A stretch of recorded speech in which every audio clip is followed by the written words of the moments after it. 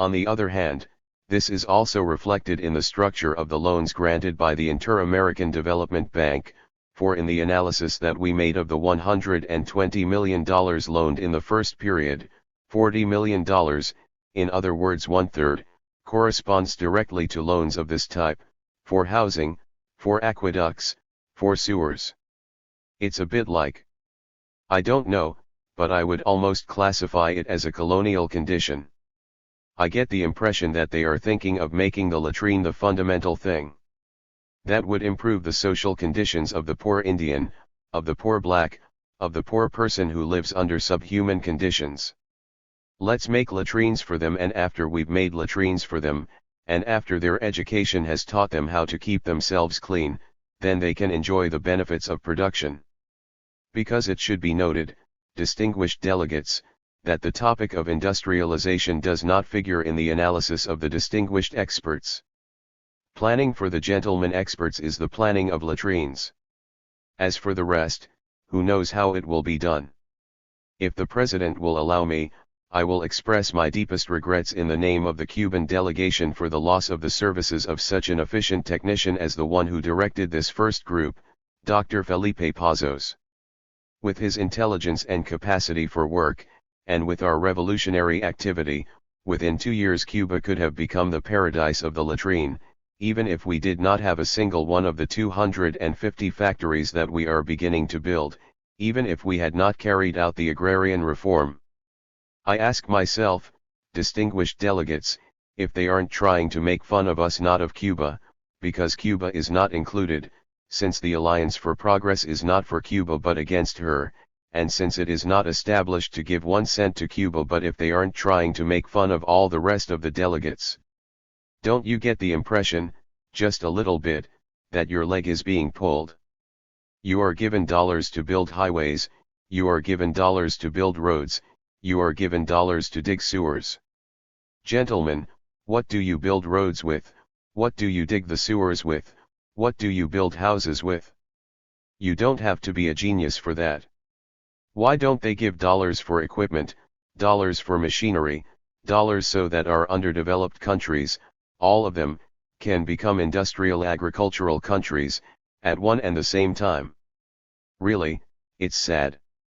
On page 10, in the part about the planning of development under point 6, it is made evident who the real author of this plan is. Point 6 says, to establish more solid bases for the granting and utilization of external financial aid, especially to provide effective criteria to evaluate individual projects. We are not going to establish the most solid foundations for granting and utilization, because we are not the ones granting, you are the ones who are receiving, not granting. We, Cuba, are watching, and it is the United States that is making the grants. This point 6, then, is drafted directly by the United States. It is the recommendation of the United States, and this is the spirit of the whole abortive scheme called point 1. But I want to impress upon you one thing. We have spoken a good deal about politics. We have denounced what is a political plot here. We have emphasized in conversations with the distinguished delegates Cuba's right to express these opinions, because Cuba is directly attacked in point 5. Nevertheless, Cuba does not come here to sabotage the meeting, as some of the newspapers or many of the mouthpieces of the foreign information agencies are claiming. Cuba comes to condemn what is worthy of condemnation from the point of view of principles. But Cuba also comes to work harmoniously, if possible, in order to straighten out this thing that has been born so twisted, and Cuba is ready to collaborate with all the distinguished delegates to set it right and make it into a beautiful project. The Honorable Mr. Douglas Dillon in his speech cited financing. That is important. We must speak of financing if we are all to get together and speak of development, and we have all assembled here to talk with the one country that has the capital for financing. Mr. Dillon says, looking at the years to come and at the sources of external financing, international entities such as Europe and Japan as much as the United States, new private investments and investments of public funds, if Latin America takes as a precondition the necessary internal measures, it can logically expect that its efforts, he doesn't even say, if it takes these measures this will happen, but only it can logically expect, will be matched by an influx of capital on the order of at least $20 billion in the next 10 years, with the majority of these funds coming from official sources. Is this how much there is? No, only $500 million are approved. This is what is being talked about. This must be emphasized, because it is the nub of the question. What does it mean?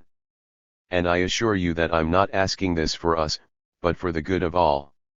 What does it mean if Latin America takes the necessary internal measures? And what does it can logically expect mean? I think that later in the work of the committees or at a time that the representative of the United States deems opportune, this detail should be cleared up a little, because $20 billion is an interesting sum. It is no less than 2/3 of the figure that our Prime Minister announced as necessary for the development of the Americas. Push it a little more and we arrive at $30 billion. But that $30 billion has to arrive in jingling cash, dollar by dollar, into the national coffers of each one of the countries of the Americas, with the exception of this poor Cinderella who probably will receive nothing. That's where we can help, not in a plan of blackmail, such as is foreseen, because it is said, Cuba is the goose that lays the golden egg. Cuba exists, and while there is a Cuba, the United States will continue to give. No, we don't come here for that reason. We come to work, to try and struggle on the level of principles and ideas, for the development of our peoples. Because all or nearly all of the distinguished representatives have said it, if the Alliance for Progress fails, nothing can hold back the wave of popular movements. I say this in my own words, but that's what was meant. Nothing can hold back the wave of popular movements if the Alliance for Progress fails. And we are interested in it not failing, if and insofar as it means a real improvement for Latin America in the standard of living of all its 200 million inhabitants. I can make this statement honestly and with all sincerity. We have diagnosed and foreseen the social revolution in the Americas, the real one, because events are unfolding in a different way, because there is an attempt to hold the people back with bayonets, and when the people realize that they can take the bayonets and turn them against the ones who brandish them, then those who brandish them are lost. But if the road that the people want to take is one of logical and harmonious development, through long-term loans with low interest, as Mr. Dillon said, with 50 years to pay, we also are in agreement. The only thing is, distinguished delegates, that we all have to work together here to make that figure concrete, and to make sure that the Congress of the United States approves it. Because don't forget that we are faced with a presidential and parliamentary regime, not a dictatorship like Cuba, where a representative of Cuba stands up, speaks in the name of his government, and takes responsibility for his actions. What is said here also has to be ratified over there, and the experience of all the distinguished delegates is that many times the promises made here were not approved there. Well, what I have to say on each of these points is very long, and I'll shorten it so that we can discuss them in the commissions in a fraternal spirit. These are simply some general facts, some general considerations. The rate of growth that is presented as a most beautiful thing for all Latin America is a 2.5% net growth. Bolivia announced 5% for 10 years. We congratulate the representative of Bolivia and say to him that with just a little effort and the mobilization of the popular forces he could say 10%. We speak of 10% growth with no fear whatsoever. 10% growth is the rate that Cuba foresees for the coming years. What does this indicate, distinguished delegates? That if each country maintains its current course, Latin America as a whole, which today has a per capita income of approximately $330 and a 2.5% annual growth rate, by around the year 1980 will have a per capita income of $500. Certainly for many countries that is really a phenomenon. What does Cuba intend to have by the year 1980? A net income per capita of around $3,000, more than the United States currently has. And if you don't believe us, fine, here we are ready for a competition, ladies and gentlemen. Let us be left in peace. Let us be allowed to develop, so that we can come together again in 20 years to see if the siren song is revolutionary Cuba's or someone else's. but we are announcing, quite responsibly, that rate of annual growth. The experts suggest the substitution of well-equipped farms for inefficient latifundia and very small farms. We say, do they want to make an agrarian reform? Take the land from those who have a lot and give it to those who don't have any. That's the way to make an agrarian reform. The rest is a siren's song. The way to do it? Whether a piece of land is given out in parcels, in accord with all the rules of private property, whether it is transformed into collective property, whether these are combined, as we have done, all that depends on the peculiarities of each nation. But the agrarian reform is carried out by eliminating the latifundia, not by sending people to colonize far-off places. In the same way I could talk about the redistribution of income, which is a reality in Cuba. Because those who have more have it taken away and those who have nothing or very little are allowed to have more. Because we've made the agrarian reform. Because we've made the urban reform.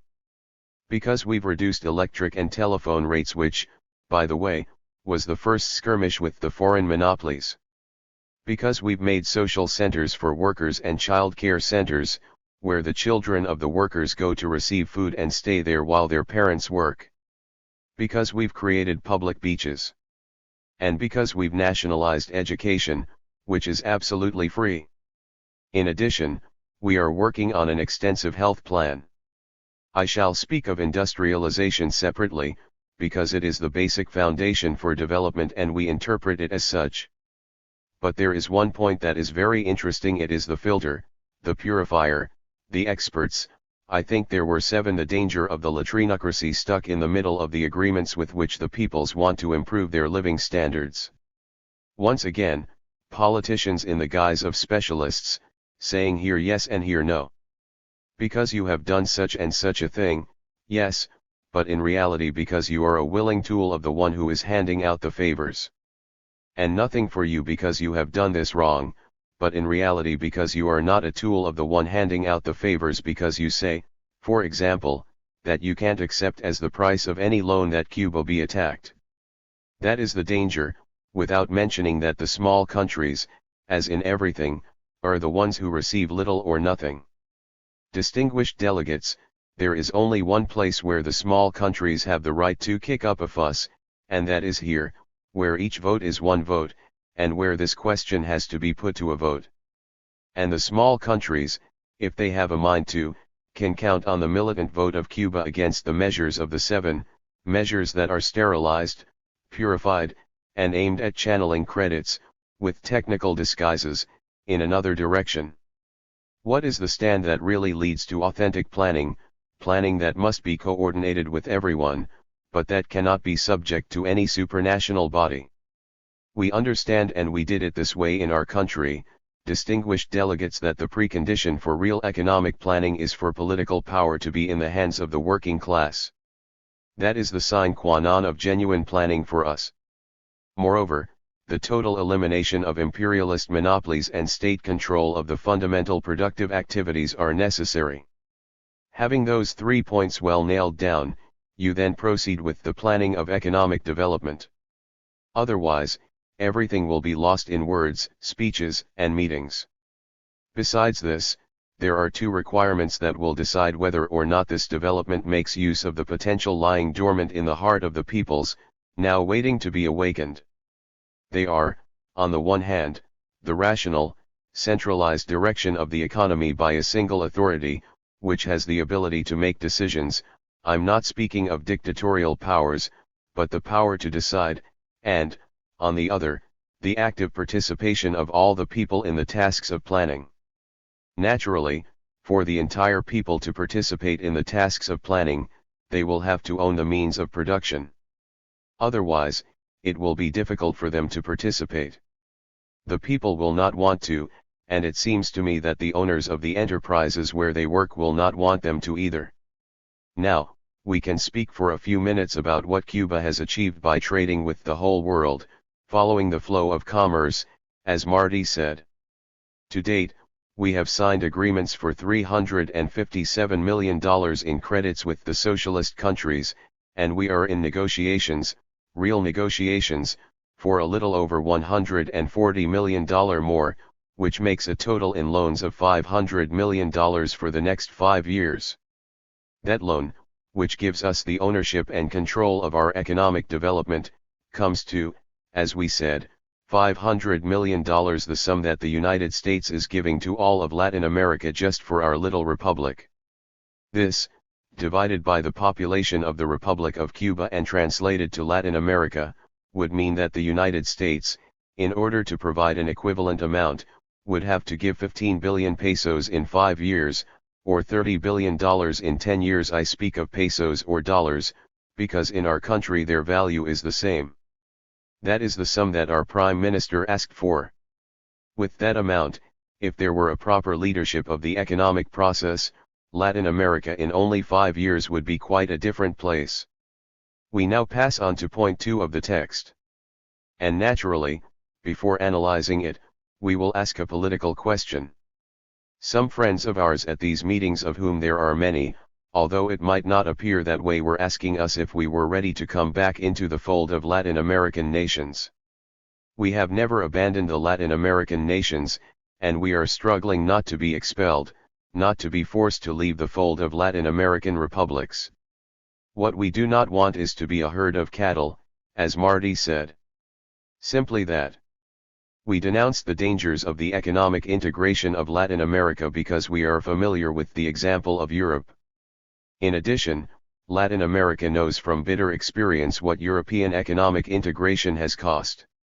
We denounce the danger of the international monopolies completely manipulating trade relations inside the free trade associations. But we also announce here, within this conference, and we hope we are accepted, that we are willing to join the Latin American Free Trade Association, like any other member, also criticizing when necessary, but complying with all the rules, as long as Cuba's particular economic and social organization is respected and as long as its socialist government is accepted as an accomplished and irreversible fact. In addition, equal treatment and equitable enjoyment of the advantages of the international division of labor must also be extended to Cuba. Cuba must participate actively and can contribute a great deal to alleviate many of the serious bottlenecks that exist in the economies of our countries, with the aid of the centrally managed, planned economy, and with a clear and defined goal. Nevertheless, Cuba also proposes the following measures. We propose the initiation of immediate bilateral negotiations for the evacuation of bases or territories in member countries occupied by other member countries, so that there are no more cases like the one reported by the delegation of Panama, where Panama's wage policy cannot be implemented in a piece of her own territory. The same is happening to us, and, speaking from the economic point of view, we would like to see that anomaly disappear. We propose the study of rational plans of development and the coordination of technical and financial assistance from all the industrialized countries, without ideological or geographic distinctions of any kind.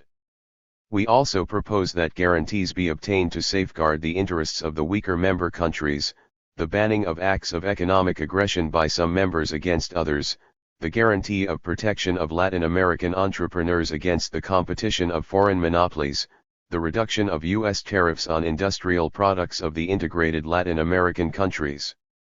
And we state that, as we see it, foreign financing should take place only through indirect investments that fulfill the following conditions: that they not be subject to political demands or discriminate against state enterprises, that they be allotted in accord with the interests of the receiving country, that they carry interest rates no higher than 3%, with repayment in no less than 10 years, and renewable in case of difficulties with the balance of payments, that the attachment or confiscation of ships and aircraft by one member country against another be banned, that tax reforms be initiated that don't fall upon the working masses and that are protection against the action of foreign monopolies. Point 3 of the text has been treated with the same delicacy as the others by the distinguished experts. They have taken up the matter with 2 gentle little tweezers, raised the veil a little bit, and let it fall immediately, because it's a tough one. It would have been desirable, they say, and even tempting for the group to have formulated ambitious and spectacular recommendations.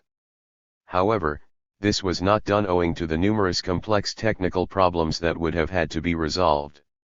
That is why the recommendations that are formulated necessarily had to be limited to what was considered technically feasible.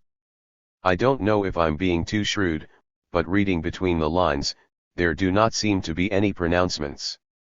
The Cuban delegation therefore proposes concretely that from this meeting we should obtain the following: a guarantee of stable prices, without any coulds or might-haves, without we would examine or we shall examine, but, simply, guarantees of stable prices, expanding, or at least stable, markets, guarantees against economic aggression, guarantees against the unilateral suspension of purchases in traditional markets, guarantees against the dumping of subsidized agricultural surpluses. Guarantees against protectionism aimed at the production of primary materials, and the creation of conditions in the industrialized countries for the purchase of primary materials with a greater degree of processing. Cuba declares that it would be desirable for the U.S. delegation to answer, in the commissions, whether it will continue to subsidize its production of copper, lead, zinc, sugar, cotton, wheat and wool. Cuba asks whether the United States will continue to apply pressure against member countries to prevent them from selling their surplus primary products to the socialist countries and thus broadening their market. And now comes point 5 of the text, since point 4 is nothing but a report. This point 5 is the other side of the coin. Fidel Castro said at the time of the Costa Rica conference that the United States had gone there with a sack of gold in one hand and a club in the other. Here today, the United States comes with the sack of gold fortunately even bigger in one hand, and the barrier to isolate Cuba in the other. It is, anyway, a triumph of historical circumstances. But point 5 of the text establishes a program of measures for Latin America aimed at the regimentation of thought, the subordination of the trade union movement, and, if possible, the preparation of military aggression against Cuba. 3 steps are contemplated throughout the whole document: the mobilization, beginning immediately, of the Latin American mass media against the Cuban Revolution and against the struggles of our peoples for their freedom, the formation at a later meeting of an Inter-American Federation of Press, Radio, Television, and Movies, which would allow the United States to direct the policy of all the organs of opinion in Latin America, of all of them, and there are not many now that are outside their sphere of influence, but they want all of them to exercise monopoly control over new information agencies and to absorb as many of the old ones as possible. All this, in order to do something unprecedented, which has been announced here with such tranquility and which in my country provoked deep discussion when something similar was done in only one case. They are attempting, distinguished delegates, to establish a cultural common market, organized, managed, paid for and domesticated. All the culture of Latin America at the service of imperialism's propaganda plans, to demonstrate that the hunger of our peoples isn't hunger at all, but laziness. Magnificent. Confronted with this, we reply, a call must be made to the organs of opinion in Latin America, that they take up and share in the ideals of national liberation of each Latin American people.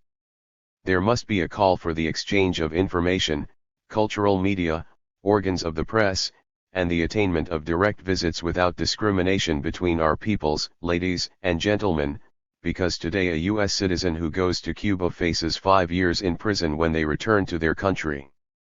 A call must be made to the Latin American governments for them to guarantee the freedoms that allow the working class movement to organize independent trade unions, to defend the interests of the workers, and to struggle for the true independence of its peoples.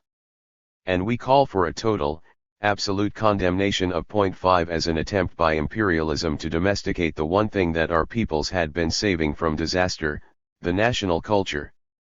Distinguished delegates, permit me to give an outline of the objectives of Cuba's first plan of economic development for the next 4-year period. The overall rate of growth will be 12%, that is to say, more than 9.5% net per capita growth, transforming Cuba into the most industrial country in Latin America in relation to its population, as the following data indicate. First place in Latin America in per capita production of steel, cement, electrical energy and, except for Venezuela, Oil refining. First place in Latin America in tractors, rayon, footwear, textiles, etc. Second place in the world in the production of metallic nickel. Up until now Cuba had only produced concentrates. The production of nickel in 1965 will be 70,000 metric tons, which constitutes approximately 30% of the world's production.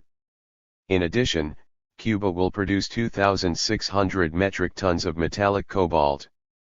The production of 8.5 to 9 million tons of sugar. The beginning of the transformation of the sugar industry into a sucrochemical industry. In order to accomplish these measures, which are easy to list but demand enormous work and the effort of an entire people in order to succeed, plus a great deal of external financing for the purpose of aid and not exploitation, the following measures have been taken. More than 1 billion pesos, the Cuban peso is equivalent to the dollar, are going to be invested in industry in the installation of 800 megawatts of electrical generating capacity. In 1960, the installed capacity not counting the sugar industry, which works seasonally, was 621 megawatts. Building or expanding 205 factories, among which the following 22 are the most important: a new plant to refine metallic nickel, which will raise the total to 70,000 tons, a petroleum refinery with a capacity of 2 million tons of crude oil, the first steel plant, for 700,000 tons, which in this 4-year period will produce 500,000 tons of steel, the expansion of our seamed steel pipe plants to produce 25,000 metric tons, tractors, 5,000 units annually, motorcycles, 10,000 units annually. 3 cement plants and the expansion of the existing ones for a total of 1.5 million metric tons, which will raise our production to 2.5 million tons annually. Metal containers, 291 million units, expansion of our glass factories to 23,700 metric tons annually, 1 million square meters of window glass, a new factory for making 10,000 cubic meters of plywood from bagasse, a plant for making 60,000 metric tons of bagasse cellulose, in addition to one for wood cellulose of 40,000 metric tons annually, a 60,000 ton ammonium nitrate plant, 60,000 tons of simple superphosphate, 81,000 metric tons of triple superphosphate, 132,000 metric tons of nitric acid, 85,000 metric tons of ammonia, new textile plants and the expansion of the existing ones with 451,000 spindles, a knapsack factory producing 16 million sacks. And there are other factories of less importance, for a total of 205 to date. These credits have been contracted for, up until now, in the following way: $200 million with the Soviet Union, $60 million with the People's Republic of China, $40 million with the Socialist Republic of Czechoslovakia, $15 million with the Romanian People's Republic, $15 million with the Hungarian People's Republic, $12 million with the Polish People's Republic, $10 million with the German Democratic Republic and $5 million with the Bulgarian Democratic Republic. The total contracted for to date is $357 million. The new negotiations that we expect will culminate soon are mostly with the Soviet Union, which, as the most industrialized country in the socialist area, is the one that has offered the most extensive support. In terms of agriculture, Cuba has set itself the goal of reaching self-sufficiency in the production of food, including fats and rice, not wheat, self-sufficiency in cotton and coarse fibers, the creation of exportable surpluses of tropical fruits and other agricultural products, whose contribution to exports will triple the present levels. As regards foreign trade, the value of exports will increase by 75% over 1960. Diversification of the economy. Sugar and its derivatives will make up about 60% of the value of the exports, and not 80% as now.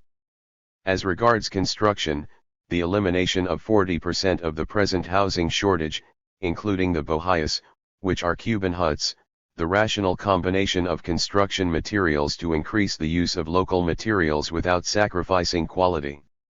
There is one point I would like to spend a minute on, that is education. We have laughed at the group of experts who would put education and sanitation as the condition sine qua non to begin the path of development.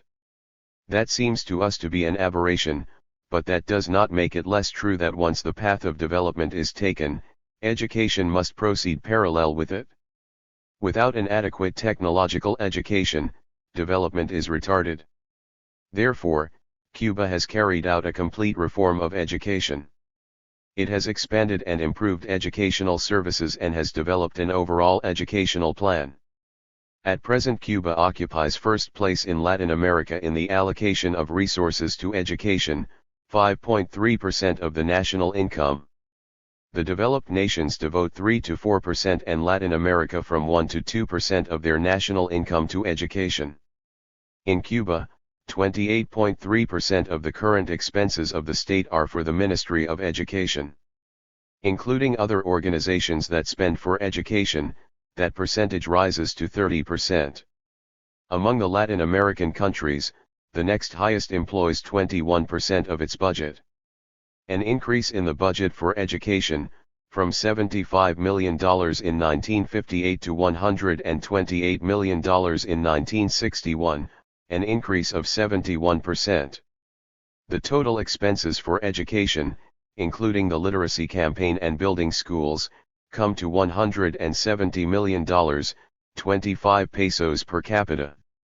In Denmark, for example, $25 per capita a year are spent on education, in France, $15, in Latin America, $5. The creation, in 2 years, of 10,000 schoolrooms and the appointment of 10,000 new teachers. Cuba is the first country in Latin America that fully satisfies the needs of primary instruction for the entire student population, an aspiration of the principal project of UNESCO in Latin America for 1968, already achieved today in Cuba.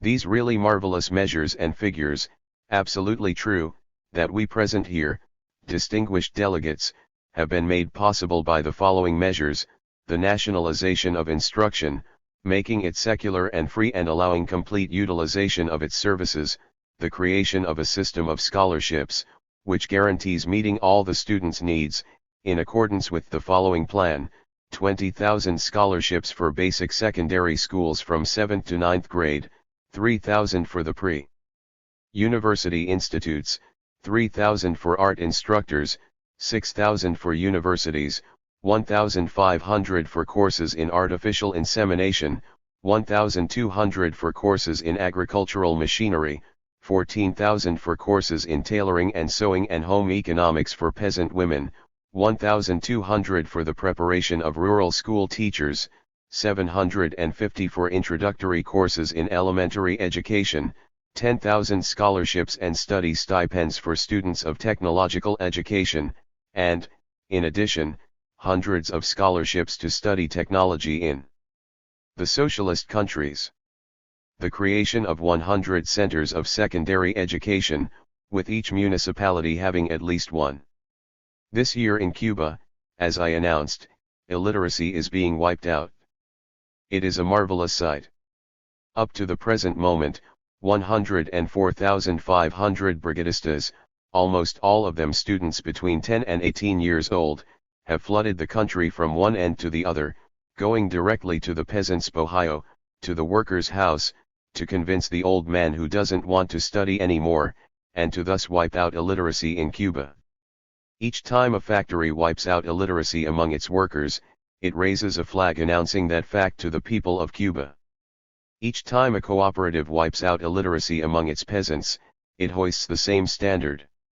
And the 104,500 young students have as their symbol a book and a lantern, to bring the light of learning to the backward regions. They belong to the Conrado Benitez Brigades, which is to honor the name of the first martyr for education in the Cuban Revolution, who was lynched by a group of counter-revolutionaries for the grave crime of being in the mountains of our country, teaching the peasants to read. That is the difference, distinguished delegates, between our country and those who combat us. A total of 156,000 literacy volunteers, who are not full-time since they are workers or professionals, are working in education. 32,000 teachers are leading this army. and only with the active cooperation of all the Cuban people are they able to achieve such significant statistics. All this has been done in 1 year, or rather, in 2 years. 7 regimental barracks have been converted into school cities, 27 barracks into schools, and all this while facing the danger of imperialist aggressions. The Camilo Cienfuegos school city today has 5,000 pupils from the Sierra Maestra, and units are under construction for 20,000 pupils. The construction of a similar school city in each province is projected. Each school city will be self-sufficient in foodstuffs, introducing peasant children to agricultural techniques. Moreover, new methods of teaching have been established. From 1958 to 1959, primary school enrollment went from 602,000 to 1,231,700 pupils, basic secondary school, from 21,900 to 83,800, commercial, from 8,900 to 21,300, technical schools, from 5,600 to 11,500. A total of $48 million has been invested in school construction in only 2 years. The national printing plant guarantees textbooks and other printed matter for all students, free of charge. There are 2 television networks that cover the entire national territory, and we can use that powerful media for the massive dissemination of learning. Likewise, the entire national radio is at the disposal of the Ministry of Education. The Cuban Institute of Cinematographic Art and Industry, the National Library, and the National Theater, with departments throughout the country, round out the great apparatus for the dissemination of culture. The National Institute of Sports, Physical Education, and Recreation, whose initials are INDIR, promotes physical development on a mass scale. That, distinguished delegates, is the cultural panorama of Cuba at this time. Now comes the final part of our presentation, the part of definitions, because we want to make our position completely clear. We have denounced the Alliance for Progress as a vehicle designed to separate the people of Cuba from the other peoples of Latin America, to sterilize the example of the Cuban Revolution, and then to subdue the other peoples according to imperialism's instructions. I would like to be allowed to fully demonstrate this. There are many interesting documents in the world. We shall distribute among the delegates some documents that came into our hands and that demonstrate, for example, the opinion that imperialism has of the Venezuelan government, whose foreign minister harshly attacked us a few days ago, perhaps because he thought we were violating rules of friendship with his people or his government. Nevertheless, it is interesting to point out that friendly hands brought us an interesting document. It is a report of a secret document addressed to Ambassador Moscoso in Venezuela by his advisors John M. Cates, Jr., Irving Trajan, and Robert Cox. In one of its paragraphs, speaking of the measures that must be taken in Venezuela to make a real alliance for progress directed by the United States, this document states: reform of the bureaucracy, all the plans that are formulated. They are speaking of Venezuela. All the programs that are initiated for the economic development of Venezuela, whether they be by the Venezuelan government or by U.S. experts, will have to be put into practice through the Venezuelan bureaucracy. But as long as the public administration of this country is characterized by incompetency, indifference, inefficiency, formalism, factional favoritism in the granting of jobs, theft, duplication of functions, and the creation of private empires, it will be practically impossible to put into effect dynamic and efficient projects through the governmental machinery. For that reason, the reform of the administrative apparatus is possibly now the most fundamental necessity, which is not only directed to correcting basic economic and social injustice, but which also could imply reconditioning the very instrument by which all the other basic reforms and development projects will be molded. There are many interesting things in this document that we will put at the disposal of the distinguished delegates, in which they speak, also, of the natives. After teaching the natives, they let the natives work. We are natives, nothing more. But there is something very interesting, distinguished delegates, and that is the recommendation that Mr. Cates makes to Mr. Moscoso about what must be done in Venezuela and why it must be done. He says as follows: "The United States will be faced with the necessity, probably sooner than it is thought, of pointing out to the conservatives, the oligarchy, the newly rich, the national and foreign moneyed sectors in general, the military, and the clergy, that they will in the last analysis have to choose between two things: to contribute to the establishment in Venezuela of a society based on the masses, in which they retain part of their status quo and wealth, or to be faced with the loss of both, and very possibly their own death at the hands of a firing squad." This is a report of the U.S. advisors to their ambassador. If the forces of moderation and progress are rooted in Venezuela. After this, we are given the complete picture of the whole deception to be practiced in this conference, with other reports of the secret instructions given in Latin America by the U.S. State Department in reference to the Cuba case. This is very important, because it is what uncovers the wolf in sheep's clothing. This is what it says. I am going to read an extract in deference to the brevity that I have already violated, but afterward we will circulate all of it. From the beginning, it was widely taken for granted in Latin America that the invasion was backed by the United States and that, for that reason, it would be successful. The majority of the governments and responsible sections of the population were prepared to accept a fait accompli, although there were misgivings about the violation of the principle of non-intervention. The communists and other vehemently pro-Castro elements immediately took the offensive with demonstrations and acts of violence directed against U.S. agencies in various countries, especially in Argentina, Bolivia, and Mexico. Nevertheless, such anti-U.S. and pro-Castro activities received a limited backing and had less effect than might have been expected. The failure of the invasion discouraged the anti-Castro sectors, who thought that the United States should have done something dramatic that would restore its damaged prestige, but it was received with joy by the communists and other pro-Castro elements. It continues. In most cases, the reactions of the Latin American governments were not surprising. With the exception of Haiti and the Dominican Republic, the republics that had already broken or suspended their relations with Cuba expressed their understanding of the U.S. position. Honduras joined the anti-Castro camp, suspending its relations in April and proposing the formation of an alliance of Central American and Caribbean nations to deal with Cuba through force. The proposal, which was also suggested independently by Nicaragua, was quietly abandoned when Venezuela refused to back it. Venezuela, Colombia, and Panama expressed a serious concern about Soviet and international communist penetration in Cuba, but they remained in favor of carrying out some type of collective action by the OAS to deal with the Cuban problem. Collective action by the OAS. Here we enter familiar territory. A similar opinion was adopted by Argentina, Uruguay, and Costa Rica. Chile, Ecuador, Bolivia, Brazil, and Mexico refused to back any position that might imply an intervention in the internal affairs of Cuba.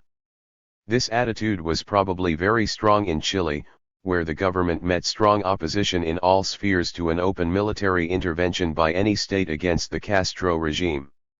In Brazil and Ecuador the question provoked serious divisions in the cabinet, in the Congress and in the political parties. In the case of Ecuador, the intransigently pro-Cuba position of President Velasco was shaken but not altered by the discovery that Ecuadorian communists were being trained inside the country in guerrilla tactics by pro-Castro revolutionaries.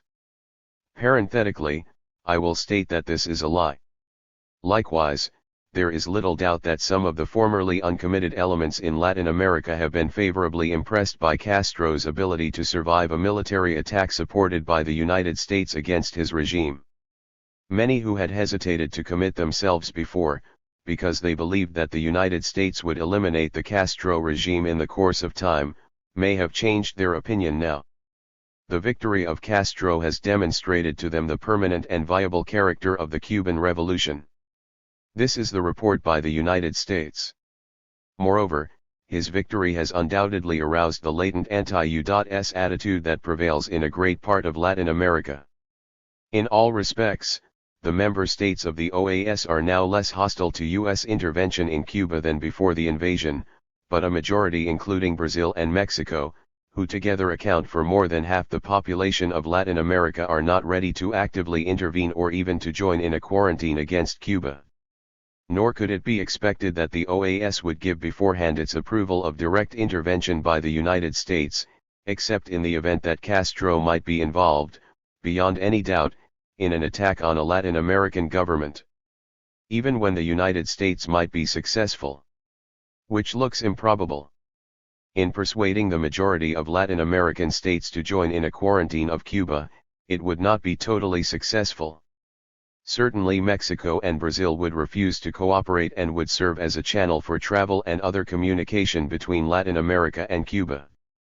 Mexico's long-standing opposition to intervention of any kind would not represent an insuperable obstacle to collective action by the OAS against Cuba.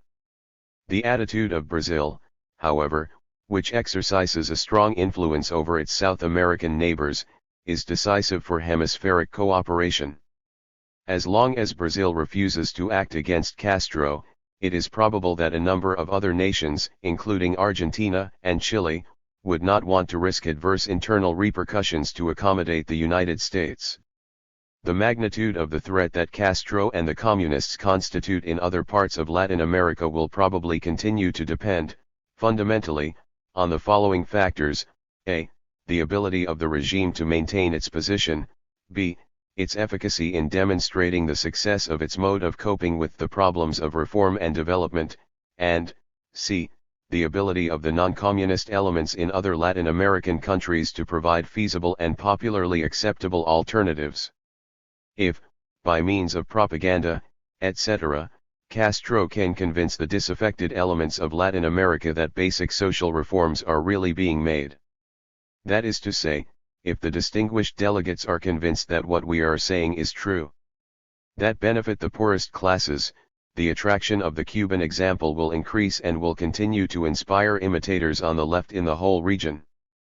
The danger is not so much that a subversive apparatus, with its center in Havana, could export revolution, as that growing extreme poverty and discontent among the masses of the Latin American people may provide the pro-Castro elements opportunities to act.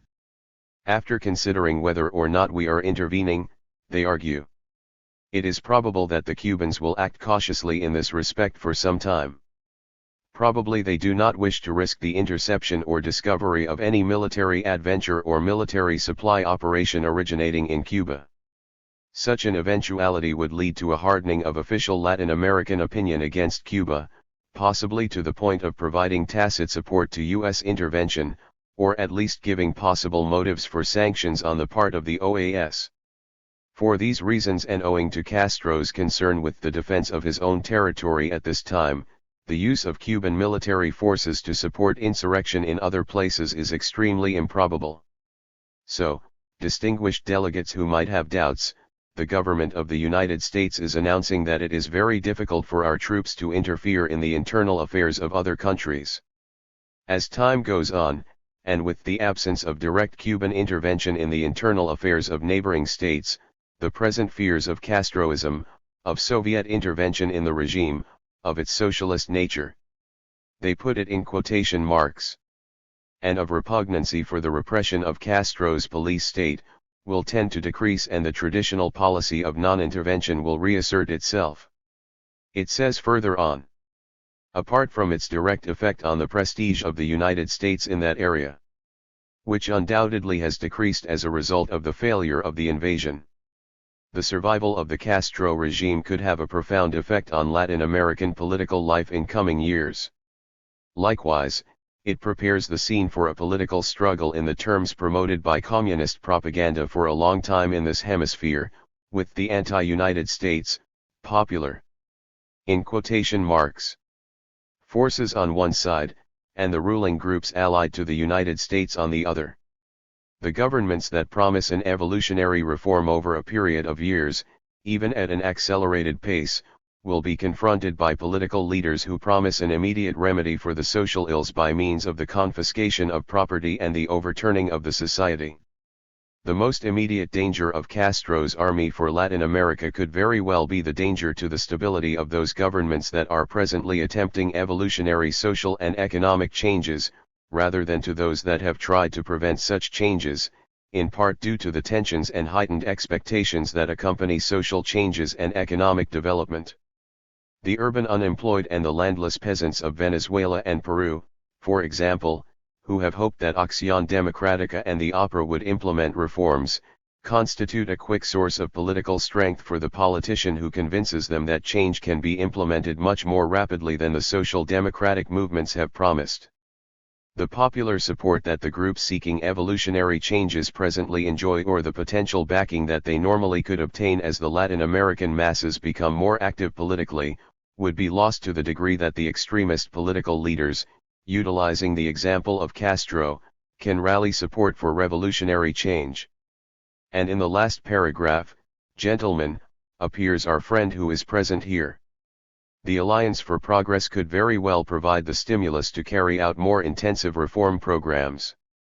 But unless these are initiated rapidly and begin soon to show positive results, it is probable that they will not be sufficient to counterbalance the growing pressure of the extreme left.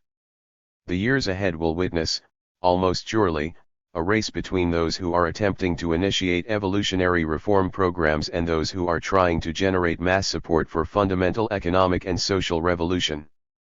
If the moderates are left behind in this race, they could, in time, see themselves deprived of their mass support and caught in an untenable position between the extremes of right and left. These are, distinguished delegates, the documents that the Cuban delegation wanted to place before you, in order to analyze frankly the Alliance for Progress. Now we all know the private judgment of the U.S. State Department: the economies of the Latin American countries have to grow, because if they do not, a phenomenon called Castroism will come, which will be dreadful for the United States. Well then, gentlemen, let us make the Alliance for Progress on those terms. Let the economies of all the member countries of the Organization of Latin American States really grow. Let them grow so that they consume their own products and not so that they are turned into a source of income for the U.S. monopolies. Let them grow to assure social peace, not to create new reserves for an eventual war of conquest. Let them grow for us, not for those abroad. And to all of you, distinguished delegates, the Cuban delegation says with all frankness, we wish, on our conditions, to be within the Latin American family. We want to live with Latin America. We want to see you grow, if possible, at the same rate that we are growing, but we don't oppose your growing at another rate. What we do demand is the guarantee of non-aggression for our borders. We cannot stop exporting our example, as the United States wants, because an example is something intangible that crosses borders. What we do guarantee is that we will not export revolution. We guarantee that not one rifle will be moved from Cuba, that not one weapon will be moved from Cuba for fighting in any other country in Latin America. What we cannot guarantee is that the idea of Cuba will not take root in some other country of Latin America, and what we do guarantee this conference is that if urgent measures of social prevention are not taken, the example of Cuba will take root in the people. And then that statement that once gave people a lot to think about, which Fidel made one July 26 and which was interpreted as an aggression, will again be true. Fidel said that if the social conditions continued as they have been until now, the Andes would become the Sierra Maestra of Latin America. Distinguished delegates, we call for an alliance for progress, an alliance for our progress, a peaceful alliance for the progress of all. We are not opposed to being left out in the distribution of loans, but we are opposed to being left out in participating in the cultural and spiritual life of our Latin American people, to whom we belong. What we will never allow is a restriction on our freedom to trade and have relations with all the peoples of the world. And we will defend ourselves with all our strength against any attempt at foreign aggression, be it from an imperial power or be it from some Latin American body that concurs in the desire of some to see us wiped out. To conclude, Mr. President, distinguished delegates, I want to tell you that some time ago we had a meeting of the General Staff of the Revolutionary Armed Forces in my country, a general staff to which I belong. An aggression against Cuba was being discussed, which we knew would come, but we did not know when or where. We thought it would be very big, in fact, it was going to be very big. This happened prior to the famous warning of the Prime Minister of the Soviet Union, Nikita Khrushchev, that their rockets could fly beyond the Soviet borders. We had not asked for that aid and we did not know about their readiness to aid us. Therefore, we met knowing that the invasion was coming, in order to face our final destiny as revolutionaries. We knew that if the United States invaded Cuba, there would be a massive slaughter, but that in the end we would be defeated and expelled from every inhabited place in the country. We then proposed, the members of the General Staff, that Fidel Castro retire to a secure place in the mountains and that one of us take charge of the defense of Havana. Our Prime Minister and leader answered at that time with words that exalt him, as do all his acts, that if the United States invaded Cuba and Havana was defended as it should be defended, hundreds of thousands of men, women, and children would die before the drive of the Yankees' weapons, and that the leader of a people in revolution could not be asked to take shelter in the mountains, that his place was there, where the cherished dead were to be found, and that there, with them, he would fulfill his historic mission. That invasion did not take place, but we maintain that spirit, distinguished delegates. For that reason I can predict that the Cuban Revolution is invincible, because it has a people and because it has a leader like the one leading Cuba. That is all, distinguished delegates. The Cuban Revolution's influence in Latin America. May 18, 1962. This speech was given as an address to the members of the Cuban Department of State Security DSE. It was not published until after Che Guevara's death. First of all, I would like to apologize, because I had intended to prepare some data and figures that would clearly express some analyses on Latin America in general, its relations with imperialism and the relations Latin America will have with the Cuban revolutionary government.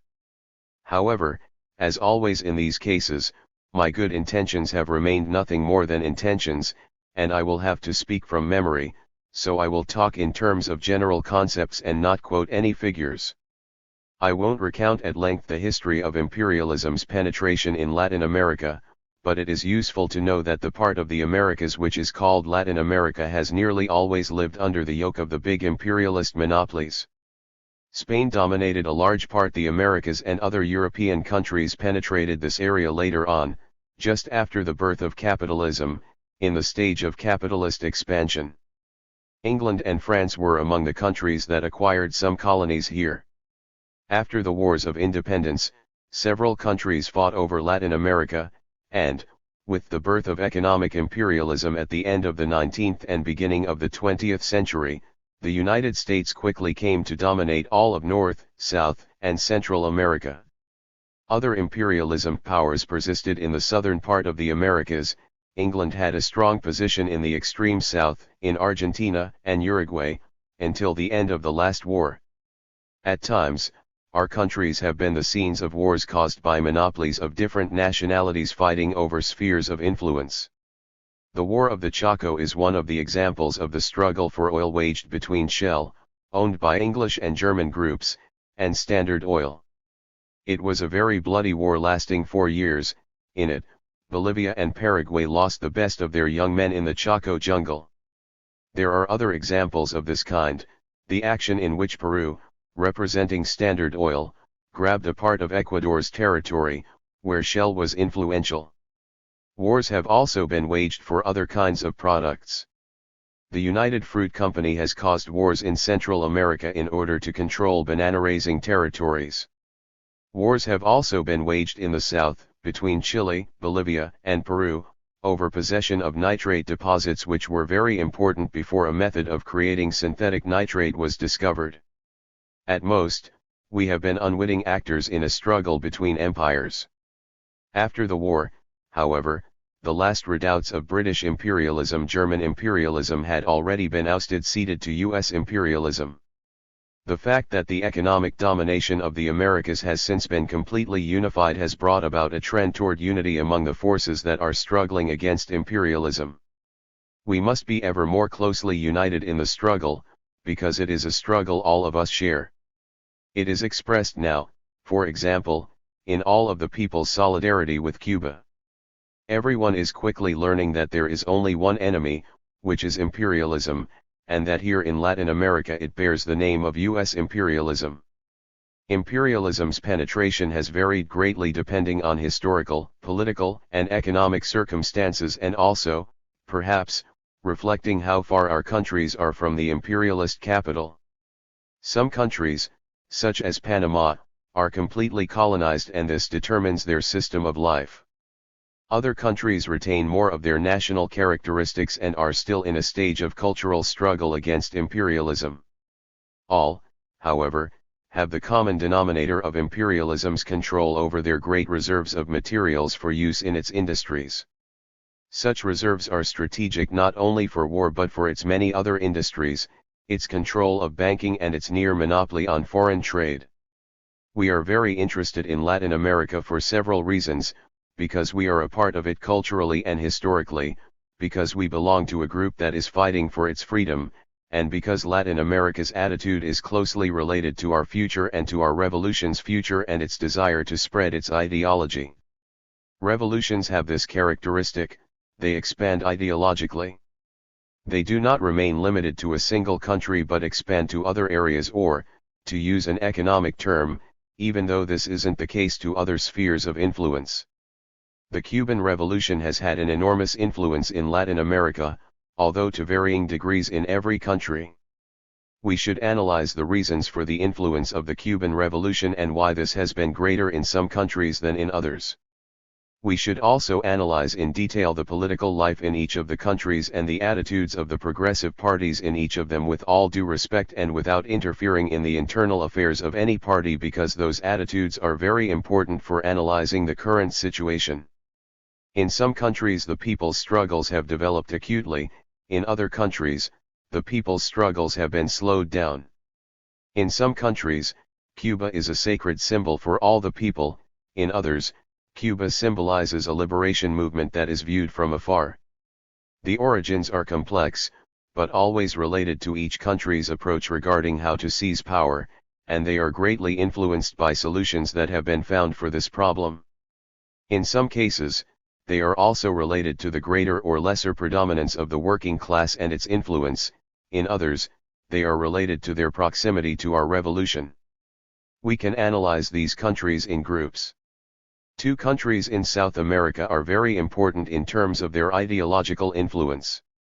One of them is Argentina, which is one of the relatively strong powers in Latin America. In the extreme south, Uruguay presents very similar characteristics. Both are cattle-raising countries and have very powerful oligarchies which control foreign trade on the basis of their ownership of large land holdings and cattle, although they have now to share these with the United States. They are countries with a very concentrated urban population. In Uruguay's case, we cannot say that the working class is prevalent, because Uruguay is a country with very little development. In Argentina, the working class prevails, but it is in a very difficult situation, because it is employed only in processing industries and is dependent on raw materials from abroad. The country doesn't yet have a solid industrial base. It has one enormous city, Buenos Aires, where close to 30% of the total population lives, and has close to 3 million square kilometers of habitable land, not counting the territory in Antarctica that is under dispute and is of no demographic value. This immense country has a population of over 6 million people in its capital, an area a little larger than Havana. It has enormous expanses of uncultivated land where the farming class has a relatively large amount of land and a small group of agricultural workers wander from one place to another, following the crops, much as the cane cutters used to do here, who could pick coffee or harvest tobacco and alternate this with other seasonal crops. In Argentina and Uruguay, which have these characteristics, and in Chile, where the working class is in the majority, the philosophy of civil wars against despotic powers has been rejected and the taking of power in the future by means of elections or in some other peaceful way has been proposed more or less directly and explicitly. Just about everyone knows of the latest events in Argentina, where some relatively leftist groups arose to more or less real power. These groups represent the progressive sector of the Argentine working class but are distorting many of the people's aspirations through a clique of the Peronist party that is completely out of touch with the people. and when elections were proposed, the guerrillas as the ultra-reactionary groups in the Argentine army are called intervened and put an end to that situation. Something similar happened in Uruguay, though the army there has no real clout. Nardon, the ultra-reactionary now in power, carried out a kind of coup. The situation created by repeated rightist coups, combined with the leftist philosophy of taking power by means of elections and people's fronts, creates a certain apathy with regard to the Cuban Revolution. The Cuban Revolution embodies an experience that Cuba does not want to be unique in Latin America. It reflects a way to take power. Naturally, it isn't a form that appeals to the masses of people who are under great pressure, oppressed by domestic oppressive groups and by imperialism. Some explanations of a theoretical nature concerning the Cuban Revolution are in order, and these will condition stances toward the revolution. In countries where groups have openly proclaimed their determination to seize power by armed struggle, there is more understanding. This position is of course very difficult and very controversial to adopt, and we don't have to participate directly in it. Every country and every party in its own country should seek the formulas of struggle recommended by its own historical experience. Yet the Cuban Revolution is a fact, and one of continental scope. Cuban reality has at least some ongoing influence in the lives of the Latin American countries. Those known as ultra-leftists or sometimes, provocateurs try to implant the Cuban experience without thinking particularly about whether or not this would be the right place to do so.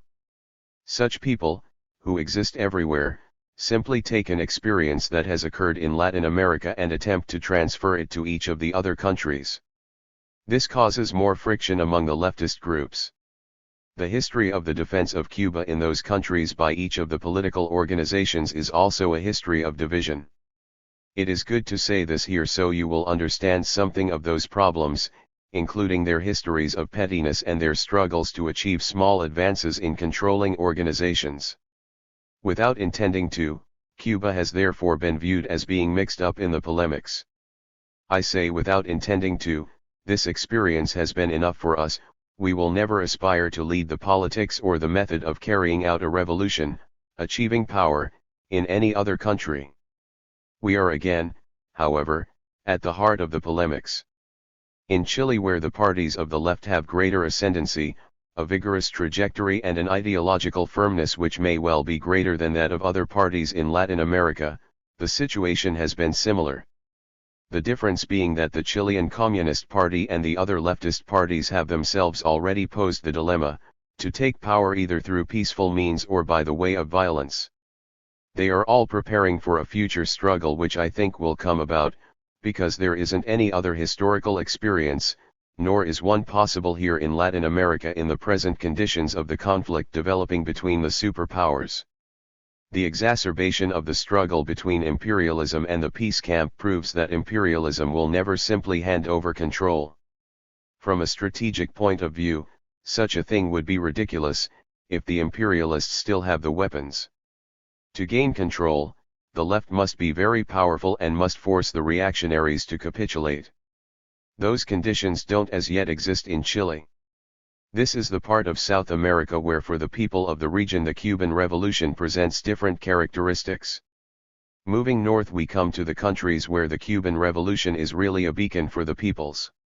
We can leave Bolivia aside, because some years ago it had a very timid bourgeois revolution that was severely weakened by concessions it had to make to its economy, which is single crop and completely tied to the imperialist economy.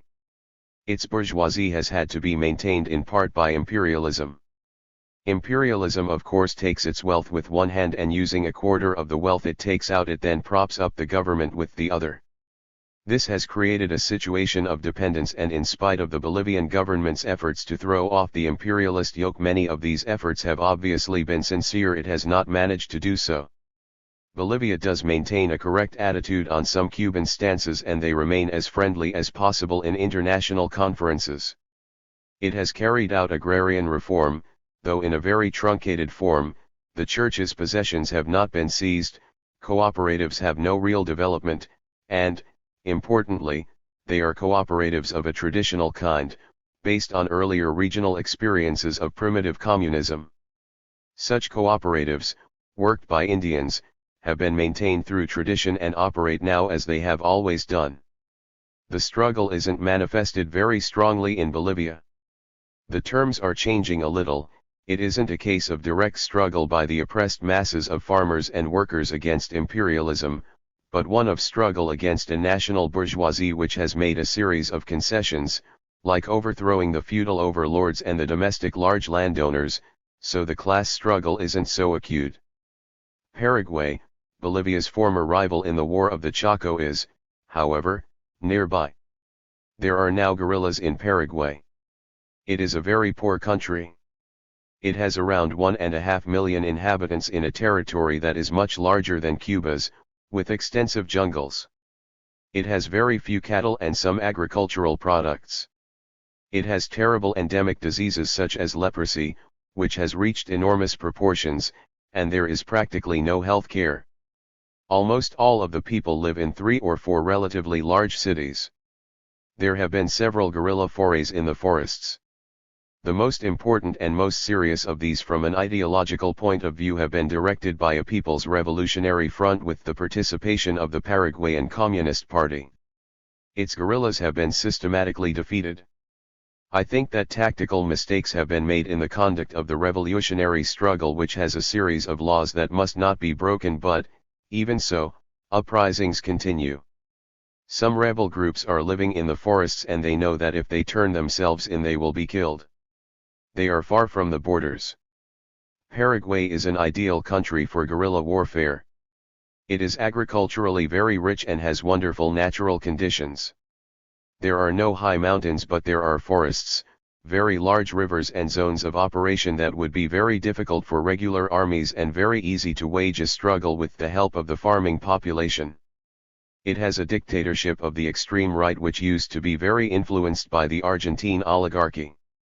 Paraguay was a semicolony of Argentina, but with the latest penetrations of U.S. capital has now become directly dependent on the United States.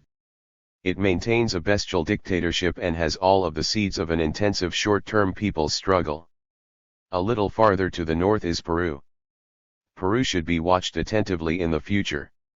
It has very special characteristics. 80% of its population is indigenous or mestizo, and there are very clear racial separations. Whites own the land and the capital, the mestizos generally work as overseers for the whites, and Indians as serfs. In Peru, farms are still sold complete with their Indian workers. Farms are advertised in the newspapers along with the number of workers or the number of Indians who are forced to work for the feudal lord. You cannot even imagine how terrible the situation is unless you have been there. Peru is the only country in Latin America with vast agricultural regions where the leftist parties have decisive influence and control.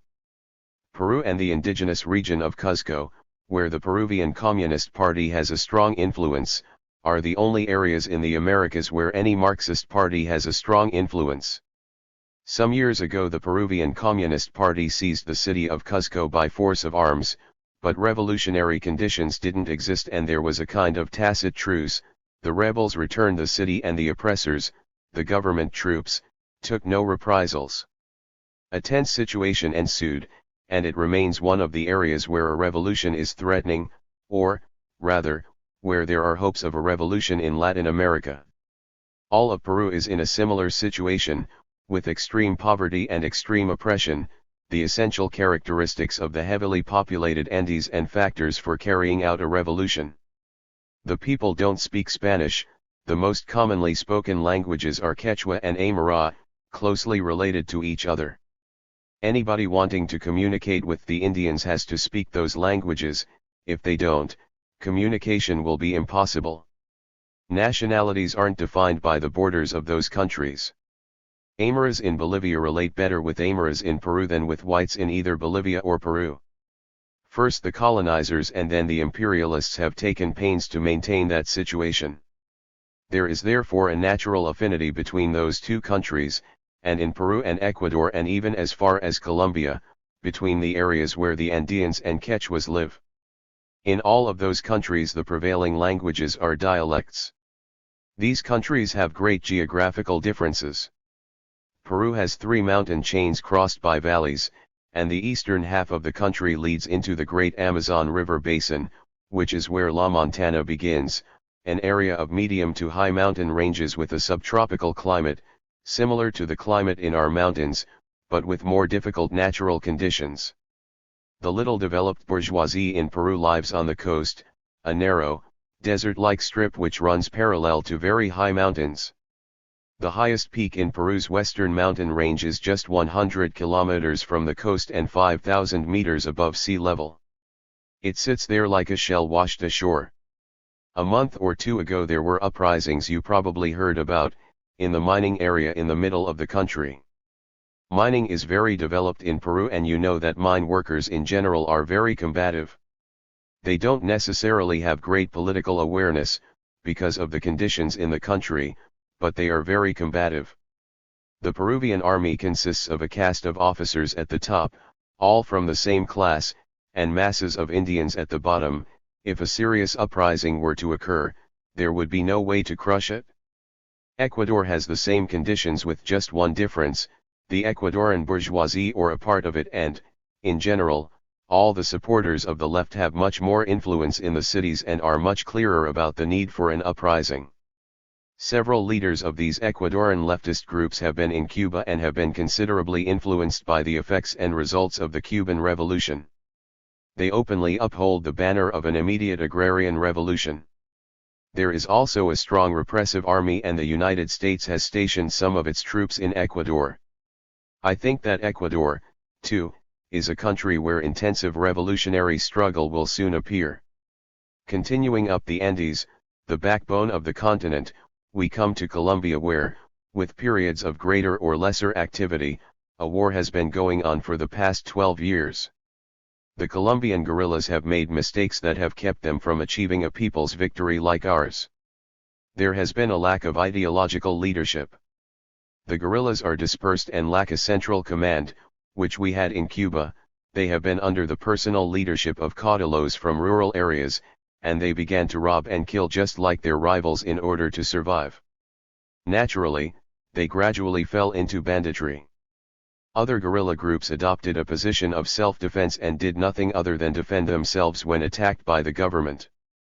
The situation of struggle and of war to the death led these guerrillas to be weakened. Some of them were completely wiped out. Right now, influenced by the Cuban Revolution, the guerrilla movement in Colombia has grown stronger. One group of young people, the MO, did something similar to what the July 26 movement did here in the beginning. They espouse a series of rightist tendencies toward anarchy that are sometimes mixed with anti-communist ideas, but they reflect the seeds of a determination to fight. Some of their leaders have been in Cuba. The most determined and enthusiastic of them was Comrade Larota, who was with us during the April 1961 Bay of Pigs invasion and some time before that. He was murdered when he returned to Colombia. MO is probably not important as a political movement and in some cases could be dangerous, but the group is an example of what is happening there. Clearly the Colombian parties of the left are trying to hold back the insurrectional movement and move toward electoral struggle, in an absurd situation where there are only two legal parties, each taking turns at power. In such absurd conditions, the more impetuous Colombian revolutionaries consider that resorting to elections simply wastes time, and in spite of all obstacles they are doing everything they can to further a struggle that is no longer latent but has developed into open fighting in several parts of the country. It's difficult to say whether the struggle in Colombia may or may not be important. It isn't directed by a well-structured leftist movement, it consists of efforts by a series of social groups and elements from different classes all trying to do something, but there is no ideological leadership, and that is very dangerous. There is no way to know where it's going, but the conditions are being created for the future development of a well-structured revolutionary struggle in Colombia. The situation in Venezuela is much more active. The Communist Party and the movement of the Revolutionary Left, MIR, are heading an armed movement of liberation, and civil war has practically broken out in Venezuela. We should be very interested in this Venezuelan movement, we should be watching it carefully and with great affinity. Some tactical disagreements have arisen over how to wage that struggle. As a result of our own experience, in which our nation was born from a unilateral experience, we favor guerrilla warfare based on farmers' groups and seizing the cities from the countryside. This is based on our masses' great hunger for land and on the mercenary army's extreme weakness when moving through large territories in Latin America. Imperialism's attacks can't be effective in areas that are favorable for the guerrillas and the people's forces. The government is unable to move beyond areas where the population is concentrated. Some Venezuelan comrades have said several times that something violent may happen in Venezuela, that special conditions exist, with some military groups ready to support an insurrection. Partial results were seen in the last insurrectional attempt made at Carapano, showing once again that in a revolution Latin America's professional military men serve only as a source of weapons for the people. The only mission an army group can have is to let itself be disarmed. From then on, it should be left alone. At most, isolated individuals should be taken from it. I don't know that specific area very well, but I am familiar with neighboring areas, and in that region impenetrable forests and mountains are nearby. There, a guerrilla unit can create an extremely difficult situation. The area is near oil exporting ports, such as Carapito, and a guerrilla unit can threaten one of the key areas of the imperialist economy in Venezuela. The Marines, however, didn't set foot outside their garrison. The Marines who rebelled couldn't go anywhere in the interior of the country. They surrendered as soon as they saw that the loyal troops outnumbered them. A revolution cannot be carried out in those conditions. As you know, guerrilla struggle is long and drawn out, battles follow one another very slowly, and the greatest difficulties aren't direct action by the enemy but rather struggle against the rigors of the climate, lack of provisions and medicine, the struggle to ideologically awaken the rural masses, the political struggle to incorporate those masses in the people's movement, the slowness of the revolution's advance, and surely, in the case of Venezuela, U.S. intervention to defend its oil possessions. All these things influence the guerrilla struggle. This time only, it can't be said differently. The path adopted in Venezuela was to try to deliver a violent blow via some of the units of the army. Even if they had triumphed, it would only have been a victory of one part of the army over the other. What would the army then have done? It's very simple. They would have pardoned the losing faction, maintained their caste status, and allowed them to retain all of their caste privileges and their class control in the country. The exploiting class has the weapons that maintain that army of exploitation. When one part of the army has triumphed over the other, say, the constitutional section over the anti-constitutional section, it is nothing more than a tiny distortion or a small clash within the group of exploiters.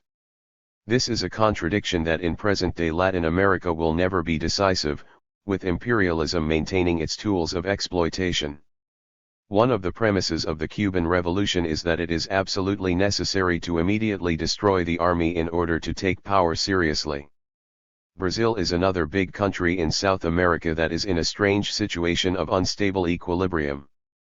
As you know, Brazil is the largest country in Latin America, the third largest in the world, and the country with the largest reserves of raw materials owned by U.S. interests.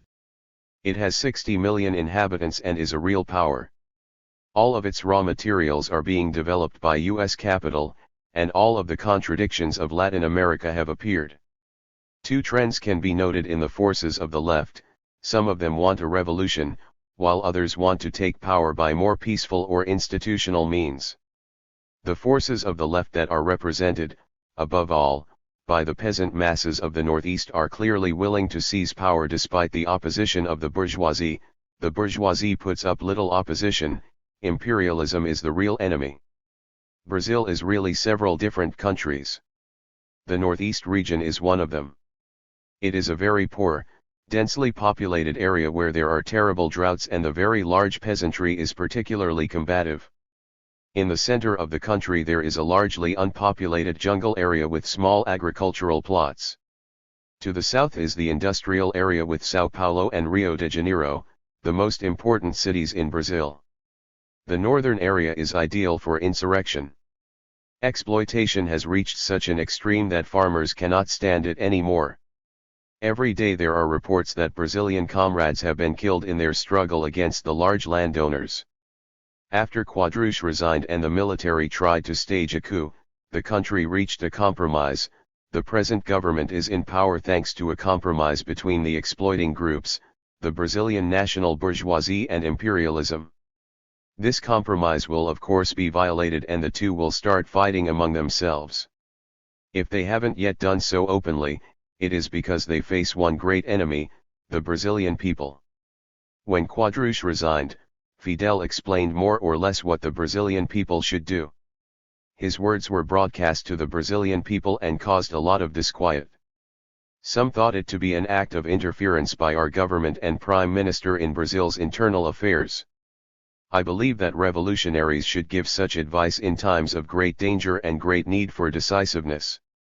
If a decisive battle had been won in Brazil, the panorama of Latin America would have changed rapidly. Brazil shares borders with all of the other South American countries except Chile and Ecuador. It has enormous influence. It is really a place for waging a battle. In our relations with the other Latin American countries, we should always consider that we are part of a single family, a family with more or less special characteristics, and we must not forget our duty of solidarity or our duty to express our opinion at specific moments. It is not a matter of always interfering or of tediously pointing to our own example, an example not all the other countries can follow. But at moments like that, when Brazilians were debating the future of a large part of Latin America, we should speak out. Part of the Brazilian battle was lost and could be lost without too many consequences, but it was nevertheless a moment of tremendous tension. If the battle had been won, we would have won a great deal. What happened in Brazil was not a triumph of the people's forces, it was simply a compromise, in which the group that has power, weapons, decisiveness to use them and great clarity about what has to be done gave up some of the privileges it had won. It will try to regain them later on, and then there will be a clash, too. This year has already been one of violent clashes between the people's forces and those of oppression. The coming years will be similar. It cannot be said exactly when a collision will occur between such forces in each Latin American country, but it is clear that the contradictions are more and more exacerbated, and this is creating subjective conditions that are so important for developing a revolution.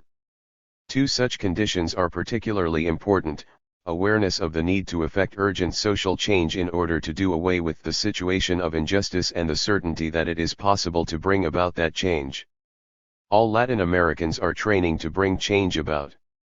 Training takes the form of uprisings and daily struggle, at times through legal means and at other times through illegal ones, at times in overt struggle and at other times underground. In all cases, the people are training constantly in all possible ways, and that training is maturing in terms of quality and intensity, which presages very great future battles in Latin America. Central America is like one country sharing the same characteristics and huge imperialist domination. It is one of the places where the people's struggle has already reached a climax, but where the exact results are hard to see. In the short term, I do not think they are very encouraging, because of the extensive domination of the United States. In Guatemala there has been a relative failure by the progressive forces, and Mexico is fast becoming a U.S. colony. There is a kind of bourgeoisie in Mexico, but it has made a pact with imperialism. It is a difficult country that has been greatly harmed by the so-called Mexican Revolution, and no important actions against its government can be foreseen there. I have concentrated my attention on the countries that have entered into the sharpest contradictions with us and in which special conditions have been created for struggle. We have responded to the aggression through our mass media and explained as much as possible to the masses, telling them what can be done, and we are waiting. We aren't waiting as if in an orchestra pit preparing to watch the fight, we aren't spectators but rather are an important part of the struggle. The future of the people's revolutions in Latin America is very closely linked to the development of our revolution. We have friends that are more powerful than all of the forces in Latin America. The United States knows this. If it attacks us directly, it will seriously endanger its own territory. Even so, it has chosen and meticulously followed a policy of isolating us in the Americas. First, it has ensured that our economic ties with the other Latin American countries are weak, excepting Chile. Second, it has seen to it that our relations with most of the other Latin American countries have been broken, and it is still working on this. It appears that the United States will engage in more acts of aggression, such as the seemingly imminent one in Jamaica, to keep us from competing, that is, to do away with the influence of the Cuban Revolution, to break our contact. This is what Jesuits do, they put on long cassocks, hiding their desires. The United States is trying to do this with us, cloaking us so nobody will see us and we won't have any pernicious influence. It is very important to struggle against this, because our contact with the rest of Latin America also depends on the way in which the Latin American peoples react to imperialism's attacks, and our safety depends to a great extent on how they react. We shouldn't forget that imperialism makes mistakes. Imperialism may or may not know what the Soviet Union is willing to do to defend us, though I think it does know. If it didn't, we would have been attacked already. But it may be mistaken, and this time we must not let imperialism be mistaken. If it is, imperialism will be totally destroyed, but very little will be left of us. We must be fighters for peace and convinced champions of peace, because we ourselves will be hurt if the peace is broken. At the same time, we must talk freely of people's revolutions. Though it seems paradoxical, advocating revolutions and people's struggle is the way to defend peace. Imperialism cannot fight against people when they are armed, it has to come to some kind of a compromise. Moreover, it isn't profitable for it to test its implements of war against something that doesn't exist, so it tries to foment wars between other nations. Imperialism wins in the local wars, the wars between nations. In them, its war materiel wins, the countries go into debt, and imperialism sells to one or to both of the countries. In short, everything depends on the circumstances, but it will gain from testing its war machinery, its tactics, and its new inventions. Now, a people's war has armies that appear and disappear in the early stages and fronts of struggle that don't exist. A war such as that in the southern part of Indochina, where a death zone has been declared 40 kilometers from Saigon, that is, the guerrillas hold territory just 40 kilometers from the capital. The imperialists can't maintain this kind of war, and moreover it teaches them nothing. They want to fight with their weapons to defend their privileges. They can't learn from fighting against small units in places where there is no visible enemy.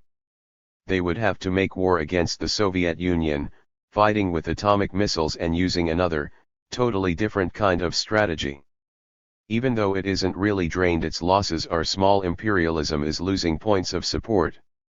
We should remember one important thing: the US imperialists are quite foresighted, they aren't as stupid as they seem. They make mistakes, true, but they aren't as stupid as they seem. Some years ago they realized their own reserves were decreasing. The United States is a very wealthy country, but its reserves were on the decline, and so it began to seek reserves elsewhere, all over the world. There are tin deposits close to Indochina and in Malaya. Bolivia also has tin.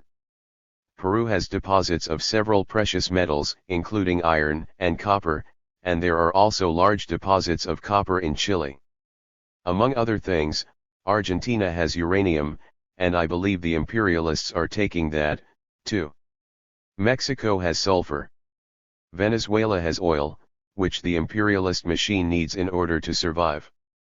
The United States needs Latin America, in addition to the parts of Asia and Africa it controls, to keep itself going. Why did it fight in the Congo? The Congo has uranium, copper, diamonds, a whole realm of natural riches. The United States fought hard in the Congo, it ousted Belgian imperialism and took over. The United States is applying this policy all over the world, preparing for the future. If we take away its access to resources, take away imperialism's economic base, we will wound it mortally.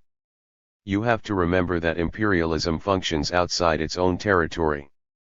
The United States isn't a power operating only within its own territory. It has invested capital all over the world and it plays with it, investing it and retracting its investments. Weakening imperialism's economic base will help to break its strength and will contribute to peace world, global peace, which is what interests us. We have to try to ensure that imperialism is not mistaken. We have so far warned it of the steps we would take to counter its blows, and we have taken them, which has hurt it. We have warned the imperialists several times. The radio station here in Havana hurts them. The truth hurts them, and that radio broadcasts to all of Latin America. Peasants throughout Latin America listen to the radio. Cinema is the only media more influential than radio there. We have taught imperialism about our modest strength, and we must encourage their belief in our strength.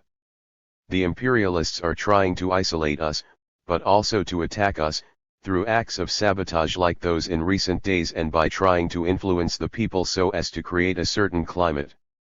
What happened in Hungary in 1956 is an interesting example of mistakes made by a people's government, and there a counter-revolution paid for and prepared by the US government was unleashed. Here in Latin America there was a very similar example, though the relevant government had different characteristics from the Hungarian people's government. It happened in Bolivia. In Bolivia there was a bourgeois government, headed by Major Villarroel, opposing the United States. It advocated nationalizing the mines and other measures that the Bolivian people wanted. That people's government ended in a terrible way. Major Villarroel was hanged from a street lamp in the public square. Why did that happen? Because the US specialists manipulated the weaknesses arising in his government, and all governments have weaknesses, no matter how progressive they are. We've had our weaknesses for some time, and all of you are in part responsible for them in a very small way. Of course, the leaders of the government, who are obliged to be farsighted, are much more to blame. We took the road of sectarianism, which, more than simply being sectarian, is just plain stupid. We took the road of separation from the masses, of being too rigid, of strictly implementing correct measures and absurd ones. We took the road of suppressing criticism, and not only the people's criticism, who have a legitimate right to criticize, but also suppressing vigilant criticism by part of the party apparatus, which turned into an executive officer and, as such, lost its characteristics of vigilance and inspection. That led us to making serious economic mistakes. Remember that economics lies at the base of all political movements, and we made economic mistakes. That is, we took the road imperialism wanted us to take. They want to destroy our economic base by means of the blockade, and we have been assisting them with our own actions. Why do I say that you're partly responsible? The Committees for the Defense of the Revolution, CDRs, institutions created for the people's vigilance and to represent the people's wish to defend their revolution, were instead imposed on the people as all-purpose dens of opportunism that were antipathetic to the people. I do think I'm entitled to describe the CDRs as being antipathetic to the people. Some of them took arbitrary measures, though this didn't happen so much here in Havana. The fact is, we have totally ignored and abandoned the countryside, which is our base, the origin and, for 2 years, the source of replenishment for our guerrilla army, which triumphed over the cities, and we have left it in the hands of the CDRs. The CDRs are filled with extremists, opportunists of all kinds who never stopped to think about the damage they were causing to the revolution. Imperialism began to work on these weaknesses always present in the struggle, and as they worked they became quite successful. In some regions, it created real antagonism between the revolution and sectors of the petty bourgeoisie, who were overwhelmed by revolutionary activities. This is a lesson from which we should learn, and it also constitutes a great truth, that no matter what form they take, security bodies must be controlled by the people. Sometimes it may seem, and at times it is, absolutely necessary to take prompt, and seemingly arbitrary, measures to counter the danger we are in. Half measures cannot be taken in moments of excessive tension. Many people have been arrested without absolute proof that they were guilty. In the Sierra Maestra we shot some people without knowing if they bore full guilt, but it was a time when the revolution could not stop to fully investigate. It had the sacred obligation to win. As soon as it is possible to restore natural relations among people, we should re-establish those relations, and not continue with the relations of the strong and the weak, based on the precept of do what I say. It is not fair not to do otherwise, and most importantly, we must do it because failure to do so would be politically unwise.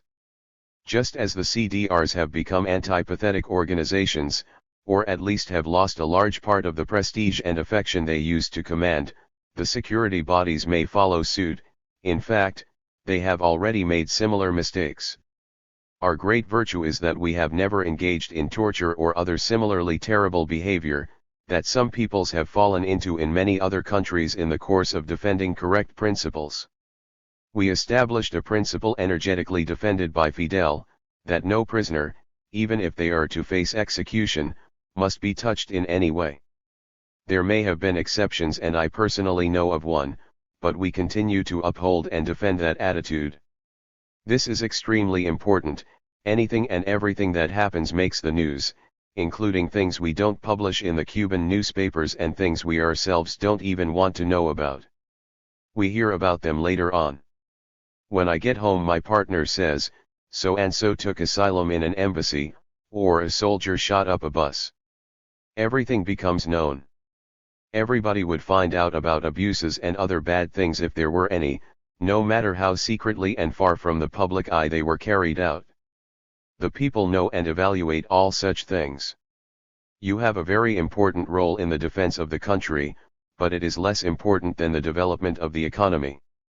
Remember this, your role is less important. For us, it is much more important to have Malanga than to have you. Even so you have an important role and must carry it out well. Very hard battles lasting for who knows how long still lie ahead of us, and we must be ready to give our lives for the revolution in one field or another, with greater or lesser urgency, in a more or less immediate future. The battles will continue. I'm no prophet and I can't tell you what level of tension they will reach or to what degree they will consist of open combat. I hope and wish they will not reach an extreme degree. If they do, neither yours or my actions will be very important for the final outcome. But if they don't, and none of us wants them to reach an extreme degree and will struggle to hold imperialism in its place because, as Nikita said, the elephant is strong, though the tiger is still a tiger. Your task of finding out what the enemy is planning to do, and also of passing on what the people think, takes on full importance. You can be great conduits, passing on the people's feelings to the government. The leaders of the revolution in Matanzas went through the streets with some rope, saying that INRA, National Institute of the Agrarian Reform, would provide the rope, but it was up to the people to decide who should be hanged. There weren't any reports, at least I haven't read any, that any such thing happened. Those leaders didn't do their duty correctly. That's like the example of the so-called Red Terror that people tried to impose against the White Terror, not realizing that the White Terror existed only in the minds of some extremists. We ourselves unleashed a White Terror with our absurd measures, and then we introduced a Red Terror. The absurd measures that an uncontrolled revolutionary group took in Matanzas were both saddening and strange. They may be repeated and we must all be vigilant to prevent that from happening. Everything that goes against revolutionary morality is counter-revolutionary, don't forget that. Anyone who fights against the revolution is a counter-revolutionary, but so is a man who uses his influence to buy a house, an extra car, food beyond his ration book quota and other things the people don't have, whether or not he flaunts them. He is a counter-revolutionary and should be denounced immediately. Anyone who uses his influence for his personal benefit or for that of his friends is a counter-revolutionary, and he should be relentlessly pursued and removed. Opportunism is an enemy of the revolution and flourishes wherever the people don't have control. For this reason it is so important to control the security bodies. In bodies where control is exercised from far above where, because of the body's work, the steps that each of its members takes cannot be controlled, we must be inflexible. Only this is justice, and we have made a revolution against injustice. Moreover, it is politically correct to do so, because those who violate revolutionary morality while speaking of revolution are not only potential traitors to the revolution but are also the worst detractors of the revolution. The people see them and know what they are doing, even when we ourselves don't know about such things, or don't want to know. Our revolution, having taken that mistaken path for some months, was destroying the most sacred thing it owns, the people's faith in it, and we must now work together with more enthusiasm and self-sacrifice than ever, to restore what we destroyed. It will be a hard task, there isn't the same enthusiasm this year as last, something has been lost and must be recovered. It will take a lot of effort, but it will be done, because the will to create beats in the hearts of the people and in the revolution is great. It was easier in the past. After faith has been betrayed or weakened, it won't be so easy to restore, and you must work hard to do this while at the same time, be inflexible with the counter-revolution.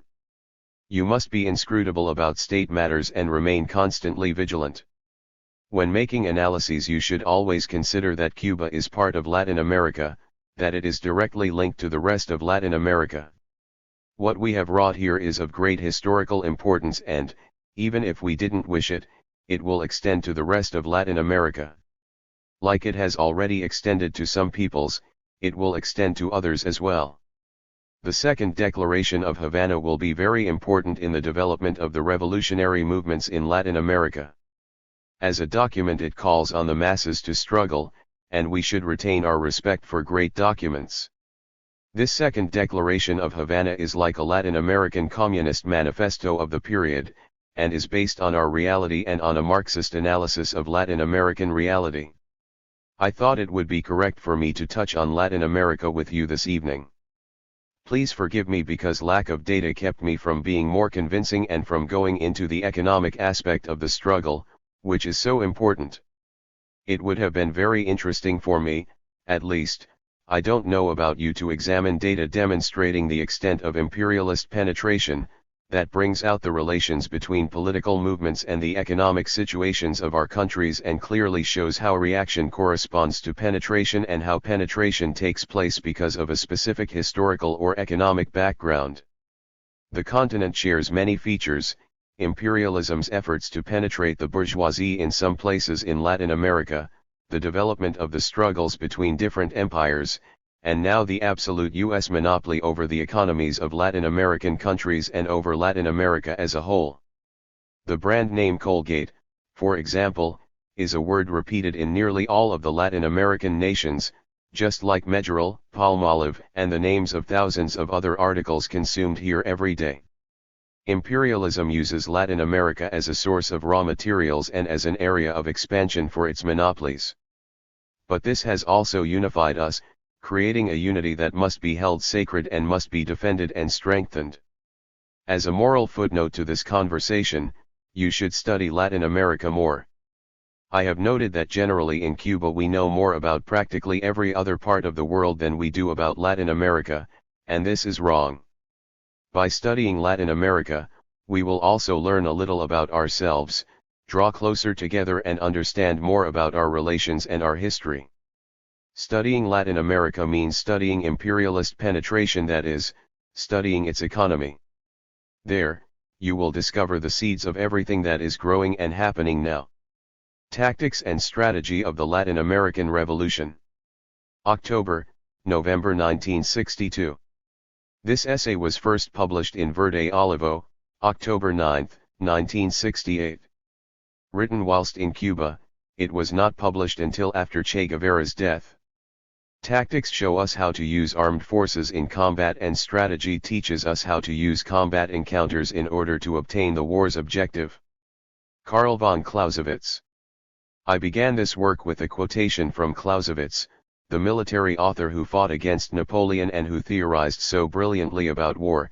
Lenin loved to quote him because of the clarity of his thinking, in spite of the fact that he was, of course, a bourgeois analyst.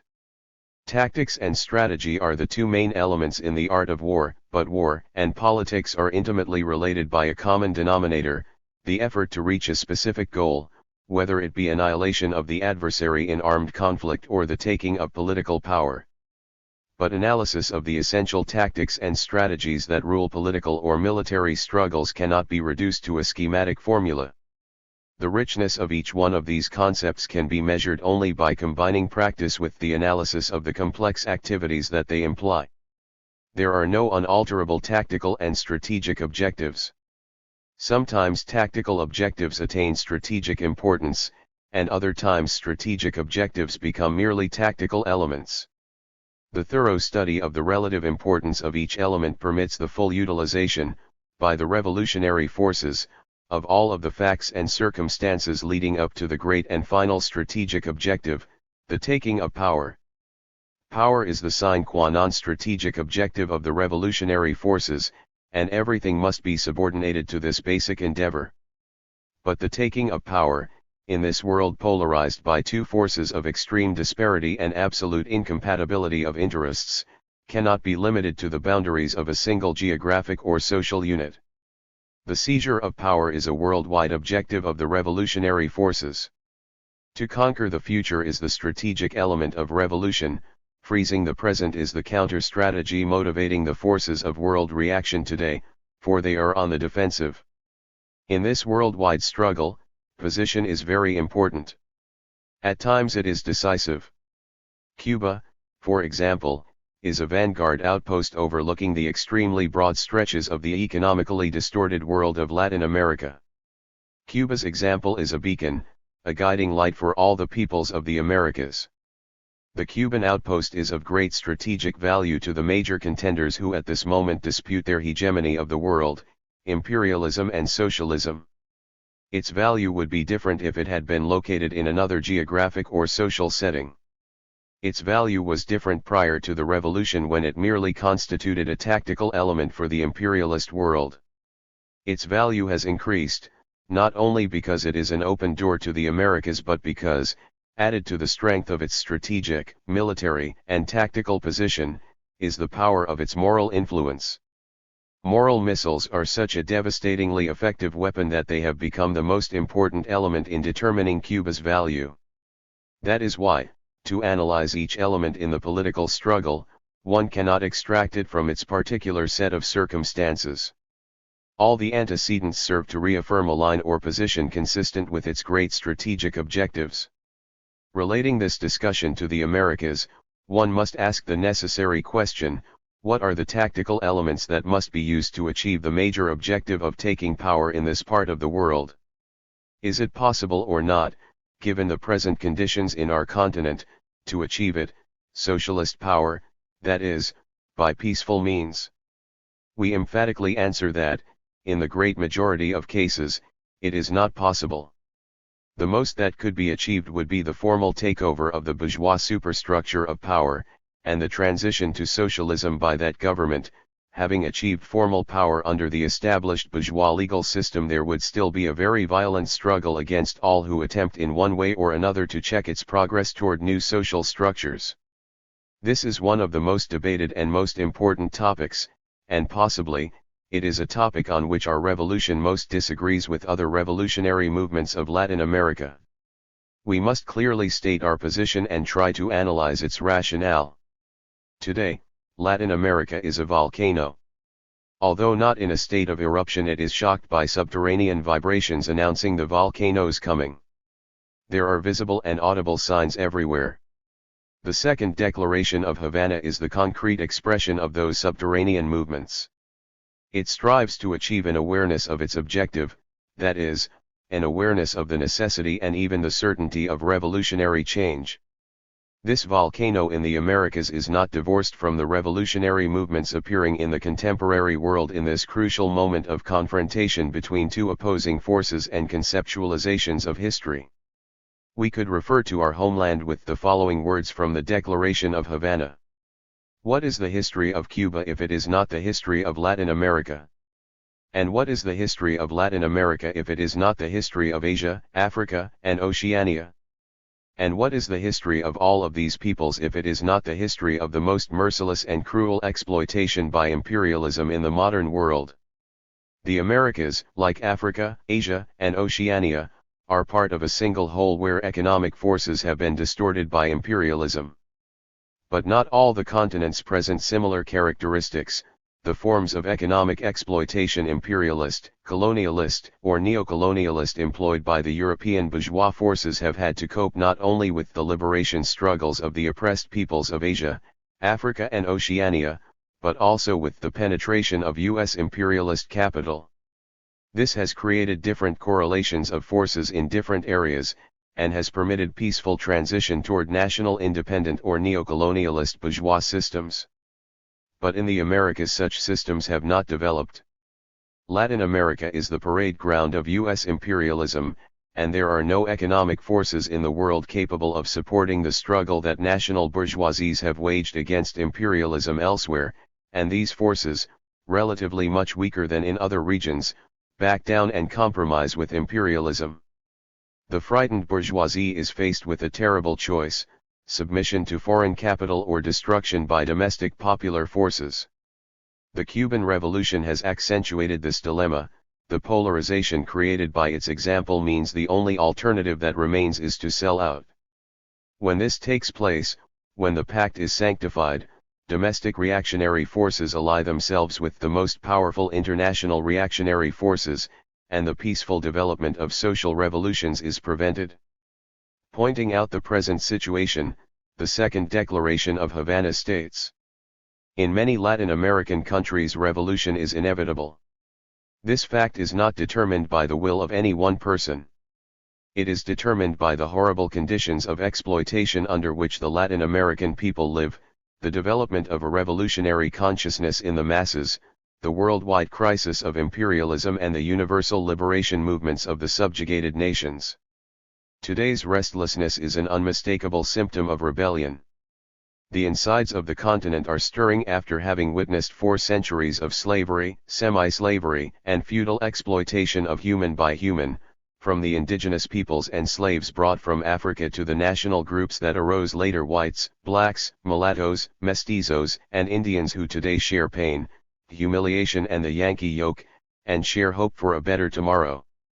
We can conclude, then, that when faced with the decision to bring about more socially just systems in the Americas, we must think fundamentally in terms of armed struggle. There exists, nevertheless, some possibility of peaceful transition. This is pointed out in the studies of classical Marxist authors, and it is sanctioned in the Declaration of the Parties. Yet under the current conditions in Latin America, every minute that goes by makes a peaceful commitment more difficult. The latest events in Cuba are an example of the cohesion that exists between the bourgeois governments and the imperialist aggressor on the fundamental aspects of the conflict. Remember this point we have continually emphasized: peaceful transition is not the achievement of formal power by elections or through public opinion without direct combat, but rather it is the establishment of socialist power, with all of its attributes, without the use of armed struggle. It is reasonable, then, that all the progressive forces do not have to initiate the road of armed revolution but must use until the very last moment every possibility of legal struggle within the bourgeois conditions. With regard to the form the revolutionary movements must adopt after seizing power, a number of very interesting questions of interpretation arise characterizing the times. The Declaration of the 81 Communist Parties states: our epoch, whose main feature is the transition from capitalism to socialism, as initiated by the Great October Socialist Revolution, is the epoch of the struggle between 2 diametrically opposed social systems. It is the epoch of socialist revolutions and of national liberation revolutions. It is the epoch of the collapse of imperialism and of the liquidation of the colonial system. It is the epoch of the constant advance of more and more peoples on the socialist road. It is the epoch of the triumph of socialism and of universal communism. The main feature of our epoch is the fact that the international socialist system is becoming the decisive factor in the development of human society.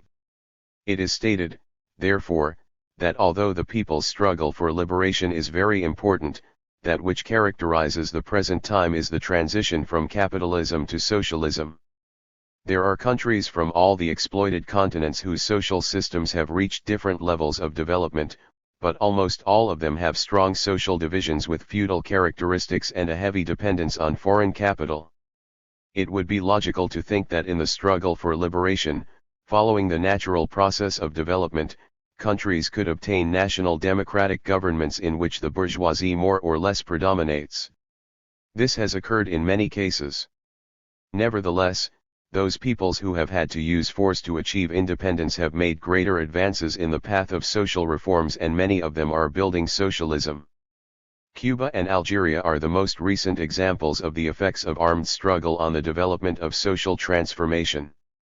If we conclude that the possibility of the peaceful road is almost non-existent in the Americas, we can point out that it is very probable that the outcome of victorious revolutions in this area of the world will produce regimes of a socialist structure. Rivers of blood will flow before this is achieved. Algeria's wounds have not yet healed, Vietnam continues to bleed, Angola struggles bravely and alone for its independence, Venezuela, whose patriots identify with the Cuban cause, has recently demonstrated its lofty and expressive solidarity with our revolution. Guatemala is waging a difficult, almost underground struggle. All of these are good examples. The blood of the people is our most sacred treasure, but it must be used in order to save more blood in the future. Other continents have achieved liberation from colonialism and have established more or less strong bourgeois regimes.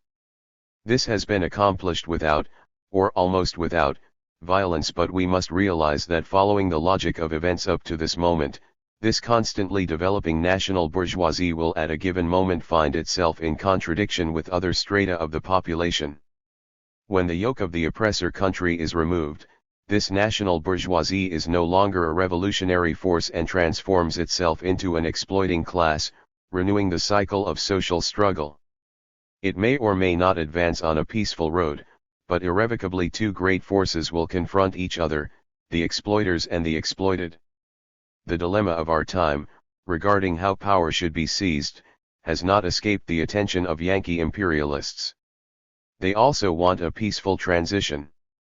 They favor the liquidation of the old feudal structures still existing in Latin America and want to ally with the most advanced sectors of the national bourgeoisies, carrying out some monetary reforms, some kinds of reform in the land structure, and a moderate industrialization, preferably in consumer goods, with technology and raw materials imported from the United States.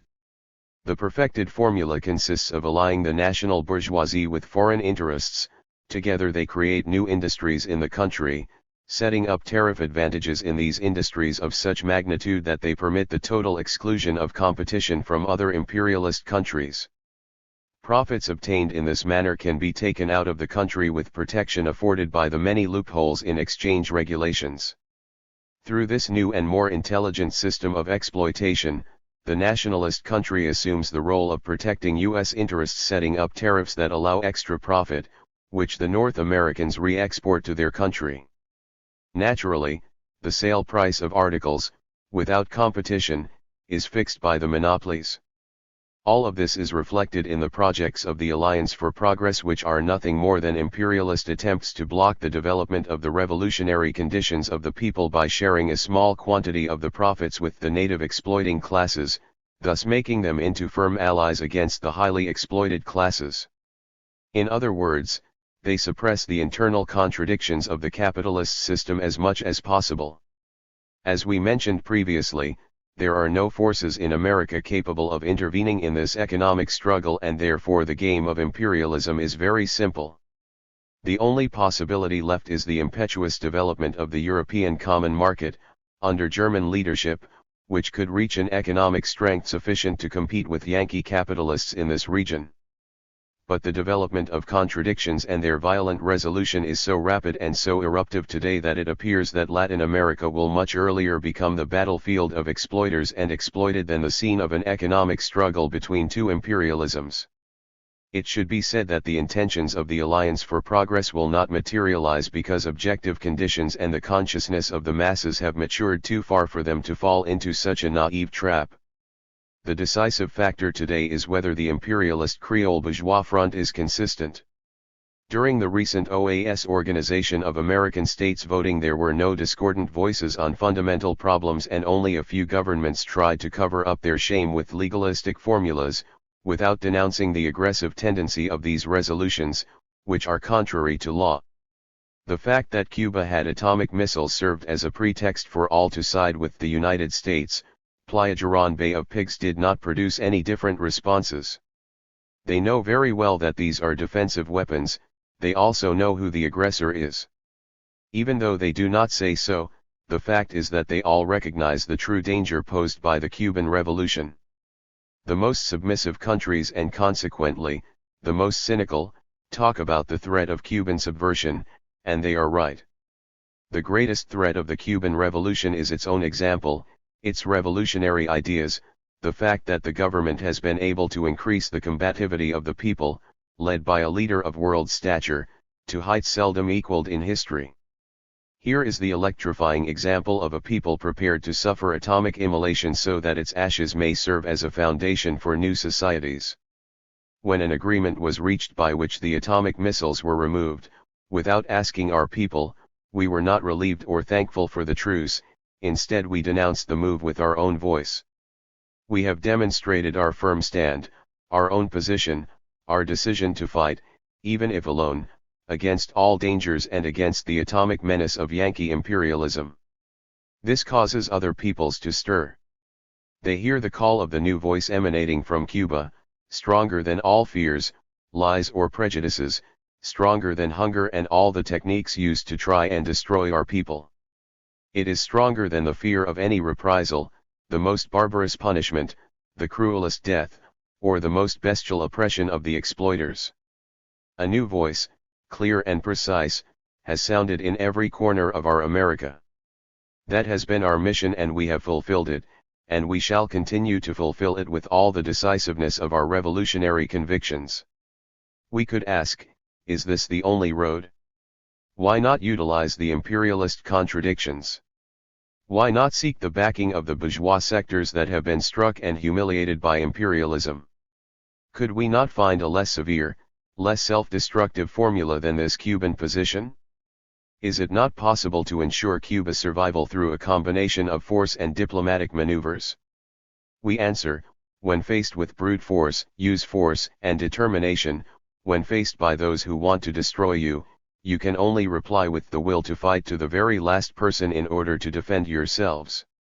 This formula is valid for all of Latin America in the face of those who want to remain in power, against the will of the people, at any cost.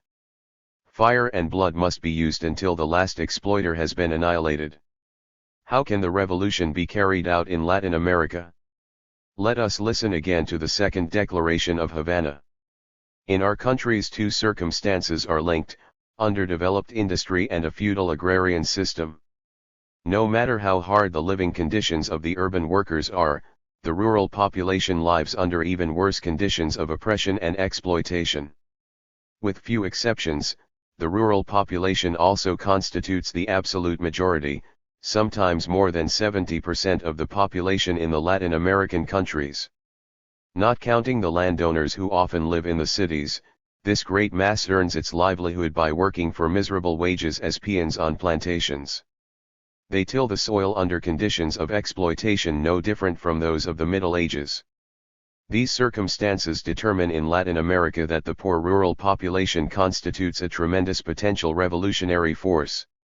The armies in Latin America are set up and equipped for conventional warfare. They are the force through which the power of the exploiting classes is maintained. When they are confronted with the irregular warfare of peasants based on their home ground, they become absolutely powerless. They lose 10 men for every revolutionary fighter who falls. Demoralization among them mounts rapidly when they are beset by an invisible and invincible army which provides them with no opportunity to display their military academy tactics and their military fanfare, of which they boast so heavily, and which they use to repress the city workers and students.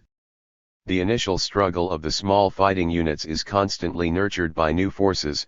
The mass movement begins to grow bold, bit by bit the old order breaks into 1,000 pieces, and that is when the working class and the urban masses decide the battle.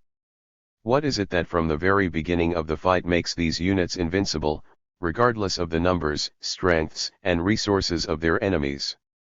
It is the people's support, and they can count on ever-increasing mass support. The peasantry, however, is a class that because of the ignorance in which it has been kept and the isolation in which it lives, requires the revolutionary and political leadership of the working class and the revolutionary intellectuals. It cannot launch the struggle and achieve victory alone. In the present historical conditions of Latin America, the national bourgeoisie cannot lead the anti-feudal and anti-imperialist struggle. Experience demonstrates that in our nations this class, even when its interests clash with those of Yankee imperialism, has been incapable of confronting imperialism, paralyzed by fear of social revolution and frightened by the clamor of the exploited masses. That is what the Second Declaration of Havana says, and it can be seen as an outline of revolution in Latin America. We cannot think of alliances that are not entirely led by the working class. We cannot think of collaboration with a frightened and treacherous bourgeoisie that destroys the forces on which it based itself to attain power. The weapons must be in the hands of the people, and all of Latin America must become a battlefield. The peasants have to fight for their land, the oppressor must be killed mercilessly in ambushes, and the revolutionary must fight and die with honor. This is what counts. This is the panorama of Latin America, a continent preparing to fight, and the sooner the people take up arms and bring their machetes down on the landowners, industrialists, bankers, and all exploiters, as well as their main instrument, the oppressor army, the better. Whether guerrilla action should always be the tactic, or whether it is feasible to institute other actions as the central axis of the struggle, can be argued at length. Our opposition to using any other tactic in Latin America is based on two arguments. First, accepting as truth the statement that the enemy will fight to stay in power, one must think in terms of the destruction of the oppressor army. In order to destroy it, a people's army must be raised to oppose it directly. This army will not spring up spontaneously, it will have to arm itself with the weapons taken from the enemy's arsenal, and this implies a very long and hard struggle in which the popular forces and their leaders will always be exposed to attack from superior forces, without adequate conditions for defense and maneuverability. On the other hand, a guerrilla nucleus established in favorable terrain guarantees the security and permanence of the revolutionary command, and the urban contingents can be directed from this central command of the People's Army. They can carry out actions of incalculable importance. The eventual destruction of urban groups will not destroy the soul of the revolution. Its leadership, from its rural bastion, will continue catalyzing the revolutionary spirit of the masses and organizing new forces for other battles. Second, the continental character of the struggle. Can we conceive of this new epoch in the emancipation of Latin America as the contest between two local forces struggling for power over a given territory? Obviously not. It will be a fight to the death between all the popular forces and all the repressive forces. The Yankees will intervene because of shared interests and because the struggle in Latin America is decisive. They will intervene with all of their resources and will also turn all available destructive weapons upon the popular forces. They will not allow revolutionary power to consolidate itself, and if it succeeds in doing so, they will attack it again and again. They will not recognize defeat and will try to divide the revolutionary forces, introducing saboteurs of every kind. They will try to destroy the new state economically, in a word, they will try to annihilate it. Given this overall panorama of Latin America, we find it difficult to believe that victory can be achieved in one isolated country. The union of repressive forces must be countered with the unity of the popular forces. In every country where oppression reaches the limits of tolerance, the banner of rebellion must be raised, and this banner will, of historical necessity, be continental in character. The Andean Cordillera is destined to be the Sierra Maestra of the Americas, as Fidel has said, and all the immense territories of this continent are destined to be the scene of a struggle to death against imperialist power. We cannot say when the struggle will take on these continental characteristics or how long it will last, but we can predict its coming, for it is the product of historical, political, and economic circumstances. Its advance cannot be stopped. Faced with this continental tactic and strategy, some people offer limited formulas, minor election campaigns, an election victory here or there, 2 deputies, a senator, 4 mayors, a large popular demonstration broken up by gunfire, an election lost by fewer votes than the preceding one labor strike won, 10 strikes lost, 1 step forward, 10 steps back. And then, at any precise moment, the rules of the game are changed and one has to start all over again. Why such formulas? Why such weakening of the people's energies? There is only one reason. Among the progressive forces of some Latin American nations there exists a terrible confusion between tactical and strategic objectives. Small tactical positions have been interpreted as great strategic objectives. One must credit the reactionary forces with the success of having forced their class enemy to make minimal offensive positions their fundamental objective. When and where these grave errors occur, the people organize their legions year after year to achieve gains which cost them immense sacrifices and do not have the least value. There is the hill of parliament, of legal economic strikes, of salary increases, of bourgeois constitutions, of the liberation of a popular figure, and worst of all, in order to gain these positions one must enter into the political games of the bourgeois state. In order to get permission to play this dangerous game one must show that one is a good child, that one is not dangerous, that one would never think of assaulting army garrisons or trains, destroying bridges, or bringing revolutionary justice to hired thugs or to torturers, or going to the mountains. One cannot state resolutely the only and violent affirmation of Latin America, the final struggle for her redemption. Latin America offers a contradictory picture. There are progressive forces which are not up to the level of those they lead, people who can rise to unknown heights, people who boil with a desire to act, and leaders who frustrate those desires. The catastrophe is almost here and the people have no fear. They try to move toward the moment of sacrifice, which will mean the definitive achievement of redemption. The educated and prudent ones, on the other hand, put all available brakes on the movement of the masses, attempting to divert the irrepressible yearnings of the masses for the great strategic objectives, the taking of political power, the annihilation of the army, and the destruction of the system of exploitation of man by man. The picture is contradictory but full of hope, because the masses know that the role of job is not for the revolutionary, so they prepare for battle. Will imperialism continue to lose one position after another, or will it, in its bestiality and as it threatened not long ago, launch a nuclear attack and burn the entire world in an atomic holocaust? We cannot say.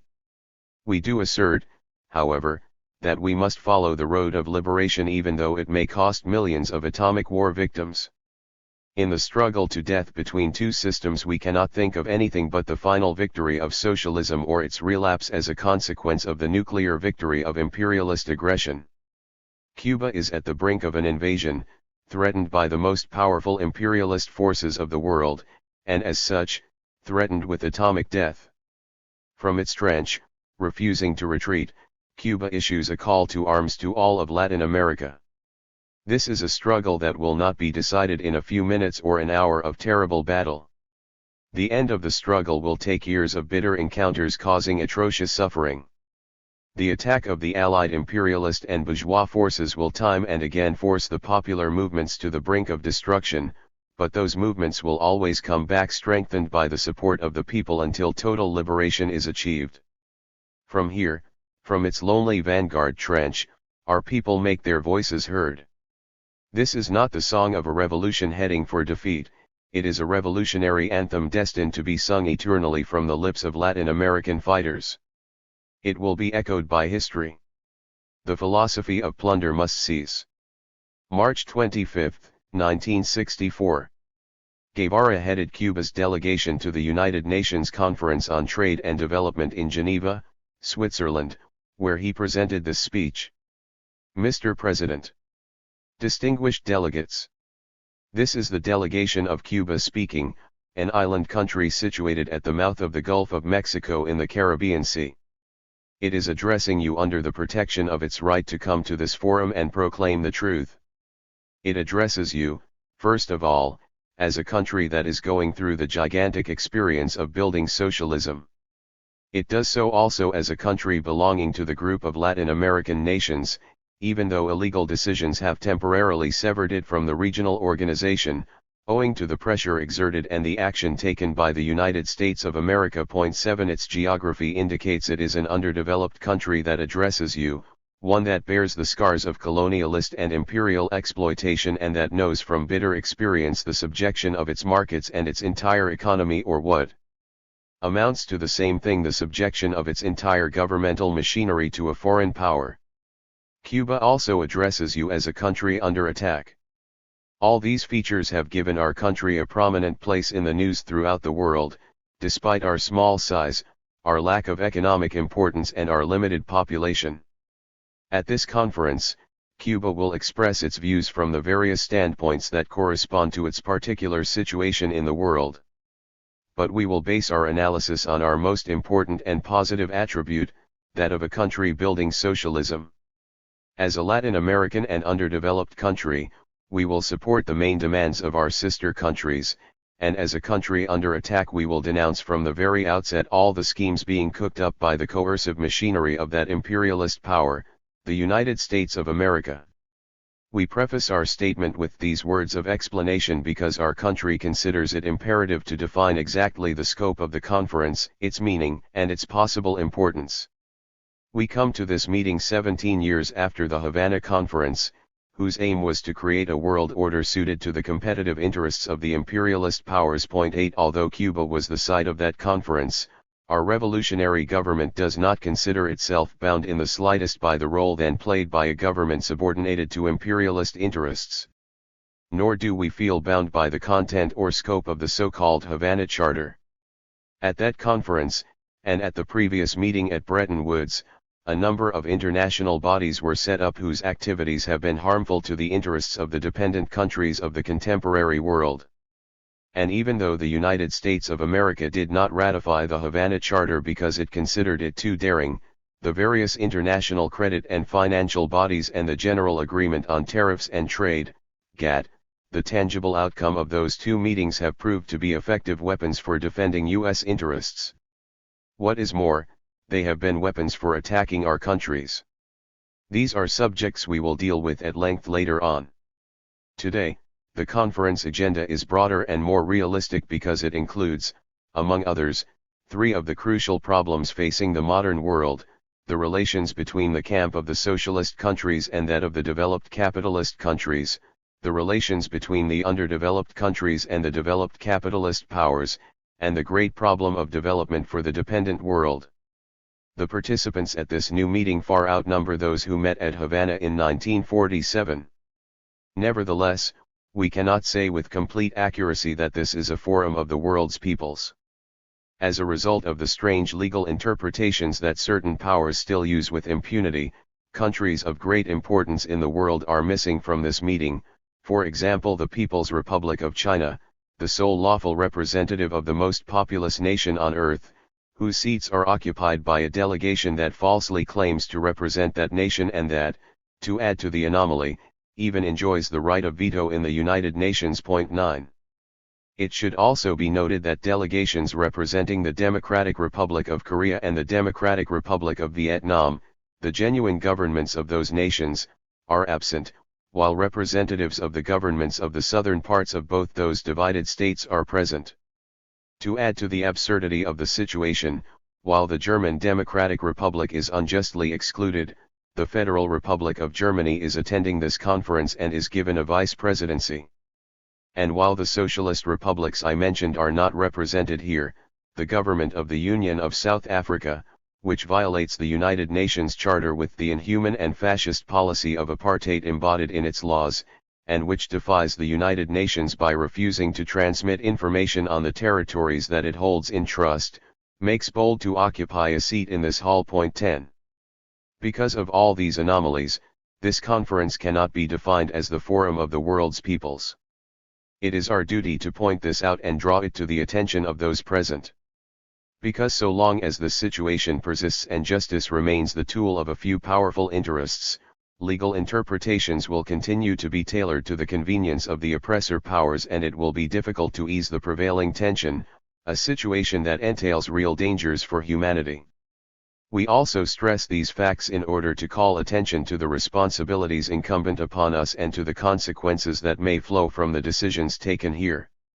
A single moment of weakness, wavering, or compromise may discredit us in the eyes of history, just as we member states of the United Nations are in a sense accomplices and, in a manner of speaking, bear on our hands the blood of Patrice Lumumba, Congolese Prime Minister, who was shamefully murdered at a time when United Nations troops supposedly guaranteed the stability of his government. 11 What is worse, those troops had been expressly called in by the martyr, Patrice Lumumba. Events of such gravity or of a similar nature, or that have negative implications for international relations and jeopardize our standing as sovereign nations, must not be allowed to happen at this conference. We live in a world that is deeply and antagonistically divided into groupings of nations very dissimilar in economic, social, and political outlook. In this world of contradictions, the one existing between the socialist countries and the developed capitalist countries is spoken of as the fundamental contradiction of our time. The fact that the Cold War, conceived by the West, has shown itself lacking in real effectiveness and in political realism is one of the factors that have led to the convening of this conference. While that is the most important contradiction, however, it is nevertheless not the only one. There is also the contradiction between the developed capitalist countries and the world's underdeveloped nations. And at this conference on trade and development, the contradictions existing between these groups of nations are also of fundamental importance. In addition, there is the inherent contradiction between the various developed capitalist countries, which struggle unceasingly among themselves to divide up the world and to gain stable possession of its markets so that they may enjoy substantial development based, unfortunately, on the hunger and exploitation of the dependent world. These contradictions are important. They reflect the realities of the planet today, and they give rise to the danger of new conflagrations that, in the nuclear age, may spread throughout the world. If, at this egalitarian conference where all nations can express, through their votes, the hopes of their peoples a solution satisfactory to the majority can be reached, a unique step will have been taken in the history of the world. There are many forces at work to prevent this from happening, however. The responsibility for the decisions to be taken falls on the representatives of the underdeveloped peoples. If all the peoples who live under precarious economic conditions and who depend on foreign powers for some vital aspects of their economy and for their economic and social structure are capable of resisting coolly, although in the heat of the moment the temptations offered them and imposing a new type of relationship here, then humanity will have taken a step forward. If, on the other hand, the groups of underdeveloped countries, lured by the siren song of the interests of the developed powers who profit from their backwardness, compete futilely among themselves for crumbs from the tables of the world's mighty, and break the unity of numerically superior forces, or if they are not capable of insisting on clear agreements, without escape clauses open to capricious misinterpretations, or if they rest content with agreements that can simply be violated at will by the powerful, then our efforts will have been to no avail and the lengthy deliberations at this conference will result in nothing more than innocuous documents and files for the international bureaucracy to guard zealously, tons of printed paper and kilometers of magnetic tape recording the opinions expressed by the participants. And the world will stay as it is. Such is the nature of this conference. It will have to deal not only with the problems involved in the domination of markets and the deterioration in the terms of trade but also with the main cause of the state of world affairs, the subordination of the national economies of the dependent countries to other more developed countries that, through investments, hold sway over the main sectors of each economy. It must be clearly understood, and we say it in all frankness, that the only way to solve the problems now besetting humanity is to eliminate completely the exploitation of dependent countries by developed capitalist countries, with all the consequences that implies. We have come here fully aware that what is involved is a discussion among the representatives of countries that have put an end to the exploitation of man by man, representatives of countries that maintain such exploitation as their guiding philosophy, and representatives of the majority group of the exploited countries. We must begin our discussion by affirming the truth of these statements. But though our convictions are so firm that no arguments can change them, we are ready to join in constructive debate in the framework of peaceful coexistence between countries with different political, economic, and social systems. The difficulty lies in making sure that we all know how much we can hope to get without having to take it by force, and where to yield a privilege before it is inevitably wrung from us by force. The conference has to proceed along this narrow, difficult path. If we stray, we shall find ourselves on barren ground. We announced at the beginning of the statement that Cuba would speak here also as a country under attack. The latest developments, which have made our country the target of imperialist wrath and the object of every conceivable kind of repression and violation of international law, from before Playa Girón until now, are known to all. It was no accident that Cuba was the main scene of one of the acts that have most seriously endangered world peace, as a result of a legitimate action taken by Cuba in exercise of its right to adopt its own principles for its people's development. Acts of aggression by the United States against Cuba began virtually as soon as the revolution triumphed. In the first stage, they took the form of direct attacks on Cuban centers of production. Later, these acts took the form of measures aimed at paralyzing the Cuban economy. About the middle of 1960 an attempt was made to deprive Cuba of the fuel needed to operate its industries, transport, and power stations. Under pressure from the State Department, the independent U.S. oil companies refused to sell petroleum to Cuba or to provide Cuba with tankers to ship it in. Shortly afterward, efforts were made to deprive Cuba of the foreign exchange needed for its foreign trade. A cut of 700,000 tons in the Cuban sugar quota the United States was made by then-President Eisenhower on July 6, 1960, and the quota was abolished altogether on March 31, 1961, a few days after the announcement of the Alliance for Progress and a few days before Playa Girón. In an effort to paralyze Cuban industry by cutting off its supplies of raw materials and spare machine parts, the U.S. Commerce Department issued an order on October 19, 1960, prohibiting the shipment of a large number of products to our island. This ban on trade with Cuba was progressively intensified until, on February 3, 1962, the late President Kennedy placed an embargo on all U.S. trade with Cuba. After all these acts of aggression had failed, the United States went on to subject our country to an economic blockade whose purpose was to stop trade between other countries and our own. First, on January 24, 1962, the U.S. Treasury Department announced a ban on the importation into the United States of any article made in whole or in part from products of Cuban origin, even if it was manufactured in another country. A further step, equivalent to setting up a virtual economic blockade, was taken on February 6, 1963, when the White House issued a statement announcing that goods bought with U.S. government funds would not be shipped in vessels flying the flag of foreign countries that had traded with Cuba after January 1 of that year.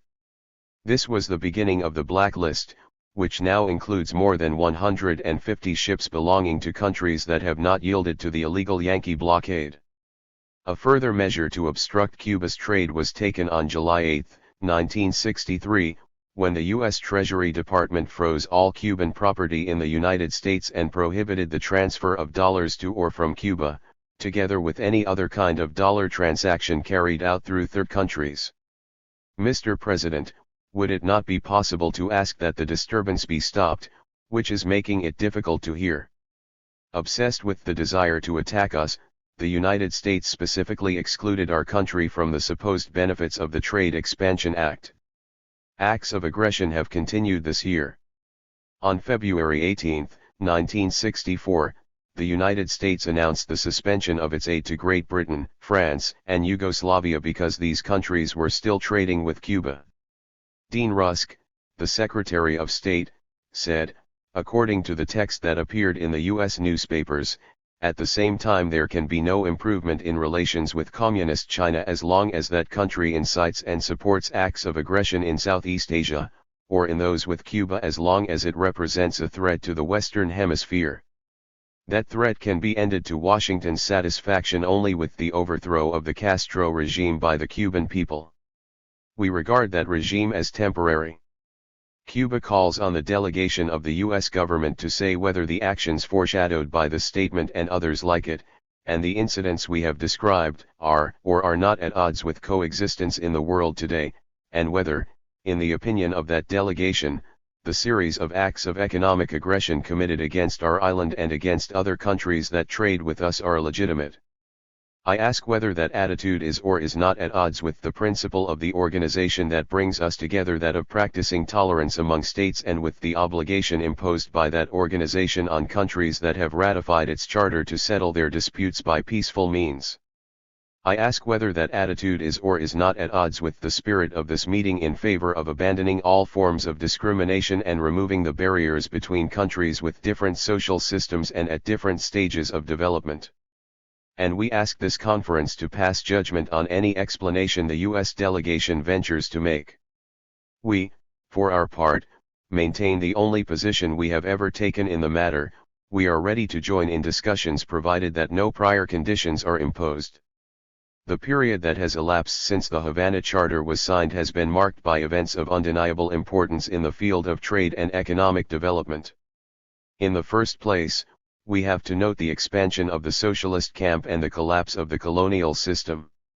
Many countries, covering an area of more than 30 million square kilometers and with 1/3 of the world's population, have chosen as their system of development the construction of the communist society and, as their guiding philosophy, Marxism-Leninism. Others, without directly embracing the Marxist-Leninist philosophy, have stated their intention of laying the foundations on which to build socialism. Europe, Asia, and now Africa and Latin America are continents shaken by the new ideas abroad in the world. The socialist camp has developed uninterruptedly at rates of growth much faster than those of the capitalist countries, despite having started out, as a general rule, from fairly low levels of development and of having had to withstand wars of extermination and rigorous blockades. In contrast to the rapid rate of growth of the countries in the socialist camp and to the development taking place, albeit much more slowly, in the majority of the capitalist countries, the unquestionable fact is that a large proportion of the so-called underdeveloped countries are in total stagnation, and in some of them the rate of economic growth is lower than that of its population increase. These characteristics are not accidental. They are strictly in keeping with the nature of the developed capitalist system in the process of expansion, which transfers to the dependent countries the most abusive and naked forms of exploitation. Since the end of the last century, this aggressive expansionist trend has been manifested in countless attacks on various countries in the more backward continents. Today, however, it mainly takes the form of control exercised by the developed powers over the production of and trade in raw materials in the dependent countries. In general, it is shown by the dependence of a given country on a single primary commodity, which sells only in a specific market in quantities restricted to the needs of that market. The penetration of capital from the developed countries is the essential condition for this economic dependence. This penetration takes various forms: loans granted on onerous terms, investments that place a given country under the power of the investors, almost total technological subordination of the dependent country to the developed country, control of a country's foreign trade by the big international monopolies, and in extreme cases, the use of force as an economic power to reinforce the other forms of exploitation. Sometimes this penetration of capital takes very subtle forms, such as the use of international financial, credit, and other types of organizations. The International Monetary Fund, the International Bank for Reconstruction and Development, GATT, and in Latin America, the Inter-American Development Bank are examples of international organizations placed at the service of the great capitalist colonialist powers, fundamentally, U.S. imperialism. These organizations inject themselves into domestic economic policy, foreign trade policy, and all kinds of internal financial relations as well as financial relations among different nations. The International Monetary Fund is the watchdog of the dollar in the capitalist camp. The International Bank for Reconstruction and Development is the instrument for the penetration of U.S. capital into the underdeveloped world, and the Inter-American Development Bank performs the same sorry function in Latin America. All these organizations are governed by rules and principles that are represented as safeguards of fairness and reciprocity in international economic relations. In reality, however, they are merely fetishes behind which hide the most subtle instruments for the perpetuation of backwardness and exploitation. The International Monetary Fund, which is supposed to watch over the stability of exchange rates and the liberalization of international payments, merely denies the underdeveloped countries even the slightest measures of defense against competition and penetration by foreign monopolies. The IMF imposes so-called austerity programs and opposes the forms of payment necessary for the expansion of trade between countries facing a balance of payments crisis and suffering from severe discriminatory measures in international trade. At the same time, it strives desperately to rescue the dollar from its precarious situation without going to the heart of the structural problems afflicting the international monetary system, which block a more rapid expansion of world trade. GATT, for its part, by establishing equal treatment and reciprocal concessions between developed and underdeveloped countries, helps to maintain the status quo and serves the interests of the former group of countries. Its machinery fails to provide the necessary means for eliminating agricultural protectionism, subsidies, tariffs, and other obstacles to the expansion of exports from the dependent countries. For all that, it now has its so-called program of action and, by a rather suspicious coincidence, the Kennedy round is just about to begin. In order to strengthen imperialist domination, the establishment of preferential areas has been adopted as a means of exploitation and neocolonial control. We are well acquainted with this, for we ourselves have suffered the effects of Cuban U.S. preferential agreements, which shackled our trade and placed it at the disposal of the U.S. monopolies. There is no better way to show what those preferences meant for Cuba than to quote the views of Sumner Welles, the U.S. ambassador to Cuba, on the reciprocal trade agreement, which was negotiated in 1933 and signed in 1934. The Cuban government in turn would grant us a practical monopoly of the Cuban market for American imports, the sole reservation being that, in view of the fact that Great Britain was Cuba's chief customer for that portion of sugar exports which did not go to the United States, the Cuban government would desire to concede certain advantages to a limited category of imports from Great Britain. Finally, the negotiation at this time of a reciprocal trade agreement with Cuba along the lines above indicated, will not only revivify Cuba but will give us practical control of a market we have been steadily losing for the past 10 years, not only for our manufactured products but for our agricultural exports as well, notably in such categories as wheat, animal fats, meat products, rice, and potatoes. This is a telegram from Ambassador Welles to the U.S. Secretary of State, sent May 13, 1933, and published on pages 289 and 290 of Volume V of the official publication, Foreign Relations of the United States, from 1933. The results of the so-called reciprocal trade agreement confirmed the view of Ambassador Welles. Our country had to try to sell its main product, sugar, all over the world in order to obtain foreign currency with which to achieve a balance of payments with the United States. The special tariffs that were imposed prevented producers in European countries, as well as our own national producers, from competing with those of the United States. It is necessary to quote only a few figures to prove that it was Cuba's function to seek foreign currency all over the world for the United States. During the period 1948 to 57, Cuba had a consistently unfavorable balance of trade with the United States, totaling 382.7 million pesos, whereas its trade balance with the rest of the world was consistently favorable, totaling 1.2746 billion pesos. The balance of payments for the period 1948 to 58 tells the story even more eloquently. Cuba had a positive balance of 543.9 million pesos with countries other than the United States, but lost this to its rich neighbor, with whom it had a negative balance of 952.1 million pesos, with the result that its foreign currency reserves were reduced by 408.2 million pesos. The so-called Alliance for Progress is another clear demonstration of the fraudulent methods used by the United States to maintain false hopes among nations while exploitation grows worse.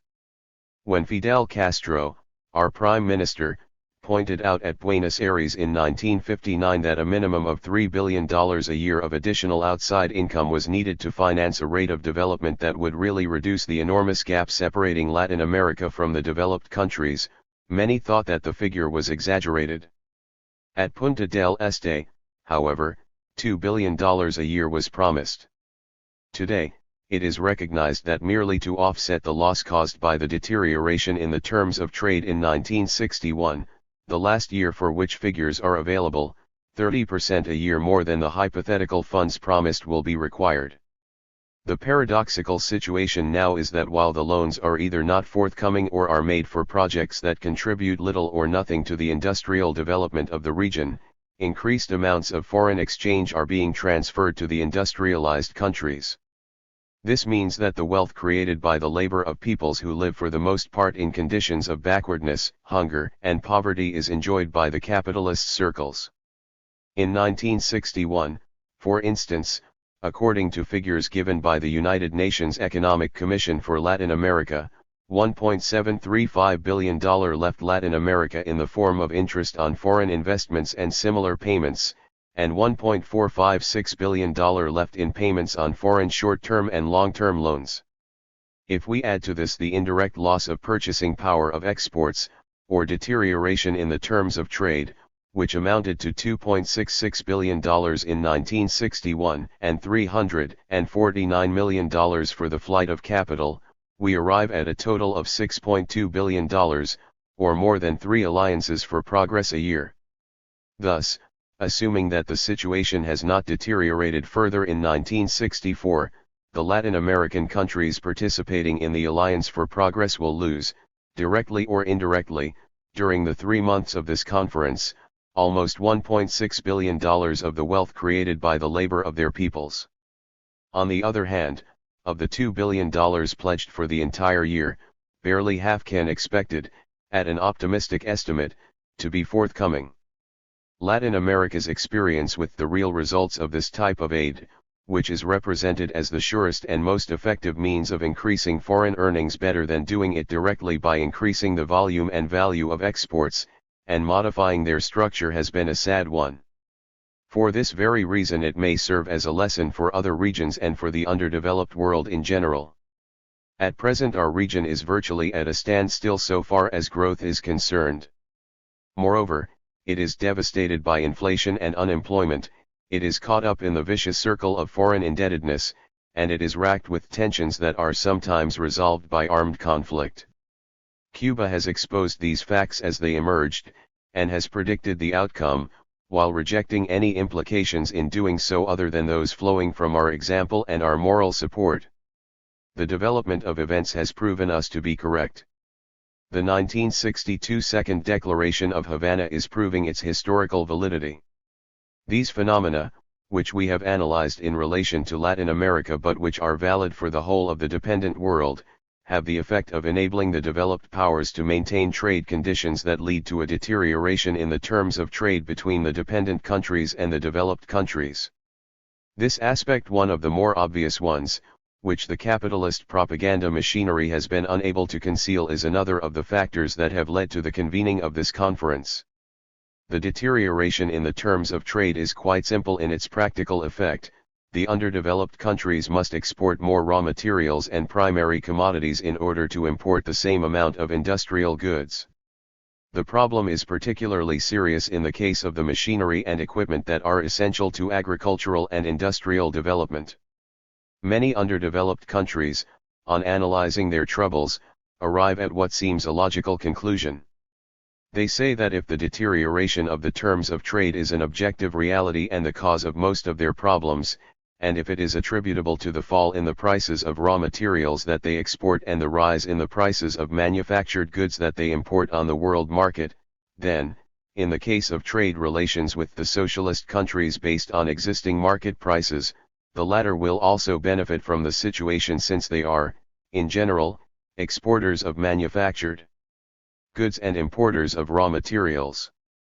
We should honestly and bravely answer that this is true, but with the same honesty we must also recognize that the socialist countries have not caused the present situation. They absorb barely 10% of the underdeveloped countries' primary commodity exports to the rest of the world. For historical reasons they have been compelled to trade under the conditions prevailing in the world market, which is the outcome of imperialist domination over the internal economy and external markets of the dependent countries. This is not the basis on which the socialist countries establish their long-term trade with the underdeveloped countries. There are many examples to bear this out, Cuba in particular. When our social status changed and our relations with the socialist camp attained a new level of mutual trust, we did not cease to be underdeveloped, but we established a new type of relationship with the countries in that camp. The highest expression of this new relationship is the sugar price agreements we have concluded with the Soviet Union, under which that sister nation has undertaken to purchase increasing amounts of our main product at fair and stable prices until the year 1970. Furthermore, we must not forget that there are underdeveloped countries in different circumstances and that they maintain different policies toward the socialist camp. There are some, such as Cuba, that have chosen the path of socialism. There are some that are developing in a more or less capitalist manner and are beginning to produce manufactured goods for export.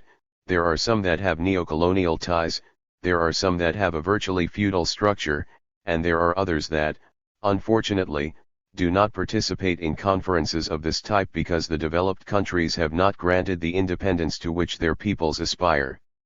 Such is the case of British Guiana, Puerto Rico, and other countries in Latin America, Africa and Asia.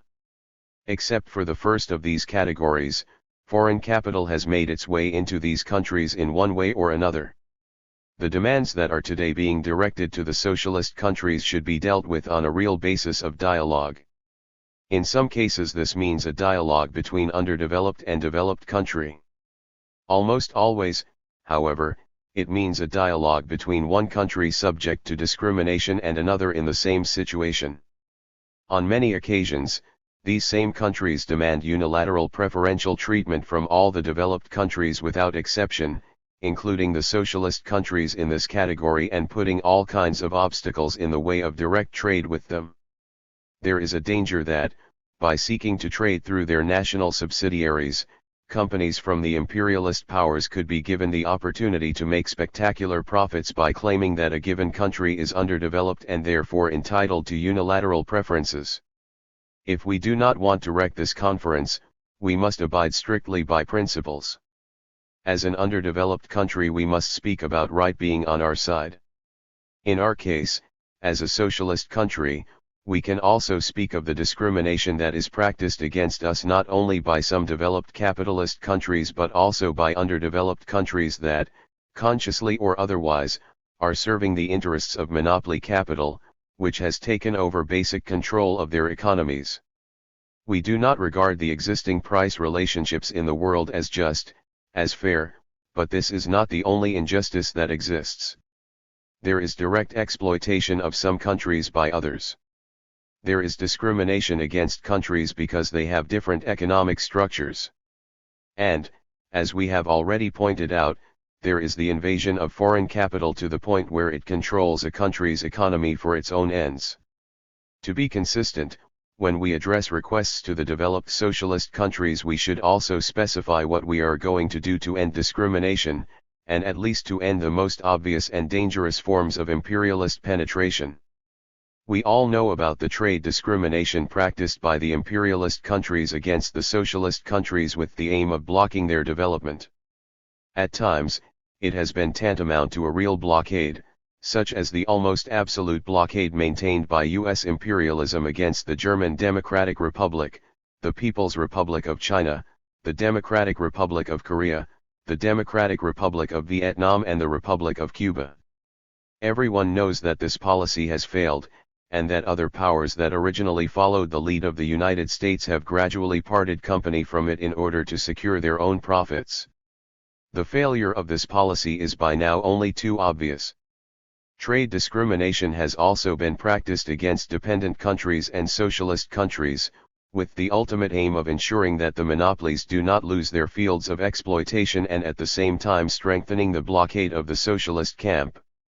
This policy, too, is failing, and the question arises whether there is any point in remaining bound to historically doomed foreign interests, or whether the time has come to break through all the obstacles to trade and expand markets in the socialist area. The various forms of discrimination that hamper trade, and that make it easier for the imperialists to manipulate a range of primary commodities and a number of countries producing those commodities, are still being maintained. In the nuclear age, it is simply absurd to classify products such as copper and other minerals as strategic materials and to prevent trade in them. Yet this policy has been maintained and is maintained to this day.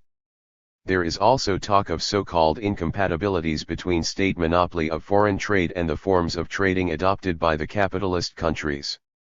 Using that pretext, discriminatory relations, quotas, etc., are established maneuvers in which GATT has played a dominant role under the official guise of combating unfair trade practices. Discrimination against state trading not only serves as a weapon against the socialist countries but is also designed to prevent the underdeveloped countries from adopting any of the most urgent measures needed to strengthen their negotiating position on the international market and to counteract the actions of the monopolies. The suspension of economic aid by international agencies to countries adopting the socialist system of government is a further variation on the same theme. A common practice of the International Monetary Fund in recent years has been to attack bilateral payment agreements with socialist countries and to impose on its weaker members a policy of opposing this type of relations between peoples. As we have already pointed out, all these discriminatory measures imposed by imperialism have the dual object of blockading the socialist camp and strengthening the exploitation of the underdeveloped countries. It is undeniable that present-day prices are unfair. It is equally true that those prices are conditioned by monopoly restriction of markets and by the establishment of political relationships that make free competition a term applied one-sidedly, free competition for the monopolies a free fox among free chickens. Quite apart from the agreements that may emanate from this conference, opening up the large and growing markets of the socialist camp would help to raise raw material prices. The world has plenty of hunger, but not enough money to buy food. And paradoxically in the underdeveloped world, in the world of hunger, projects for increasing food production, that is, to be able to eat, are actually discouraged in order to maintain present prices. This is the inexorable law of the philosophy of plunder, which must cease to be the rule in relations between peoples. Furthermore, it would be feasible for some underdeveloped countries to export manufactured goods to the socialist countries and even make long-term agreements so as to enable some nations to make better use of their natural wealth and specialize in certain branches of industry that would enable them to participate in world trade as producers of manufactured products. All this can be complemented by the supplying of long-term credits for the development of the industries, or branches of industry, we are considering. It must always be borne in mind, however, that certain measures with respect to relations between socialist countries and underdeveloped countries cannot be taken unilaterally. It is a strange paradox that while in its reports the United Nations is forecasting adverse trends in the foreign trade of the underdeveloped countries, and while Dr. Prebis, the Secretary General of the conference, is stressing the dangers that will arise if this state of affairs persists, there is still talk of the feasibility and in some cases the necessity, as with the so-called strategic materials, of discriminating against certain states because they belong to the socialist camp. All these anomalies are possible because of the incontrovertible fact that at the present stage of human history the underdeveloped countries are the battleground of economic systems that belong to different historical eras. In some of these countries feudalism still exists, in others a nascent, still weak bourgeoisie has to withstand the dual pressure of imperialist interests and of its own proletariat, which is fighting for a more just distribution of income. In the face of this dilemma, some national bourgeoisies have maintained their independence or adopted some forms of joint action with the proletariat, while others have made common cause with imperialism. They have become its appendages, its agents, and have transmitted this same quality to the governments representing them. We must sound a warning that this type of dependence, skillfully used, may endanger the possibility of solid progress at the conference. But we must also point out that whatever advantages these governments may gain today, as the price of disunity, will be repaid with interest tomorrow, when in addition to facing the hostility of their own peoples they will have to stand up alone to the sudden attack of the monopolies, for whom the only law is maximum profit. We have made a brief analysis of the causes and results of the contradictions between the socialist camp and the imperialist camp and between the camp of the exploited and that of the exploiting countries. Here are two clear dangers to world peace. It must also be pointed out, however, that the growing boom in some capitalist countries, and their inevitable expansion in search of new markets, has led to changes in the balance of forces among them and given rise to tensions that must be taken into account if world peace is to be preserved. Do not forget that the last two world conflagrations were sparked by clashes between developed powers that could find no solution to their problems other than the use of force. We observe a series of phenomena that clearly demonstrate the growing acuteness of this struggle. This situation may involve real dangers to world peace in the future, but it is exceedingly dangerous to the smooth progress of this conference here today.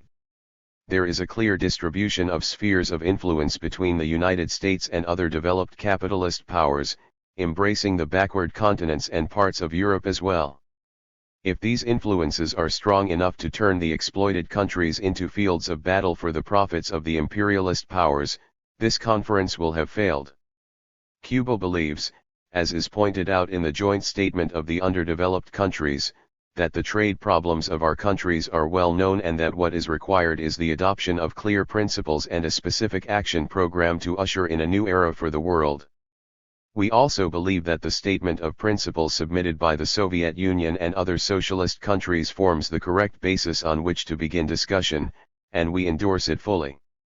Our country also supports the measures formulated at the meeting of experts at Brasilia, which would give coherent effect to the principles we advocate and will now explain. Cuba wishes to make one point clear at the outset: we are not begging for aid.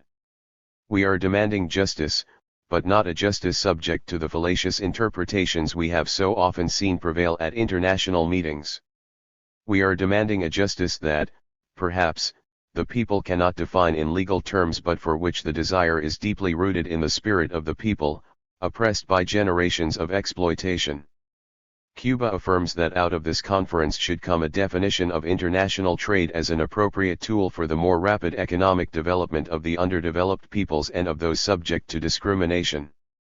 This definition must provide for the elimination of all forms of discrimination and all differences, even those arising from so-called equal treatment. Treatment must be fair, and fairness, in this context, is not equality. Fairness is the inequality needed to enable the exploited peoples to attain an acceptable standard of living. Our task here is to lay a foundation on which a new international division of labor can be instituted. This can be done by making full use of a country's natural resources and by steadily raising its level of production until it has achieved the most complex forms of manufacturing. In addition, the new division of labor must be achieved by restoring to the underdeveloped countries the traditional export markets that have been seized from them by artificial measures of protectionism and subsidization of production in the developed countries, and by a fair participation in future consumption increases. This conference should recommend specific regulations on the use of surplus primary commodities to prevent them from being turned into a form of subsidized exports of developed countries, to the detriment of the traditional exports of the underdeveloped countries, or from being turned into instruments of penetration by foreign capital of an underdeveloped country. It is unthinkable for the underdeveloped countries to have to bear the growing burden of the foreign debt while their just demands are ignored. These countries are already sustaining huge losses from the deterioration of the terms of trade.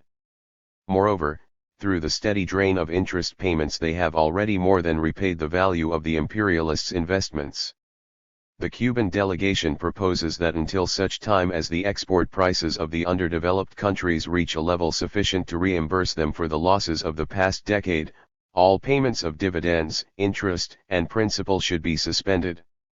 It must be made crystal clear that the domination of any country's economy by foreign capital investment, the deterioration in terms of trade, the control of one country's markets by another, discriminatory relations and the use of force as an instrument of persuasion, are dangers to world trade and world peace. This conference should also clearly establish the right of all nations to unrestricted freedom of trade, and the obligation of all states signing the agreement emanating from this conference to refrain from restraining trade in any manner, directly or indirectly. The right of all countries to freely arrange the shipment of their goods by sea or air and to move them freely throughout the world without hindrance should be clearly set forth. The conference should condemn any application or instigation of economic measures by one state to infringe the sovereign freedom of another state and to obtain from it advantages of any kind whatsoever, or to bring about the collapse of its economy. In order to achieve the foregoing, the principle of self-determination embodied in the United Nations Charter must be fully implemented. The conference should reaffirm the right of states to dispose of their own resources, to adopt the form of political and economic organization that suits them best, and to choose their own avenues of development and specialization in economic activity, without incurring reprisals of any kind whatsoever. The conference should adopt measures for the establishment of financial, credit and tariff organizations, with rules based on absolute equality and on justice and fairness, to replace the existing organizations, which are obsolete from the functional point of view and reprehensible from the standpoint of their specific aims. In order to guarantee to a people the full use of its own resources, it is necessary to condemn the existence of foreign bases, the presence temporary or otherwise of foreign troops in a country without its consent, and the maintenance of colonial rule by some developed capitalist powers. For all these purposes, the conference needs to reach agreement and lay a firm foundation for the establishment of an international trade organization, to be governed by the principle of the equality and universality of membership, and to possess sufficient authority to make decisions binding on all signatory states. The practice of barring from such forums countries that have won their liberation since the establishment of the United Nations, or that have social systems not to the liking of some of the world's powers, must be abolished. The authority to make decisions that will be respected can come only from an organization of the kind I have described, one that will replace the existing organizations, which perpetuate the status quo and current discrimination in trade. Such authority cannot come from unenforceable formulas that lead only to endless discussions of what we already know all too well. This new type of organization is what can guarantee respect for new norms in international relations and the achievement of economic security. Precise time periods for the establishment of each of these measures need to be set. These are, distinguished delegates, the most important points that the Cuban delegation wished to bring to the attention of the conference. It should be pointed out that many of the ideas that are now gaining currency through being expressed by international bodies, by the precise analysis of the present situation of the developing countries submitted by Dr. Priebus, the Secretary General of the conference, and many of the measures approved by other states trading with socialist countries, obtaining credits from them, the need of basic social reforms for economic development, etc., have been formulated and put into practice by Cuba during the 5 years of revolutionary government. Moreover, the adoption of these measures has caused our country to be subjected to unjust condemnation and to acts of economic and military aggression approved by some of the countries that now endorse those ideas. Suffice it to recall the criticism and condemnation of Cuba for having established trade relations and cooperation with countries outside our hemisphere, and its de facto exclusion, to this day, from the Latin American Regional Group, organized under the auspices of the Charter of Altagracia, that is, of the Organization of American States, from which Cuba is excluded. Point 12. We have dealt with the basic points concerning foreign trade, the need for changes in the foreign policy of the developed countries in their relations with the underdeveloped countries, and the need to restructure all international credit, financial, and similar bodies. We must emphasize, however, that these measures are not sufficient to guarantee economic development. Other measures which Cuba, an underdeveloped country, has put into practice are needed as well. As a minimum, exchange controls must be established, prohibiting remittances of funds abroad or restricting them to a significant degree. There must be state control of foreign trade, there must be agrarian reform, all natural resources must be restored to the nation, technological education must be encouraged, and other measures of internal reorganization essential to a faster rate of development must be taken. Out of respect for the wishes of the governments represented here, Cuba has not included among the irreducible minimum measures the taking over by the state of all the means of production. But we believe that this measure would contribute to a more efficient and quicker solution to the serious problems under discussion. And the imperialists? Will they sit with arms folded? No. Their system is the cause of the evils from which we are suffering, but they will try to obscure the facts with twisted statements. Of this they are masters. They will try to render this conference powerless and sow disunity in the camp of the exploited countries by offering them crumbs. They will try everything to keep in place the old international bodies that serve their ends so well. They will offer reforms, but not basic ones. They will seek a way to lead the conference into a blind alley, so that it will be suspended or adjourned. They will try to rob it of importance by counterposing other meetings convened by themselves, or to see that the conference ends without achieving any tangible results. They will not accept a new international trade organization. They will threaten to boycott it and will probably do so. They will try to show that the existing international division of labor is beneficial to all, and will refer to industrialization as a dangerous and excessive ambition. Lastly, they will allege that the blame for underdevelopment rests with the underdeveloped.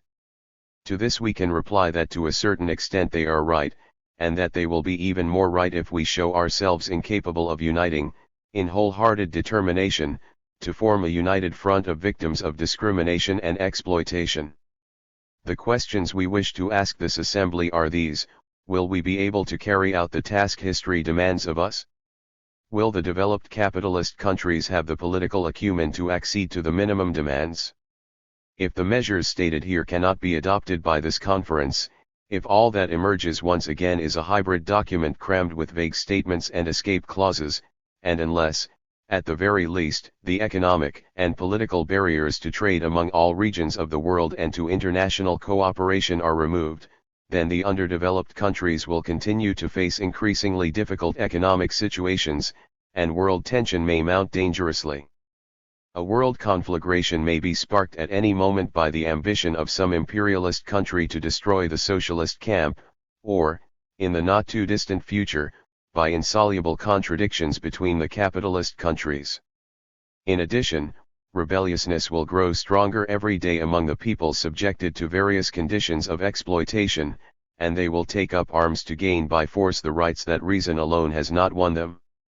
This is happening today with the peoples of so-called Portuguese Guinea and Angola, who are fighting to free themselves from the colonial yoke, and with the people of South Vietnam who, weapons in hand, stand ready to shake off the yoke of imperialism and its puppets. Let it be known that Cuba supports and applauds those peoples who, having exhausted all possibilities of a peaceful solution, have said enough to exploitation, and that their magnificent demonstration of rebellion has won our militant solidarity. Having stated the essential points on which our analysis of the present situation is based, having put forward the recommendations we consider relevant to this conference and our views on what the future holds if no progress is made in trade relations between countries, an appropriate means of reducing tension and contributing to development, we wish to place on record our hope that the constructive discussion we spoke of will take place. The aim of our efforts is to bring about such a discussion, from which everyone will gain, and to rally the underdeveloped countries of the world to unity, so as to present a cohesive front. We place our hopes also in the success of this conference, and we join in friendship with the poor of this world and the countries in the socialist camp, putting all our powers to work for its success. Thank you. At the United Nations. December 11, 1964. This address was delivered to the 19th General Assembly of the United Nations in New York. Mr. President. Distinguished delegates. The delegation of Cuba to this assembly, first of all, is pleased to fulfill the agreeable duty of welcoming the addition of 3 new nations to the important number of those that discuss the problems of the world here. We therefore greet, in the persons of their presidents and prime ministers, the peoples of Zambia, Malawi, and Malta, and express the hope that from the outset these countries will be added to the group of non-aligned countries that struggle against imperialism, colonialism, and neocolonialism. We also wish to convey our congratulations to the President of this Assembly, Alex Kazantzaki of Ghana, whose elevation to so high a post is of special significance since it reflects this new historic stage of resounding triumphs for the peoples of Africa, who up until recently were subject to the colonial system of imperialism. Today, In their immense majority these peoples have become sovereign states through the legitimate exercise of their self-determination. The final hour of colonialism has struck, and millions of inhabitants of Africa, Asia, and Latin America rise to meet a new life and demand their unrestricted right to self-determination and to the independent development of their nations. We wish you, Mr. President, the greatest success in the tasks entrusted to you by the member states. Cuba comes here to state its position on the most important points of controversy and will do so with the full sense of responsibility that the use of this rostrum implies, while at the same time fulfilling the unavoidable duty of speaking clearly and frankly. We would like to see this assembly shake itself out of complacency and move forward. We would like to see the committees begin their work and not stop at the first confrontation. Imperialism wants to turn this meeting into a pointless oratorical tournament, instead of solving the serious problems of the world. We must prevent it from doing so. This session of the Assembly should not be remembered in the future solely by the number 19 that identifies it. Our efforts are directed to that end. We feel that we have the right and the obligation to do so, because our country is one of the most constant points of friction. It is one of the places where the principles upholding the right of small countries to sovereignty are put to the test day by day, minute by minute. At the same time, our country is one of the trenches of freedom in the world, situated a few steps away from U.S. imperialism, showing by its actions, its daily example, that in the present conditions of humanity the peoples can liberate themselves and can keep themselves free. Of course, there now exists a socialist camp that becomes stronger day by day and has more powerful weapons of struggle. But additional conditions are required for survival: the maintenance of internal unity, faith in one's own destiny, and the irrevocable decision to fight to the death for the defense of one's country and revolution. These conditions, distinguished delegates, exist in Cuba. Of all the burning problems to be dealt with by this assembly, one of special significance for us, and one whose solution we feel must be found first so as to leave no doubt in the minds of anyone, is that of peaceful coexistence among states with different economic and social systems. Much progress has been made in the world in this field. But imperialism, particularly U.S. imperialism, has attempted to make the world believe that peaceful coexistence is the exclusive right of the Earth's great powers. We say here what our president said in Cairo, and what later was expressed in the declaration of the Second Conference of Heads of State or Government of Non-Aligned Countries, that peaceful coexistence cannot be limited to the powerful countries if we want to ensure world peace. 13 Peaceful coexistence must be exercised among all states, regardless of size, regardless of the previous historical relations that link them, and regardless of the problems that may arise among some of them at a given moment. At present, the type of peaceful coexistence to which we aspire is often violated. Merely because the Kingdom of Cambodia maintained a neutral attitude and did not bow to the machinations of U.S. imperialism, it has been subjected to all kinds of treacherous and brutal attacks from the Yankee bases in South Vietnam. Laos, a divided country, has also been the object of imperialist aggression of every kind. Its people have been massacred from the air. The conventions concluded at Geneva have been violated, and part of its territory is in constant danger of cowardly attacks by imperialist forces. The Democratic Republic of Vietnam knows all these histories of aggression as do few nations on earth. It has once again seen its frontier violated, has seen enemy bombers and fighter planes attack its installations and U.S. warships, violating territorial waters, attack its naval posts. At this time, the threat hangs over the Democratic Republic of Vietnam that the U.S. war makers may openly extend into its territory the war that for many years they have been waging against the people of South Vietnam. The Soviet Union and the People's Republic of China have given serious warnings to the United States. We are faced with a case in which world peace is in danger and, moreover, the lives of millions of human beings in this part of Asia are constantly threatened and subjected to the whim of the U.S. invader. Peaceful coexistence has also been brutally put to the test in Cyprus, due to pressures from the Turkish government and NATO, compelling the people and the government of Cyprus to make a heroic and firm stand in defense of their sovereignty. In all these parts of the world, imperialism attempts to impose its version of what coexistence should be. It is the oppressed peoples in alliance with the socialist camp that must show them what true coexistence is, and it is the obligation of the United Nations to support them. We must also state that it is not only in relations among sovereign states that the concept of peaceful coexistence needs to be precisely defined. As Marxists, we have maintained that peaceful coexistence among nations does not encompass coexistence between the exploiters and the exploited, between the oppressors and the oppressed. Furthermore, the right to full independence from all forms of colonial oppression is a fundamental principle of this organization. That is why we express our solidarity with the colonial peoples of so-called Portuguese Guinea, Angola, and Mozambique, who have been massacred for the crime of demanding their freedom. And we are prepared to help them to the extent of our ability in accordance with the Cairo Declaration. We express our solidarity with the people of Puerto Rico and their great leader, Pedro Albizu Campos, who, in another act of hypocrisy, has been set free at the age of 72, almost unable to speak, paralyzed, after spending a lifetime in jail. Albizu Campos is a symbol of the as yet unfree but indomitable Latin America. Years and years of prison, almost unbearable pressures in jail, mental torture, solitude, total isolation from his people and his family, the insolence of the conqueror and its lackeys in the land of his birth, nothing broke his will. The delegation of Cuba, on behalf of its people, pays a tribute of admiration and gratitude to a patriot who confers honor upon our America.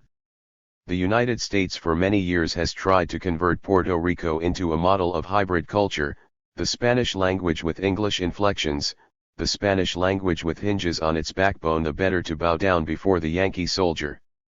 Puerto Rican soldiers have been used as cannon fodder in imperialist wars, as in Korea, and have even been made to fire at their own brothers, as in the massacre perpetrated by the U.S. Army a few months ago against the unarmed people of Panama, one of the most recent crimes carried out by Yankee imperialism. 14 And yet, despite this assault on their will and their historical destiny, the people of Puerto Rico have preserved their culture, their Latin character, their national feelings, which, in themselves give proof of the implacable desire for independence lying within the masses on that Latin American island.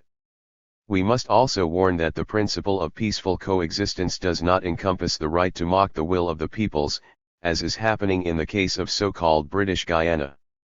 There the government of Prime Minister Chetty Jugun has been the victim of every kind of pressure and maneuver, and independence has been delayed to gain time to find ways to flout the people's will and guarantee the docility of a new government, placed in power by covert means, in order to grant a castrated freedom to this country of the Americas.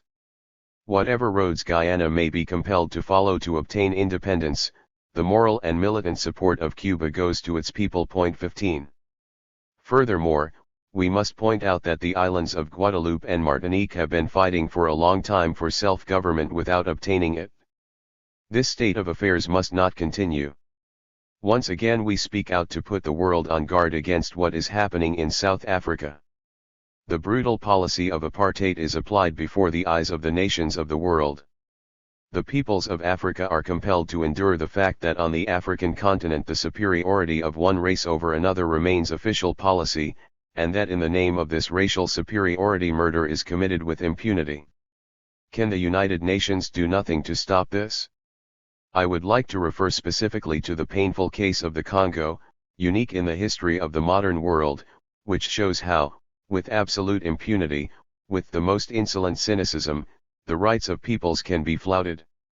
The direct reason for all this is the enormous wealth of the Congo, which the imperialist countries want to keep under their control. In the speech he made during his first visit to the United Nations, Compañero Fidel Castro observed that the whole problem of coexistence among peoples boils down to the wrongful appropriation of other people's wealth. He made the following statement: "And the philosophy of plunder and the philosophy of war will be ended as well." But the philosophy of plunder has not only not been ended, it is stronger than ever. And that is why those who used the name of the United Nations to commit the murder of Lumumba are today, in the name of the defense of the white race, murdering thousands of Congolese. How can we forget the betrayal of the hope that Patrice Lumumba placed in the United Nations? How can we forget the machinations and maneuvers that followed in the wake of the occupation of that country by UN troops, under whose auspices the assassins of this great African patriot acted with impunity? How can we forget, distinguished delegates, that the one who flouted the authority of the UN in the Congo, and not exactly for patriotic reasons, but rather by virtue of conflicts between imperialists, was Moise Tshombe, who initiated the secession of Katanga with Belgian support? And how can one justify, how can one explain, that at the end of all the United Nations activities there, Tshombe, dislodged from Katanga, should return as Lord and Master of the Congo? Who can deny the sad role that the imperialists compelled the United Nations to play? 16.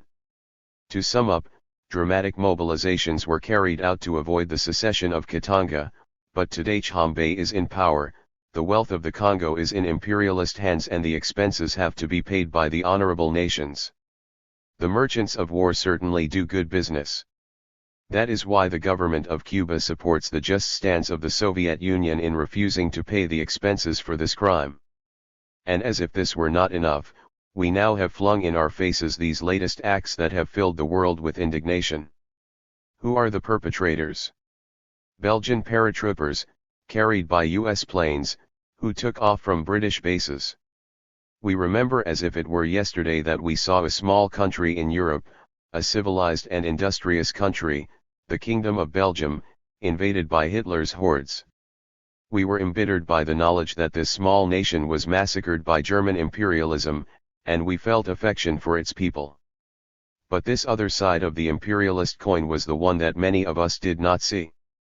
Perhaps the sons of Belgian patriots who died defending their country's liberty are now murdering in cold blood thousands of Congolese in the name of the white race, just as they suffered under the German heel because their blood was not sufficiently Aryan. Our free eyes open now on new horizons and can see what yesterday, in our condition as colonial slaves, we could not observe, that Western civilization disguises behind its showy facade a picture of hyenas and jackals. That is the only name that can be applied to those who have gone to fulfill such humanitarian tasks in the Congo. A carnivorous animal that feeds on unarmed peoples. That is what imperialism does to men. That is what distinguishes the imperial white man. All free men of the world must be prepared to avenge the crime of the Congo. Perhaps many of those soldiers, who were turned into subhumans by imperialist machinery, believe in good faith that they are defending the rights of a superior race. In this assembly, however, those peoples whose skins are darkened by a different sun, colored by different pigments, constitute the majority. And they fully and clearly understand that the difference between men does not lie in the color of their skin, but in the forms of ownership of the means of production, in the relations of production.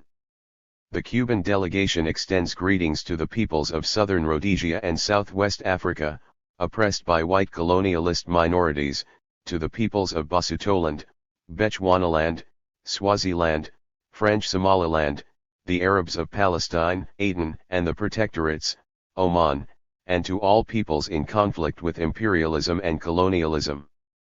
We reaffirm our support to them. I express also the hope that there will be a just solution to the conflict facing our sister Republic of Indonesia in its relations with Malaysia. Mr. President, one of the fundamental themes of this conference is general and complete disarmament. We express our support for general and complete disarmament. Furthermore, we advocate the complete destruction of all thermonuclear devices, and we support the holding of a conference of all the nations of the world to make this aspiration of all people a reality. In his statement before this assembly, our Prime Minister warned that arms races have always led to war. There are new nuclear powers in the world, and the possibilities of a confrontation are growing. We believe that such a conference is necessary to obtain the total destruction of thermonuclear weapons and, as a first step, the total prohibition of tests.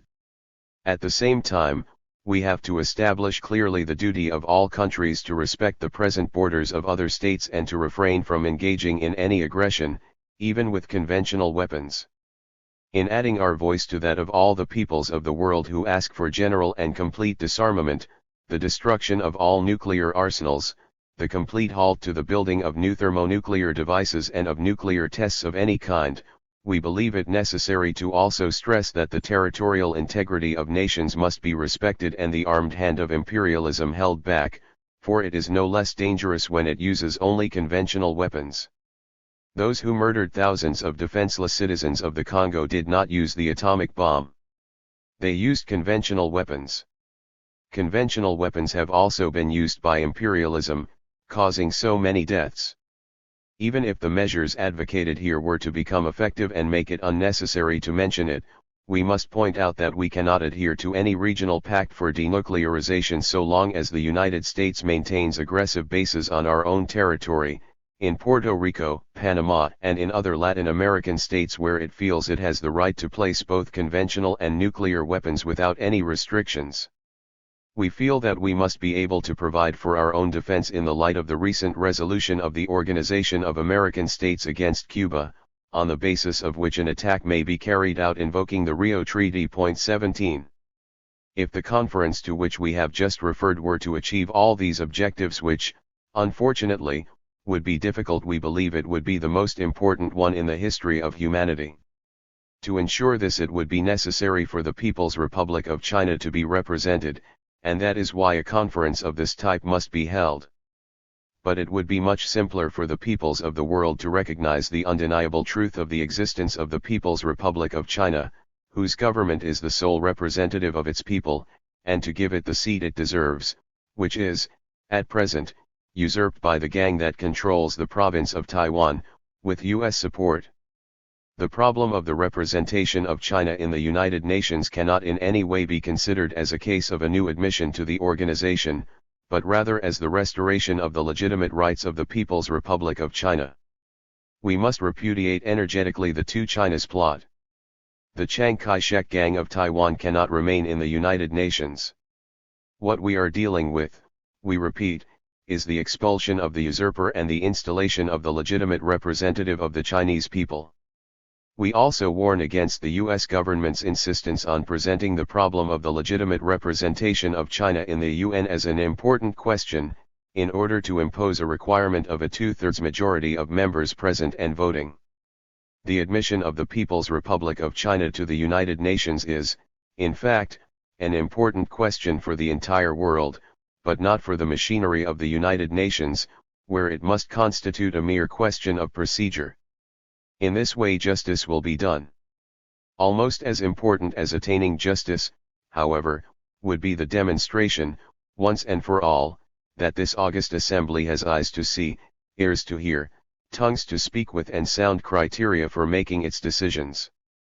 The proliferation of nuclear weapons among the member states of NATO, and especially the possession of these devices of mass destruction by the Federal Republic of Germany, would make the possibility of an agreement on disarmament even more remote, and linked to such an agreement is the problem of the peaceful reunification of Germany. So long as there is no clear understanding, the existence of two Germanys must be recognized, that of the German Democratic Republic and the Federal Republic. The German problem can be solved only with the direct participation in negotiations of the German Democratic Republic with full rights. We shall only touch on the questions of economic development and international trade that are broadly represented in the agenda. In this very year of 1964 the Geneva Conference was held at which a multitude of matters related to these aspects of international relations were dealt with. The warnings and forecasts of our delegation were fully confirmed, to the misfortune of the economically dependent countries. We wish only to point out that insofar as Cuba is concerned, the United States of America has not implemented the explicit recommendations of that conference, and recently the U.S. government also prohibited the sale of medicines to Cuba.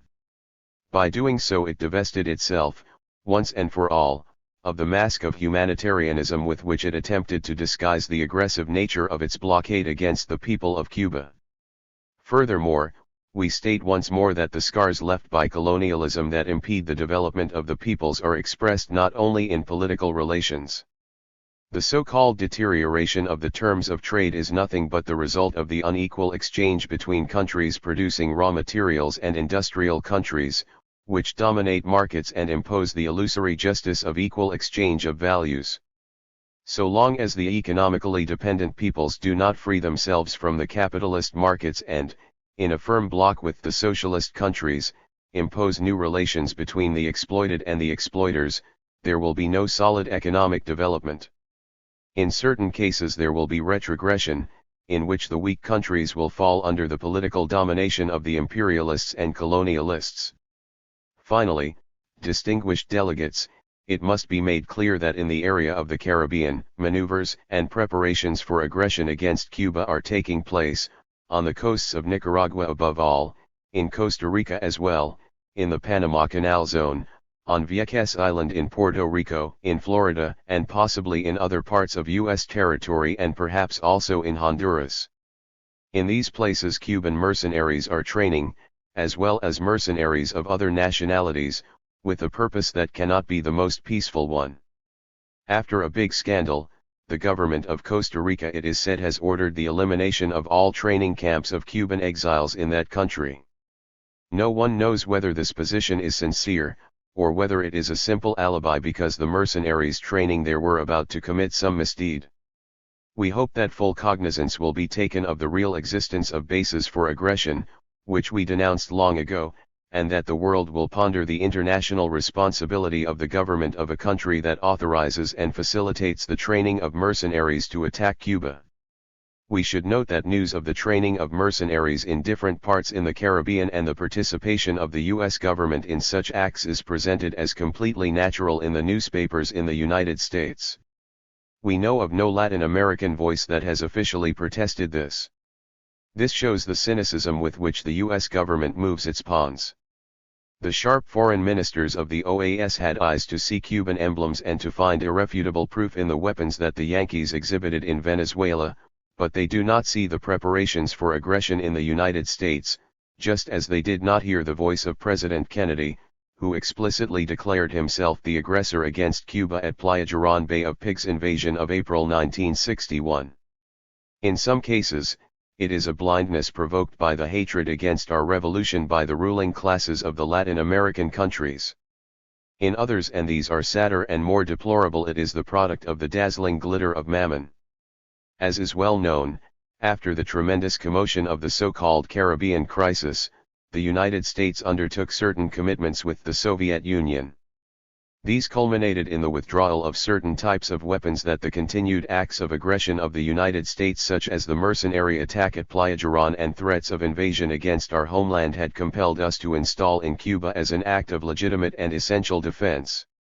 The United States, furthermore, tried to get the UN to inspect our territory.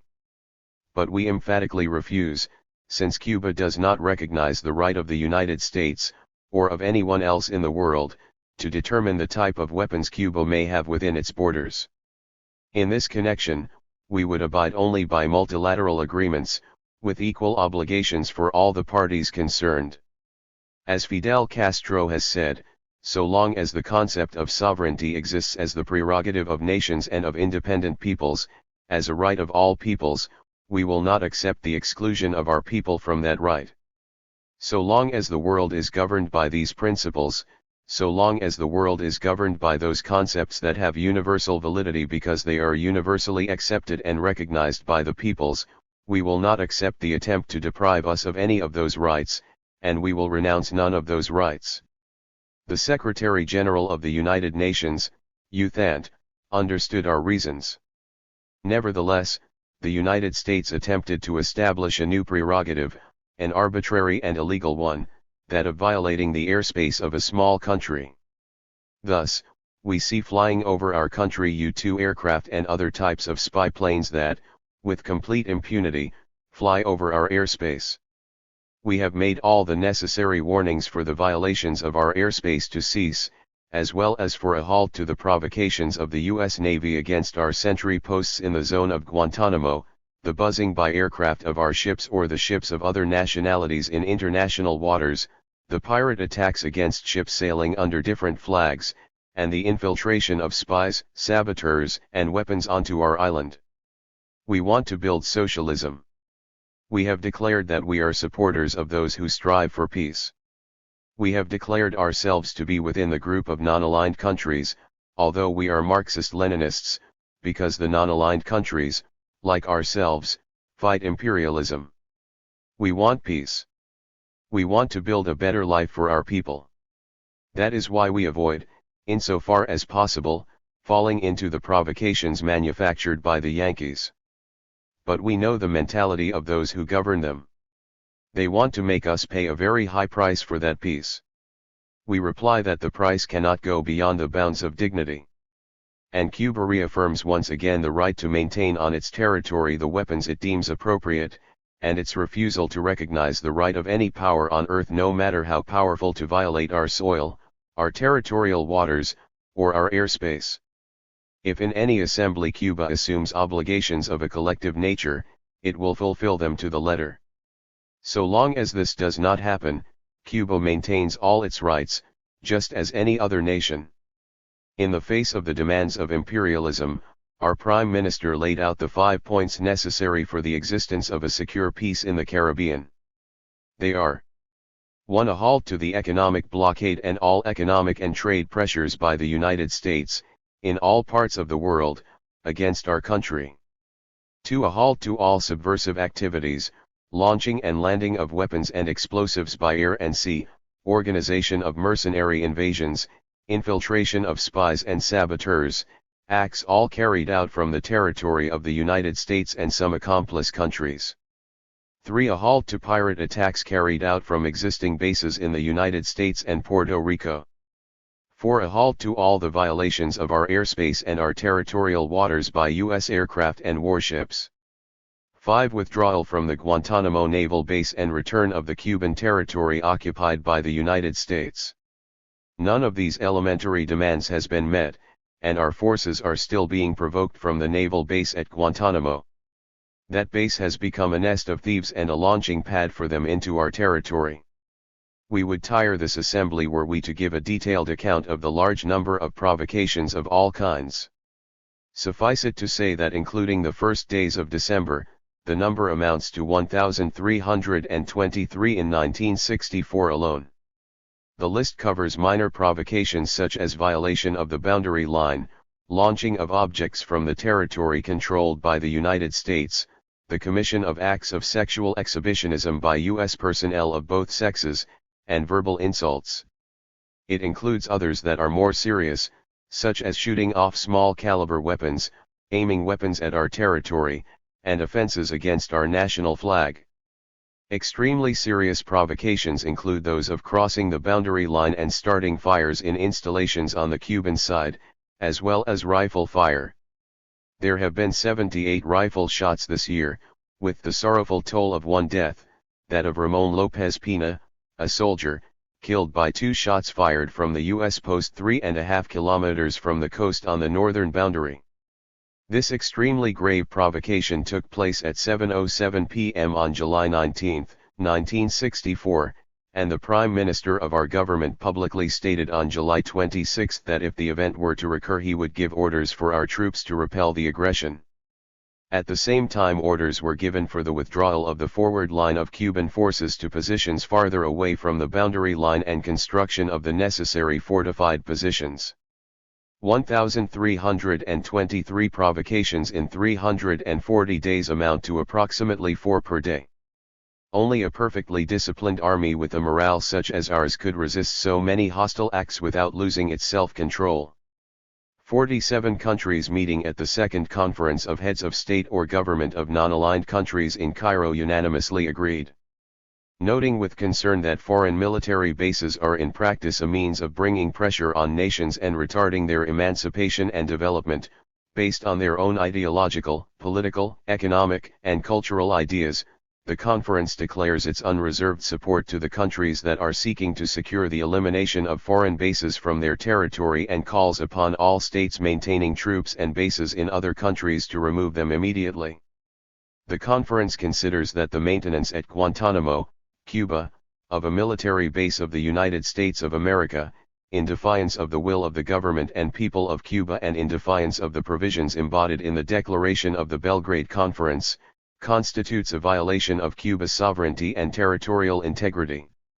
Noting that the Cuban government expresses its readiness to settle its dispute over the base at Guantanamo with the United States of America on an equal footing, the conference urges the U.S. government to open negotiations with the Cuban government to evacuate their base. The government of the United States has not responded to this request of the Cairo conference and is attempting to maintain indefinitely by force its occupation of a piece of our territory, from which it carries out acts of aggression such as those detailed earlier. The Organization of American States, which the people also call the U.S. Ministry of Colonies, condemned us energetically, even though it had just excluded us from its midst, ordering its members to break off diplomatic and trade relations with Cuba. The OAS authorized aggression against our country at any time and under any pretext, violating the most fundamental international laws, completely disregarding the United Nations. Uruguay, Bolivia, Chile, and Mexico opposed that measure, and the government of the United States of Mexico refused to comply with the sanctions that had been approved. Since then we have had no relations with any Latin American countries except Mexico, and this fulfills one of the necessary conditions for direct aggression by imperialism. We want to make clear once again that our concern for Latin America is based on the ties that unite us, the language we speak, the culture we maintain, and the common master we had. We have no other reason for desiring the liberation of Latin America from the U.S. colonial yoke. If any of the Latin American countries here decide to re-establish relations with Cuba, we would be willing to do so on the basis of equality, and without viewing that recognition of Cuba as a free country in the world to be a gift to our government. We won that recognition with our blood in the days of the liberation struggle. We acquired it with our blood in the defense of our shores against the Yankee invasion. Although we reject any accusations against us of interference in the internal affairs of other countries, we cannot deny that we sympathize with those people who strive for their freedom. We must fulfill the obligation of our government and people to state clearly and categorically to the world that we morally support and stand in solidarity with peoples who struggle anywhere in the world to make a reality of the rights of full sovereignty proclaimed in the UN Charter. It is the United States that intervenes. It has done so historically in Latin America. Since the end of the last century, Cuba has experienced this truth, but it has been experienced, too, by Venezuela, Nicaragua, Central America in general, Mexico, Haiti and the Dominican Republic. In recent years, apart from our people, Panama has experienced direct aggression, where the Marines in the Canal Zone opened fire in cold blood against the defenseless people, the Dominican Republic, whose coast was violated by the Yankee fleet to avoid an outbreak of the just fury of the people after the death of Trujillo, and Colombia, whose capital was taken by assault as a result of a rebellion provoked by the assassination of Gaitan. 18. Covert interventions are carried out through military missions that participate in internal repression, organizing forces designed for that purpose in many countries, and also in coups d'état, which have been repeated so frequently on the Latin American continent during recent years. Concretely, U.S. forces intervened in the repression of the peoples of Venezuela, Colombia, and Guatemala, who fought with weapons for their freedom.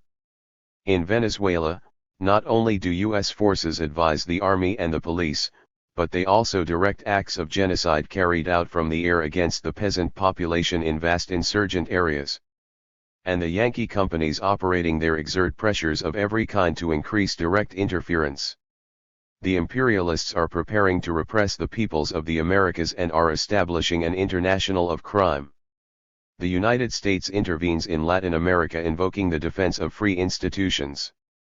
The time will come when this assembly will acquire greater maturity and demand of the U.S. government guarantees for the life of the blacks and Latin Americans who live in that country, most of them U.S. citizens by origin or adoption. Those who kill their own children and discriminate daily against them because of the color of their skin, those who let the murderers of blacks remain free, protecting them, and furthermore punishing the black population because they demand their legitimate rights as free men. How can those who do this consider themselves guardians of freedom? We understand that today the Assembly is not in a position to ask for explanations of these acts. It must be clearly established, however, that the government of the United States is not the champion of freedom, but rather the perpetrator of exploitation and oppression against the peoples of the world and against a large part of its own population. To the ambiguous language with which some delegates have described the case of Cuba and the OAS, we reply with clear-cut words, and we proclaim that the peoples of Latin America will make those servile, sell-out governments pay for their treason.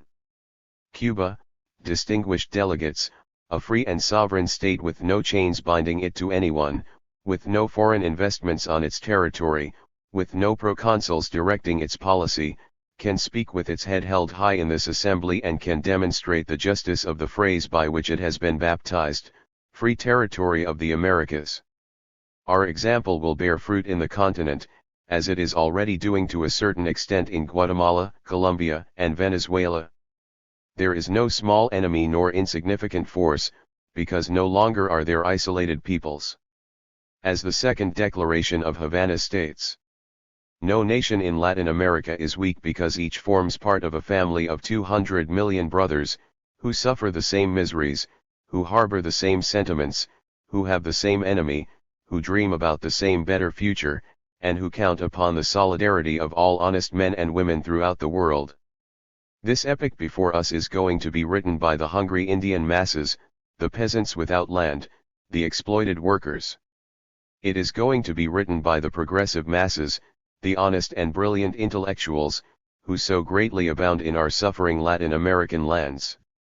Struggles of masses and ideas. An epic that will be carried forward by our peoples, mistreated and scorned by imperialism, our people, unreckoned with until today, who are now beginning to shake off their slumber. Imperialism considered us a weak and submissive flock, and now it begins to be terrified of that flock, a gigantic flock of 200 million Latin Americans in whom Yankee monopoly capitalism now sees its grave diggers. But now from one end of the continent to the other they are signaling with clarity that the hour has come, the hour of their vindication. Now this anonymous mass, this America of color, somber, taciturn America, which all over the continent sings with the same sadness and disillusionment, now this mass is beginning to enter definitively into its own history, is beginning to write it with its own blood, is beginning to suffer and die for it. Because now in the mountains and fields of America, on its flatlands and in its jungles, in the wilderness or in the traffic of cities, on the banks of its great oceans or rivers, this world is beginning to tremble. Anxious hands are stretched forth, ready to die for what is theirs, to win those rights that were laughed at by one and all for 500 years. Yes, now history will have to take the poor of America into account, the exploited and spurned of America, who have decided to begin writing their history for themselves for all time.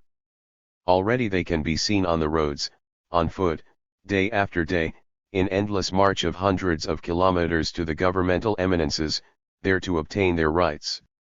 Already they can be seen armed with stones, sticks, machetes, in one direction and another, each day, occupying lands, sinking hooks into the land that belongs to them and defending it with their lives. They can be seen carrying signs, slogans, flags, letting them flap in the mountain or prairie winds. And the wave of anger, of demands for justice, of claims for rights trampled underfoot, which is beginning to sweep the lands of Latin America, will not stop. That wave will swell with every passing day. For that wave is composed of the greatest number, the majorities in every respect, those whose labor amasses the wealth and turns the wheels of history. Now they are awakening from the long, brutalizing sleep to which they had been subjected. For this great mass of humanity has said, enough, and has begun to march. And their march of giants will not be halted until they conquer true independence for which they have vainly died more than once. Today, however, those who die will die like the Cubans at Playa Girón. They will die for their own true and never to be surrendered independence. All this, distinguished delegates, this new will of a whole continent, of Latin America, is made manifest in the cry proclaimed daily by our masses as the irrefutable expression of their decision to fight and to paralyze the armed hand of the invader. It is a cry that has the understanding and support of all the peoples of the world and especially of the socialist camp, headed by the Soviet Union. That cry is, Patria o muerte. Homeland or death. at the Afro-Asian Conference in Algeria. February 24, 1965. This speech was delivered at the Second Economic Seminar of Afro-Asian Solidarity. The conference, held in Algiers, Algeria, was attended by representatives from 63 African and Asian governments, as well as 19 national liberation movements. The meeting was opened by Algerian President Ahmed Ben Bella. Cuba was invited as an observer to the conference, and Guevara served on its presiding committee. Cuba is here at this conference to speak on behalf of the peoples of Latin America. 19 As we have emphasized on other occasions, Cuba also speaks as an underdeveloped country as well as one that is building socialism. It is not by accident that our delegation is permitted to give its opinion here, in the circle of the peoples of Asia and Africa. 20 A common aspiration unites us in our march toward the future, the defeat of imperialism. A common past of struggle against the same enemy has united us along the road. This is an assembly of peoples in struggle, and the struggle is developing on two equally important fronts that require all our efforts. The struggle against imperialism, for liberation from colonial or neocolonial shackles, which is being carried out by means of political weapons, arms, or a combination of the two, is not separate from the struggle against backwardness and poverty. Both are stages on the same road leading toward the creation of a new society of justice and plenty. It is imperative to take political power and to get rid of the oppressor classes. But then the second stage of the struggle, which may be even more difficult than the first, must be faced. Ever since monopoly capital took over the world, it has kept the greater part of humanity in poverty, dividing all the profits among the group of the most powerful countries. The standard of living in those countries is based on the extreme poverty of our countries. To raise the living standards of the underdeveloped nations, therefore, we must fight against imperialism. And each time a country is torn away from the imperialist tree, it is not only a partial battle won against the main enemy, but it also contributes to the real weakening of that enemy, and is one more step toward the final victory. There are no borders in this struggle to the death. We cannot be indifferent to what happens anywhere in the world, because a victory by any country over imperialism is our victory, just as any country's defeat is a defeat for all of us. The practice of proletarian internationalism is not only a duty for the people struggling for a better future, it is also an inescapable necessity. If the imperialist enemy, the United States or any other, carries out its attack against the underdeveloped peoples and the socialist countries, elementary logic determines the need for an alliance between the underdeveloped peoples and the socialist countries. If there were no other uniting factor, the common enemy should be enough. 21. Of course, these alliances cannot be made spontaneously, without discussions, without birth pangs, which sometimes can be painful. We said that each time a country is liberated it is a defeat for the world imperialist system. But we must agree that the break is not achieved by the mere act of proclaiming independence or winning an armed victory in a revolution. It is achieved when imperialist economic domination over a people is brought to an end. Therefore, it is a matter of vital interest to the socialist countries for a real break to take place. And it is our international duty, a duty determined by our guiding ideology, to contribute our efforts to make this liberation as rapid and deep-going as possible. A conclusion must be drawn from all this: the socialist countries must help pay for the development of countries now starting out on the road to liberation. We state it this way with no intention whatsoever of blackmail or dramatics, nor are we looking for an easy way to get closer to the Afro-Asian peoples. It is our profound conviction. Socialism cannot exist without a change in consciousness resulting in a new fraternal attitude toward humanity, both at an individual level, within the societies where socialism is being built or has been built, and on a world scale, with regard to all peoples suffering from imperialist oppression. We believe the responsibility of aiding dependent countries must be approached in such a spirit. There should be no more talk about developing mutually beneficial trade based on prices forced on the backward countries by the law of value and the international relations of unequal exchange that result from the law of value. 22. How can it be mutually beneficial to sell at world market prices the raw materials that cost the underdeveloped countries immeasurable sweat and suffering, and to buy at world market prices the machinery produced in today's big automated factories? If we establish that kind of relation between the two groups of nations, we must agree that the socialist countries are, in a certain way, accomplices of imperialist exploitation. It can be argued that the amount of exchange with the underdeveloped countries is an insignificant part of the foreign trade of the socialist countries. That is very true, but it does not eliminate the immoral character of that exchange. The socialist countries have the moral duty to put an end to their tacit complicity with the exploiting countries of the West. The fact that the trade today is small means nothing. In 1959 Cuba only occasionally sold sugar to some socialist bloc countries, usually through English brokers or brokers of other nationalities. Today 80% of Cuba's trade is with that area. All its vital supplies come from the socialist camp, and in fact it has joined that camp. We cannot say that this entrance into the socialist camp was brought about merely by the increase in trade. Nor was the increase in trade brought about by the destruction of the old structures and the adoption of the socialist form of development. Both sides of the question intersect and are interrelated. We did not start out on the road that ends in communism foreseeing all steps as logically predetermined by an ideology advancing toward a fixed goal. The truths of socialism, plus the raw truths of imperialism, forged our people and showed them the path that we have now taken consciously. To advance toward their own complete liberation, the peoples of Asia and Africa must take the same path. They will follow it sooner or later, regardless of what modifying adjective their socialism may take today. For us there is no valid definition of socialism other than the abolition of the exploitation of one human being by another. As long as this has not been achieved, if we think we are in the stage of building socialism but instead of ending exploitation the work of suppressing it comes to a halt or worse, is reversed, then we cannot even speak of building socialism. Point 23.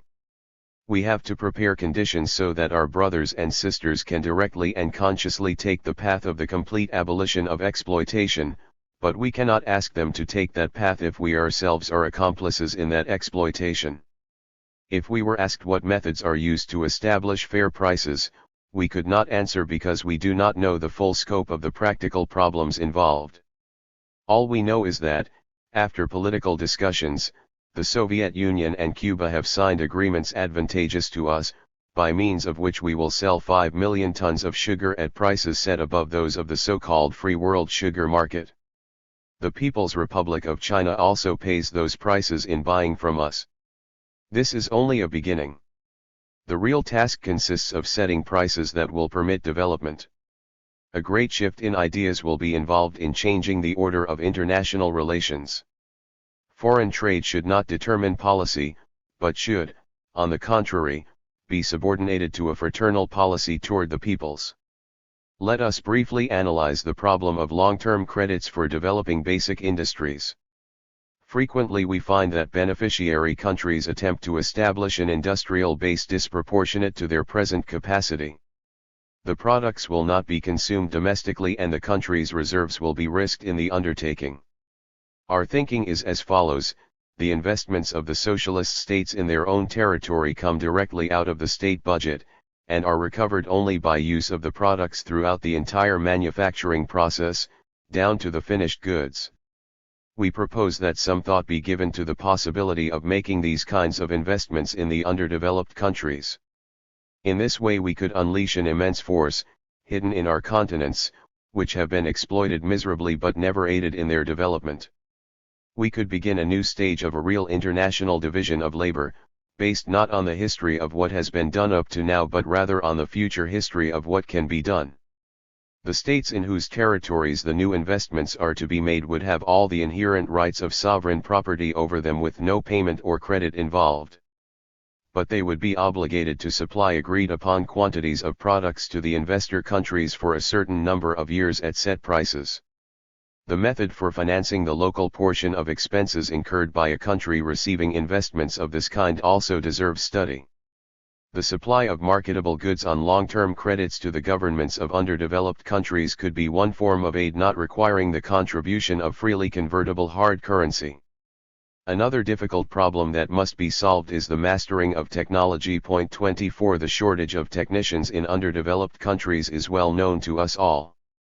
Educational institutions and teachers are lacking. Sometimes we lack a real understanding of our needs and have not made the decision to carry out a top priority policy of technical, cultural, and ideological development. The socialist countries should supply the aid to organize institutions for technical education.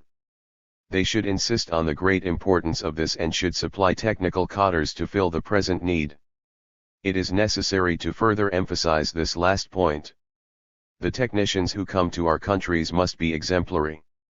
They are comrades who will face a strange environment, often one hostile to technology, with a different language and totally different customs.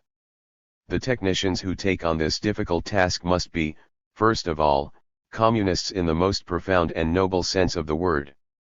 With this single quality, plus a modicum of flexibility and organization, wonders can be achieved.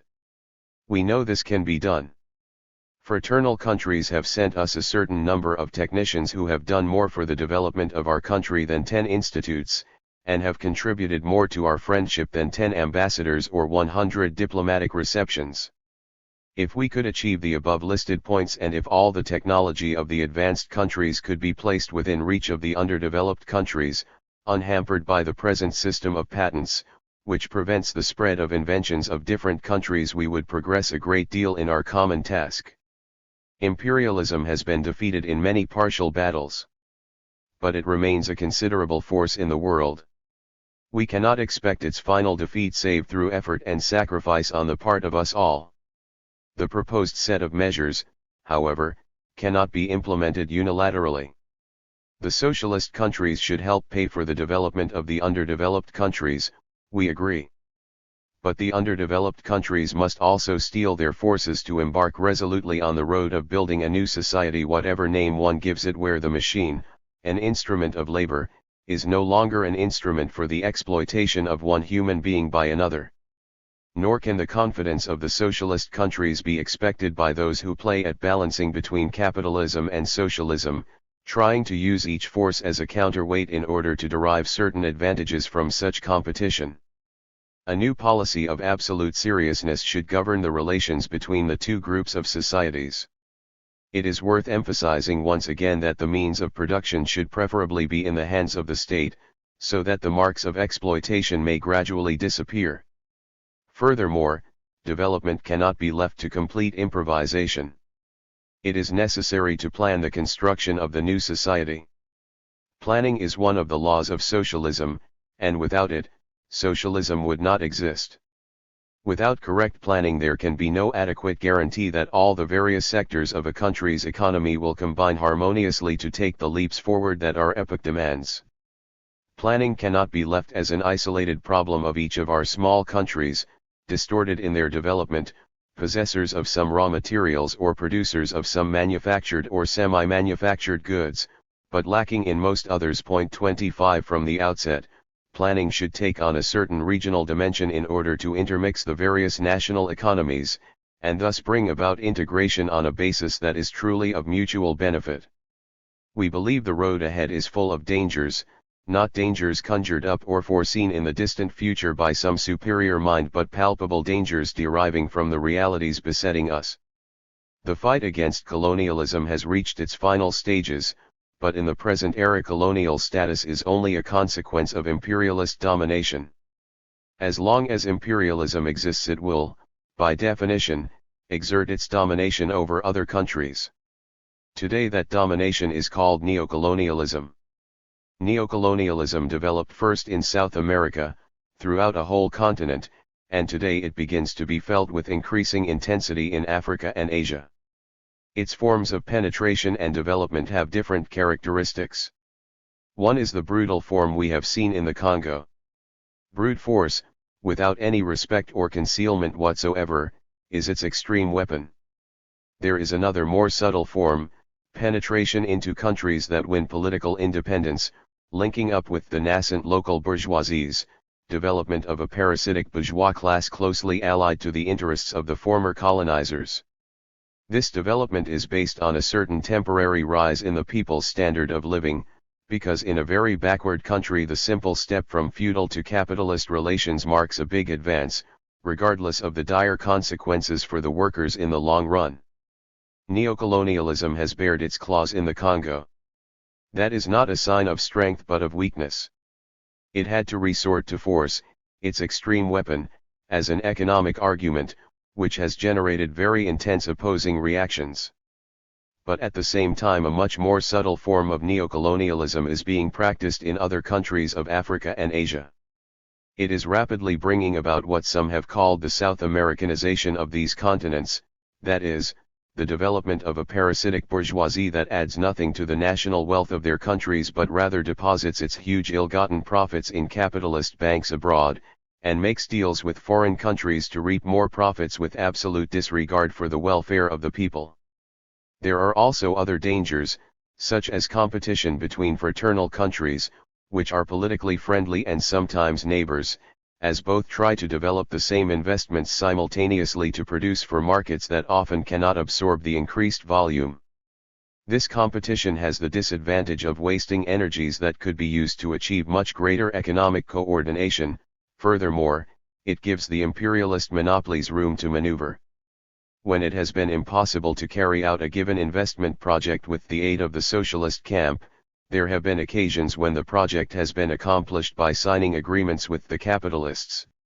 Such capitalist investments have the disadvantage not only of the terms of the loans but other, much more important disadvantages as well, such as the establishment of joint ventures with a dangerous neighbor. Since these investments in general parallel those made in other states, they tend to cause divisions between friendly countries by creating economic rivalries.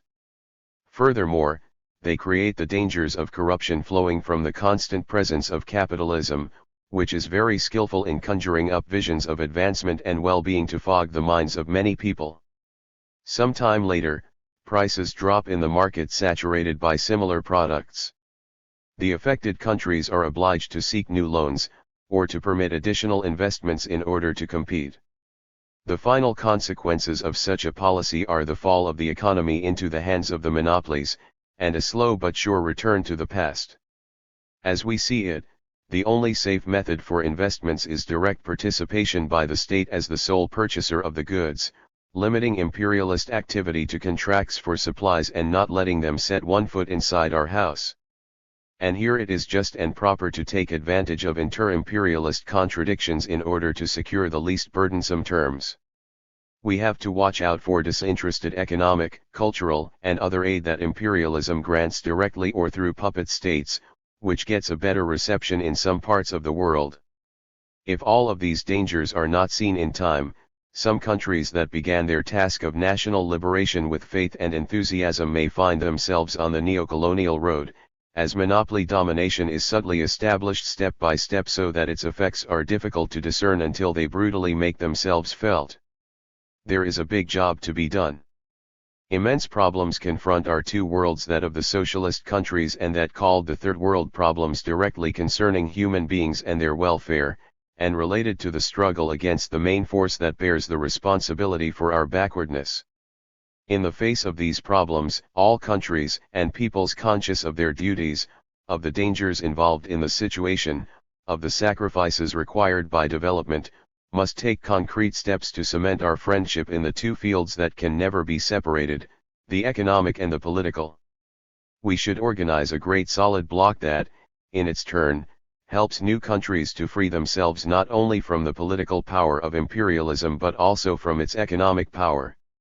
The question of liberation by armed struggle from an oppressor political power should be dealt with in accordance with the rules of proletarian internationalism. In a socialist country at war, it would be absurd to conceive of a factory manager demanding guaranteed payment before shipping to the front the tanks produced by his factory. It ought to seem no less absurd to inquire of a people fighting for liberation, or needing arms to defend its freedom, whether or not they can guarantee payment. Arms cannot be commodities in our world. They must be delivered to the peoples asking for them to use against the common enemy, with no charge and in the quantities needed and available. That is the spirit in which the Soviet Union and the People's Republic of China have offered us their military aid. We are socialists, we constitute a guarantee of the proper utilization of those arms. But we are not the only ones, and all of us should receive the same treatment. The reply to the ominous attacks by U.S. imperialism against Vietnam or the Congo should be to supply those sister countries with all the defense equipment they need, and to offer them our full solidarity without any conditions whatsoever. In the economic field we must conquer the road to development with the most advanced technology possible. We cannot set out to follow the long ascending steps from feudalism to the nuclear and automated era. That would be a road of immense and largely useless sacrifice. We have to start from technology at its current level. We have to make the great technological leap forward that will reduce the current gap between the more developed countries and ourselves. Technology must be applied to the large factories and also to a properly developed agriculture. Above all, its foundation must be technological and ideological education, with a sufficient mass base and strength to sustain the research institutes and organizations that have to be created in each country, as well as the men and women who will use the existing technology and be capable of adapting themselves to the newly mastered technology. These cadres must have a clear awareness of their duty to the society in which they live. There cannot be adequate technological education if it is not complemented by ideological education. Without technological education, in most of our countries, there cannot be an adequate foundation for industrial development, which is what determines the development of a modern society, or the most basic consumer goods and adequate schooling. A good part of the national revenues must be spent on so-called unproductive investment in education. And priority must be given to the development of agricultural productivity. The latter has reached truly incredible levels in many capitalist countries, producing the senseless crisis of overproduction and a surplus of grain and other food products or industrial raw materials in the developed countries. While the rest of the world goes hungry, these countries have enough land and labor to produce several times over what is needed to feed the entire world. Agriculture must be considered a fundamental pillar of our development. Therefore, a fundamental aspect of our work should be changes in the agrarian structure, and adaptation to the new technological possibilities and to the new obligations of eliminating the exploitation of human beings. Before making costly decisions that could cause irreparable damage, a careful survey of the national territory is needed. This is one of the preliminary steps in economic research and a basic prerequisite for correct planning. We warmly support Algeria's proposal for institutionalizing our relations. We would just like to make some supplementary suggestions.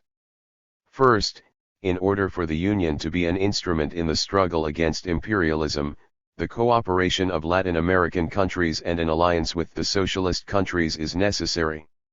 Second, we should be vigilant in preserving the revolutionary character of the Union, preventing the admission into it of governments or movements not identified with the general aspirations of the people, and creating mechanisms that would permit the separation from it of any government or popular movement diverging from the just road. Third, we must advocate the establishment of new relations on an equal footing between our countries and the capitalist ones, creating a revolutionary jurisprudence to defend ourselves in case of conflict, and to give new meaning to the relations between ourselves and the rest of the world. We speak a revolutionary language and we fight honestly for the victory of that cause. But frequently we entangle ourselves in the nets of an international law created as the result of confrontations between the imperialist powers, and not by the free peoples, the just peoples, in the course of their struggles. For example, our peoples suffer the painful pressure of foreign bases established on their territories, or they have to carry the heavy burden of massive foreign debts. The story of these throwbacks is well known to all of us. Puppet governments, governments weakened by long struggles for liberation or the operation of the laws of the capitalist market, have allowed treaties that threaten our internal stability and jeopardize our future. Now is the time to throw off the yoke, to force renegotiation of oppressive foreign debts, and to force the imperialists to abandon their bases of aggression. I would not want to conclude these remarks, this recitation of concepts you all know, without calling the attention of this gathering to the fact that Cuba is not the only Latin American country, it is simply the only one that has the opportunity of speaking before you today. Other peoples are shedding their blood to win the rights we have. When we send our greetings from here, and from all the conferences and the places where they may be held, to the heroic peoples of Vietnam, Laos, so-called Portuguese Guinea, South Africa, or Palestine, to all exploited countries fighting for their emancipation, we must simultaneously extend our voice of friendship, our hand and our encouragement, to our fraternal peoples in Venezuela, Guatemala, and Colombia, who today, arms in hand, are resolutely saying no, to the imperialist enemy. Few settings from which to make this declaration are as symbolic as Algiers, one of the most heroic capitals of freedom. May the magnificent Algerian people, schooled as few others in sufferings for independence, under the decisive leadership of its party, headed by our dear companero Ahmed Ben Bella, serve as an inspiration to us in this fight without quarter against world imperialism. Create 2, 3, many Vietnams, message to the Tricontinental, 26. April 1967. In April 1965, Che Guevara left Cuba to lend his leadership abilities as a guerrilla commander to revolutionary struggles in other parts of the world, from the Congo to Bolivia. The following undated message was addressed to the Organization of Solidarity with the Peoples of Asia, Africa, and Latin America, OSPADL, also referred to as the Tricontinental, which was established following a January 1966 conference in Havana. It was published on April 16, 1967, in a special inaugural edition of Tricontinental magazine, published by the Executive Secretariat of OSPADL. It appeared there under Guevara's title, Create 2, 3, Many Vietnams, that is the watchword. It is the hour of the furnace, and the light is all that can be seen. José Martí. 21 years have elapsed since the end of the last world conflagration, and various publications in every language are celebrating this event, symbolized by the defeat of Japan. A climate of optimism is apparent in many sectors of the different camps into which the world is divided. 21 years without a world war in these days of heightened confrontation, violent clashes and abrupt turns, appears to be a very large number. All of us declare our readiness to fight for this peace, but without analyzing its practical results: poverty, degradation, constantly increasing exploitation of enormous sectors of humanity. It is appropriate to ask whether this peace is real. The purpose of these notes is not to write the history of the various conflicts of a local character that have followed one after another since Japan's surrender. Nor is it our task to recount the numerous and growing instances of civilian strife that have occurred in these years of supposed peace. It is enough to point to the wars in Korea and Vietnam as examples to counter the boundless optimism. Point 27. In Korea, after years of ferocious struggle, the northern part of the country was left submerged in the most terrible devastation in the annals of modern war, riddled with bombs, without factories, schools, or hospitals, and without any kind of housing to shelter 10 million inhabitants. Dozens of countries intervened in that war, led militarily by the United States under the false banner of the United Nations, with the massive participation of U.S. troops and the use of the conscripted South Korean people as cannon fodder. On the other side, the Army and people of Korea and volunteers from the People's Republic of China received supplies and advice from the Soviet military apparatus. The United States carried out all kinds of tests of weapons of destruction, excluding thermonuclear ones, but including bacteriological and chemical weapons on a limited scale. In Vietnam, a war has been waged almost without interruption by the patriotic forces of that country against three imperialist powers: Japan, whose might plummeted after the bombings of Hiroshima and Nagasaki; France, which recovered its Indo-Chinese colonies from that defeated country, disregarding the promises made at a time of duress; and the United States, in the latest phase of the conflict. There have been limited confrontations on all continents, although on the Latin American continent there were for a long time only attempts at freedom struggles and military coups d'état. This was until the Cuban Revolution sounded its clarion call, signaling the importance of this region and attracting the wrath of the imperialists, compelling Cuba to defend its coasts first at the Bay of Pigs and then during the October 1962 missile crisis. The latter incident could have touched off a war of incalculable proportions if a U.S.-Soviet clash had occurred over the Cuban question. Right now, however, the contradictions are clearly centered on the territories of the Indo-Chinese Peninsula and the neighboring countries. Laos and Vietnam were shaken by conflicts that ceased to be civil wars when U.S. imperialism intervened with all its power, and the whole region became a lit fuse leading to a powder keg. In Vietnam the confrontation has taken on an extremely sharp character. It is not our intention to go into the history of this war. We will just point out some milestones. In 1954, after the crushing defeat of the French forces at Dien Bien Phu, the Geneva Accords were signed, dividing Vietnam into two zones with the stipulation that elections would be held in 18 months to determine who would govern the country and how it would be reunified. The United States did not sign that document but began maneuvering to replace Emperor Bao Dai, a French puppet, with a man who suited their aims. He turned out to be Ngo Dinh Diem, whose tragic end, that of an orange squeezed dry by imperialism, is known to everyone. 28. In the months following the signing of the accords, optimism reigned in the camp of the popular forces. They dismantled military positions of the anti-French struggle in the southern part of the country and waited for the agreement to be carried out. But the patriots soon realized that there would be no elections unless the United States felt capable of imposing its will at the ballot box, something it could not do even with all its methods of electoral fraud. The struggles in the southern part of the country began once again, and these have been gaining in intensity. Today the U.S. Army has grown to almost 500,000 invaders, while the puppet forces decline in number and, above all, have totally lost the will to fight. It has been about 2 years since the United States began the systematic bombing of the Democratic Republic of Vietnam in yet another attempt to halt the fighting spirit in the South and to impose peace negotiations from a position of strength. At the beginning, the bombings were more or less isolated occurrences, carried out in the guise of reprisals for alleged provocations from the north. Then the intensity and regularity of the bombing increased, until it became one gigantic onslaught by the U.S. Air Force carried out day after day, with the purpose of destroying every vestige of civilization in the northern zone of the country. It is only one episode in the sadly notorious escalation. The material aims of the Yankee world have been achieved in good part despite the valiant defense put up by the Vietnamese anti-aircraft batteries, the more than 1,700 planes brought down and the aid in military supplies from the socialist camp. This is the painful reality. Vietnam, a nation representing the aspirations and hopes for victory of the disinherited of the world, is tragically alone.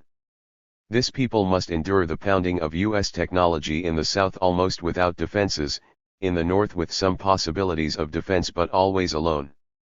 The solidarity of the progressive world with the Vietnamese people has something of the bitter irony of the plebeians cheering on the gladiators in the Roman circus.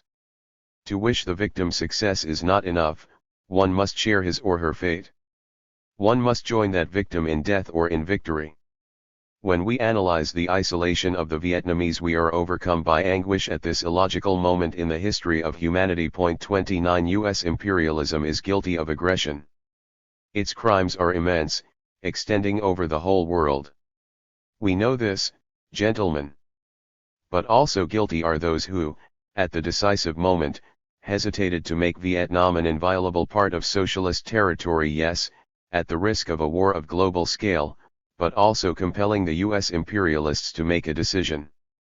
Also guilty are those who persist in a war of insults and maneuvers, begun quite some time ago by the representatives of the two biggest powers in the socialist camp. 30.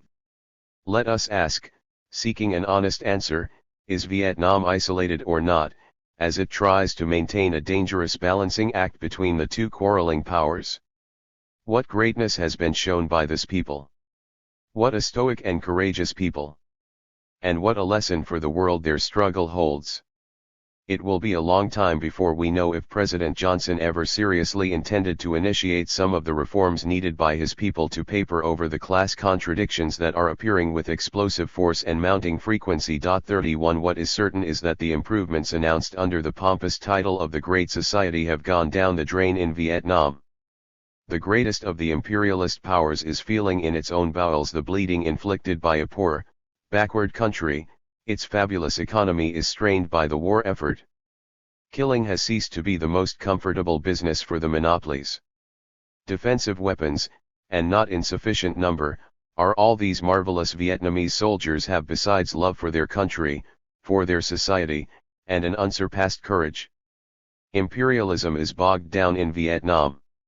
It sees no way out and is searching desperately for one that will permit it to emerge with dignity from the dangerous situation in which it finds itself. Furthermore, the 4 points put forward by the North and the 5 by the South have it caught in a vice, making the confrontation still more decisive. Everything seems to indicate that peace, the precarious peace that bears that name only because no global conflagration has occurred, is again in danger of being broken by some irreversible and unacceptable step taken by the United States. What is the role that we, the exploited of the world, must play? The peoples of 3 continents are watching and learning a lesson for themselves in Vietnam. Since the imperialists are using the threat of war to blackmail humanity, the correct response is not to fear war. Attack hard and without let up at every point of confrontation. That must be the general tactic of the peoples. 32. But in those places where this miserable peace that we endure has not been broken, what should our task be? To liberate ourselves at any price. The world panorama is one of great complexity. The task of winning liberation still lies ahead, even for some countries of old Europe sufficiently developed to experience all the contradictions of capitalism but so weak that they can no longer follow the course of imperialism or embark on that road.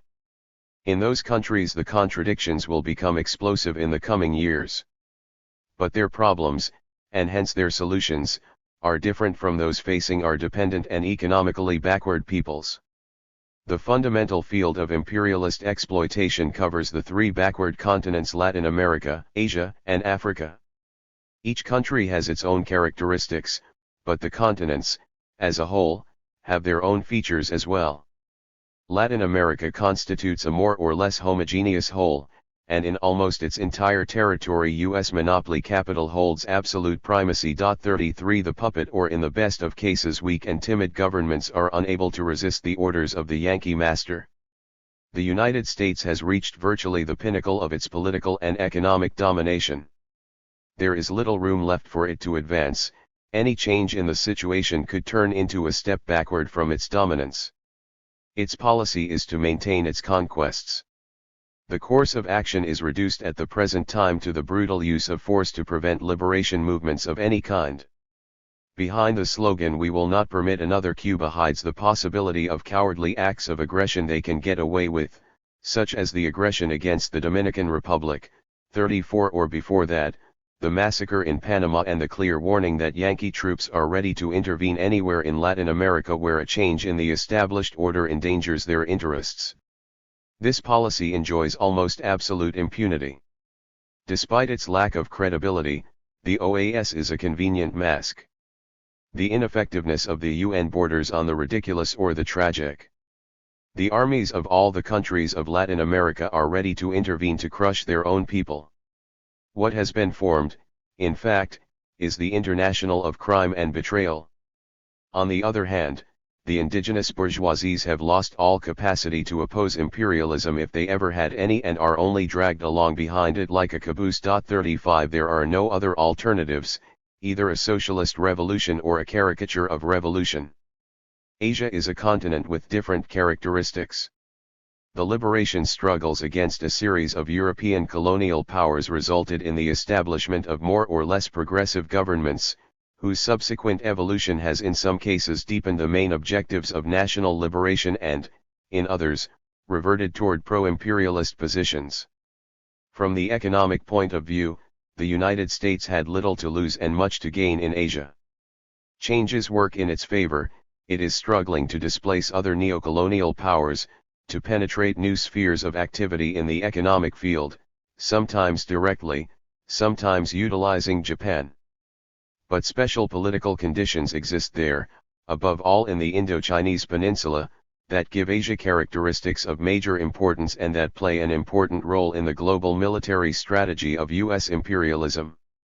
The latter is imposing a blockade around China utilizing at least South Korea, Japan, Taiwan, South Vietnam, and Thailand. 36 This dual situation a strategic interest as important as the military blockade of the People's Republic of China, and the ambition of U.S. capital to penetrate those big markets it does not yet dominate makes Asia one of the most explosive places in the world today, despite the apparent stability outside of the Vietnamese area. Belonging geographically to the Asian continent, but with its own contradictions, the Middle East is at boiling point. It is not possible to foresee what will be the outcome of the Cold War between Israel, which is backed by the imperialists, and the progressive countries of this region. It is another one of the threatening volcanoes in the world. Africa appears almost like virgin territory for neocolonial invasion. Changes have occurred that, to a certain degree, have compelled the neocolonial powers to give up their former absolute prerogatives. But when these changes are carried out easily and without interruption, colonialism gives way to neocolonialism, with the same consequences in regard to economic domination. The United States did not have colonies in this region and is now struggling to penetrate its partners' old private preserves. It can be said with certainty that Africa constitutes a long-term reservoir in the strategic plans of U.S. imperialism. Its current investments there are of importance only in the Union of South Africa, and it is beginning its penetration of the Congo, Nigeria, and other countries, where competition between the imperialist powers that had previously been peaceful is now becoming violent. It does not yet have big interests to defend except its alleged right to intervene any place on the globe where its monopolies smell good profits or the existence of large reserves of raw materials.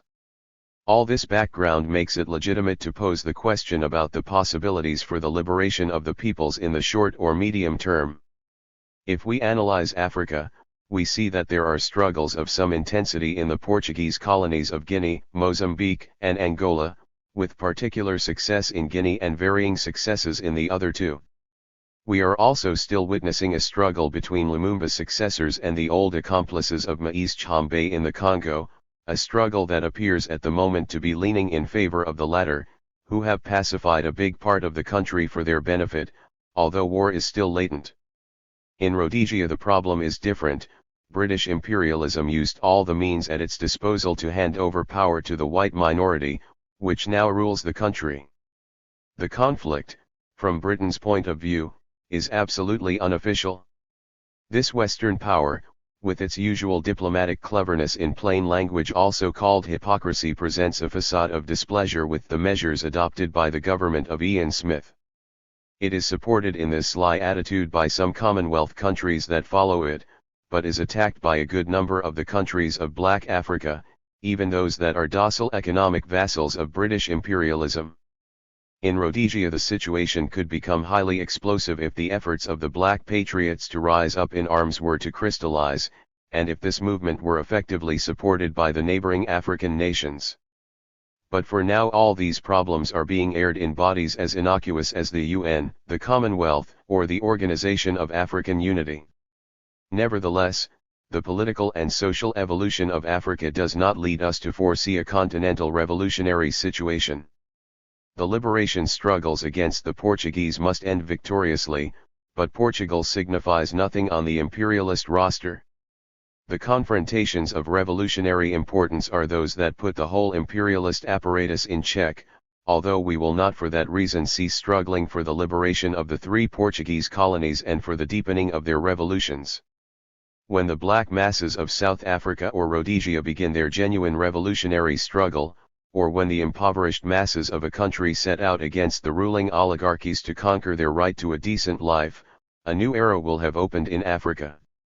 Up to now there has been a succession of barracks coups, in which one group of officers replaces another or replaces a ruler who no longer serves their caste interests and those of the powers that control them behind the scenes.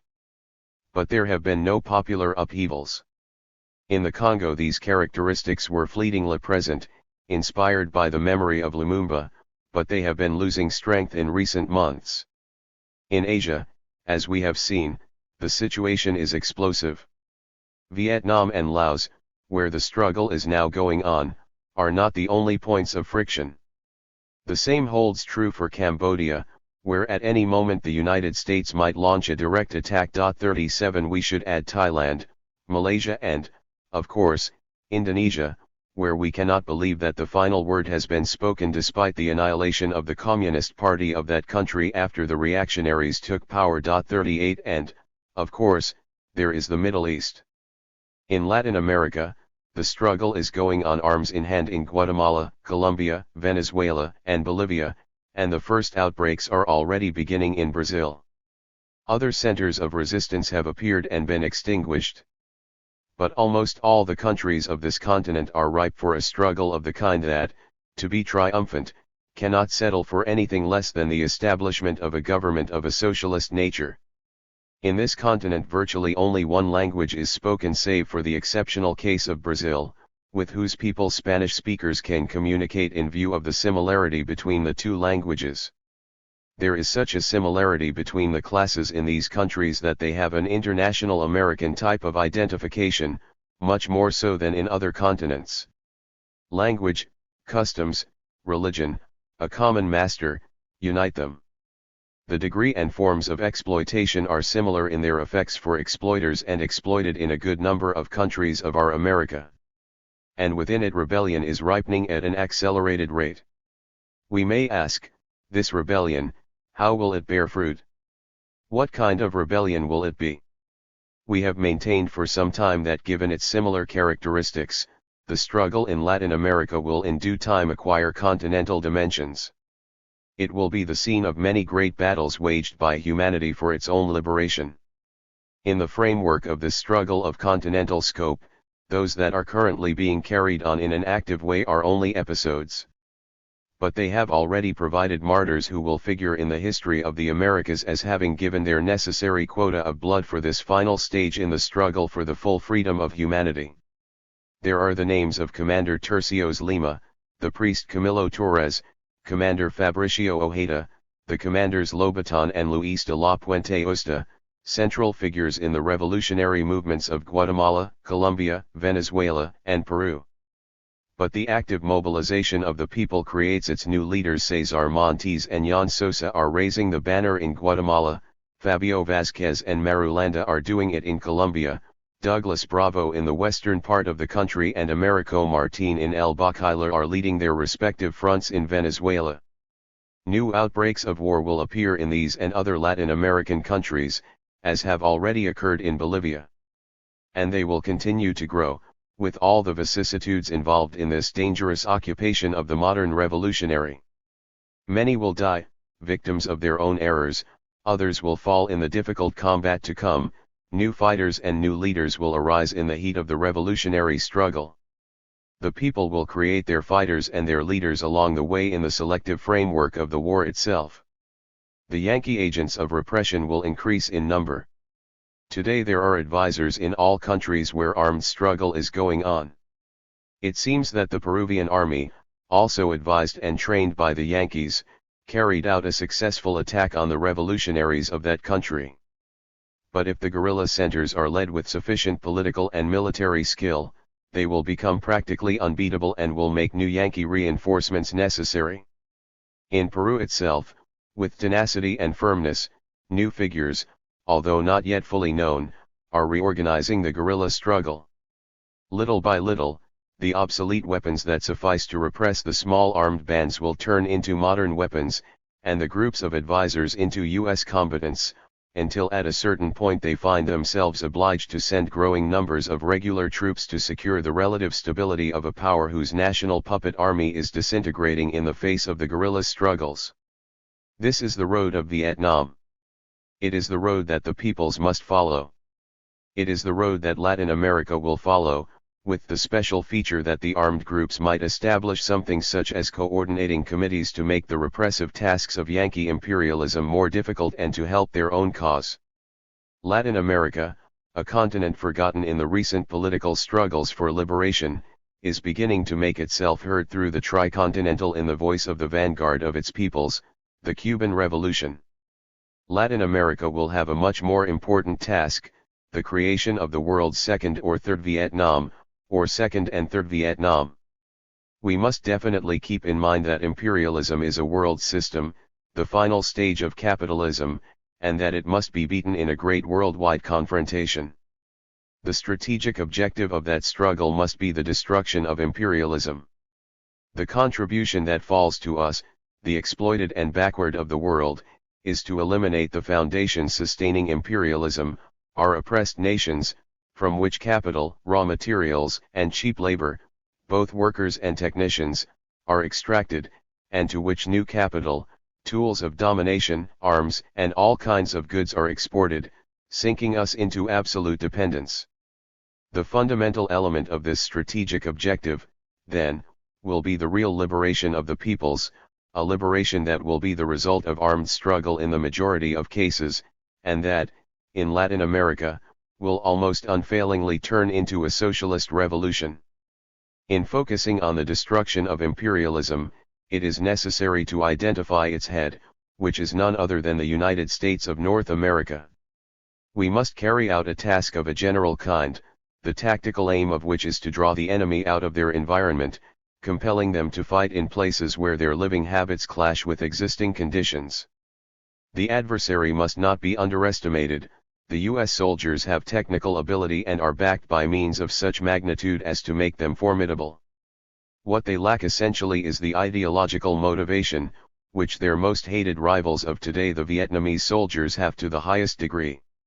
We will be able to triumph over this army only to the extent that we succeed in undermining its morale. And this is done by inflicting defeats on it and causing it repeated suffering. This brief outline for victories, however, entails immense sacrifices by the people, sacrifices that must be demanded starting right now, in the light of day, and that perhaps will be less painful than those they would have to endure if we constantly avoided battle in an effort to get others to pull the chestnuts out of the fire for us. Clearly, the last country to free itself very probably will do so without an armed struggle, and its people will be spared the suffering of a long war as cruel as imperialist wars are. But it may be impossible to avoid this struggle or its effects in a conflict of worldwide character, and that country might still suffer the same or even more. We cannot predict the future, but we must never give way to the cowardly temptation to be the standard bearers of a people who yearn for freedom but renounce the struggle that goes with it, and who wait as if expecting it to come as a crumb of victory. It is absolutely correct to avoid any needless sacrifice. That is why it is so important to be clear on the real possibilities that dependent Latin America has to free itself in a peaceful way. For us, the answer to this question is clear. Now may or may not be the right moment to start the struggle, but we can have no illusions, nor do we have a right to believe, that freedom can be won without a fight. Moreover, the battles will not be mere street fights with stones against tear gas, or peaceful general strikes. Nor will it be the struggle of an infuriated people that destroys the repressive apparatus of the ruling oligarchies in 2 or 3 days. It will be a long, bloody struggle in which the battlefronts will be in guerrilla refuges in the cities, in the homes of the combatants, where the repression will go seeking easy victims among their families, among the massacred peasant population, in the towns or cities destroyed by the enemy's bombs. We are being pushed into this struggle. It cannot be remedied other than by preparing for it and deciding to undertake it. The beginning will not be easy, it will be extremely difficult. All the oligarchy's repressive capacity, all its capacity for demagogy and brutality will be placed in the service of its cause. Our mission, in the first hour, is to survive, then, to act, the perennial example of the guerrilla carrying on armed propaganda in the Vietnamese meaning of the term, that is, the propaganda of bullets, of battles waged against the enemy that are won or lost. The great lesson of the guerrilla's invincibility is taking hold among the masses of the dispossessed, the galvanization of the national spirit, the preparation for more difficult tasks, for resistance to more violent repression. Hate as a factor in the struggle, intransigent hatred for the enemy that takes one beyond the natural limitations of a human being and converts one into an effective, violent, selective, cold, killing machine. Our soldiers must be like that. A people without hate cannot triumph over a brutal enemy. We must carry the war as far as the enemy carries it, into our enemy's home and places of recreation, making it total war. Our enemy must be prevented from having a moment's peace, a moment's quiet outside the barracks and even inside them. Attack them wherever they may be, make them feel like hunted animals wherever they go. Then their morale will begin to decline. They will become even more bestial, but the signs of the imminent decline will appear.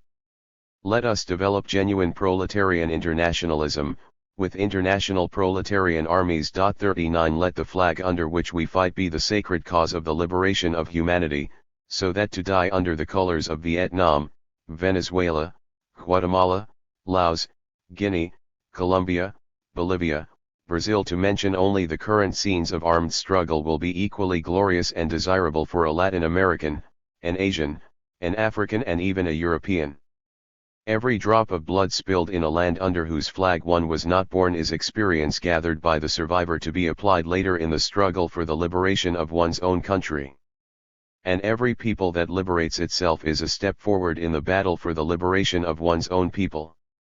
It is time to moderate our disputes and place everything at the service of the struggle. We all know that big controversies are agitating the world that is struggling for freedom. We cannot hide that. We also know that these controversies have acquired a character and a sharpness that make dialogue and reconciliation appear extremely difficult, if not impossible. It is useless to seek ways to initiate a dialogue that those in dispute have avoided. But the enemy is there, it strikes day after day and threatens new blows, and these blows will unite us today, tomorrow, or the next day. Whoever understands this first and prepares this necessary unity will win the people's gratitude.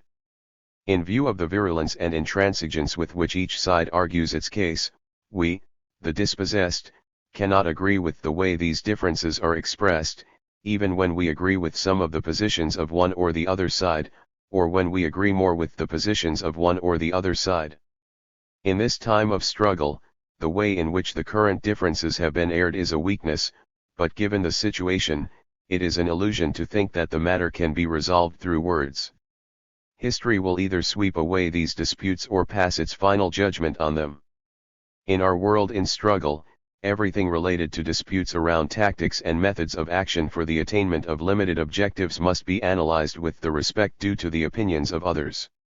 As for the great strategic objective, the total destruction of imperialism by means of struggle, on that we must be intransigent. Let us sum up as follows our aspirations for victory. Destruction of imperialism by means of eliminating its strongest bulwark, the imperialist domination of the United States of North America. To take as a tactical line the gradual liberation of the peoples, one by one or in groups, involving the enemy in a difficult struggle outside his terrain, destroying his bases of support, that is, his dependent territories. This means a long war. And, we repeat once again, a cruel war.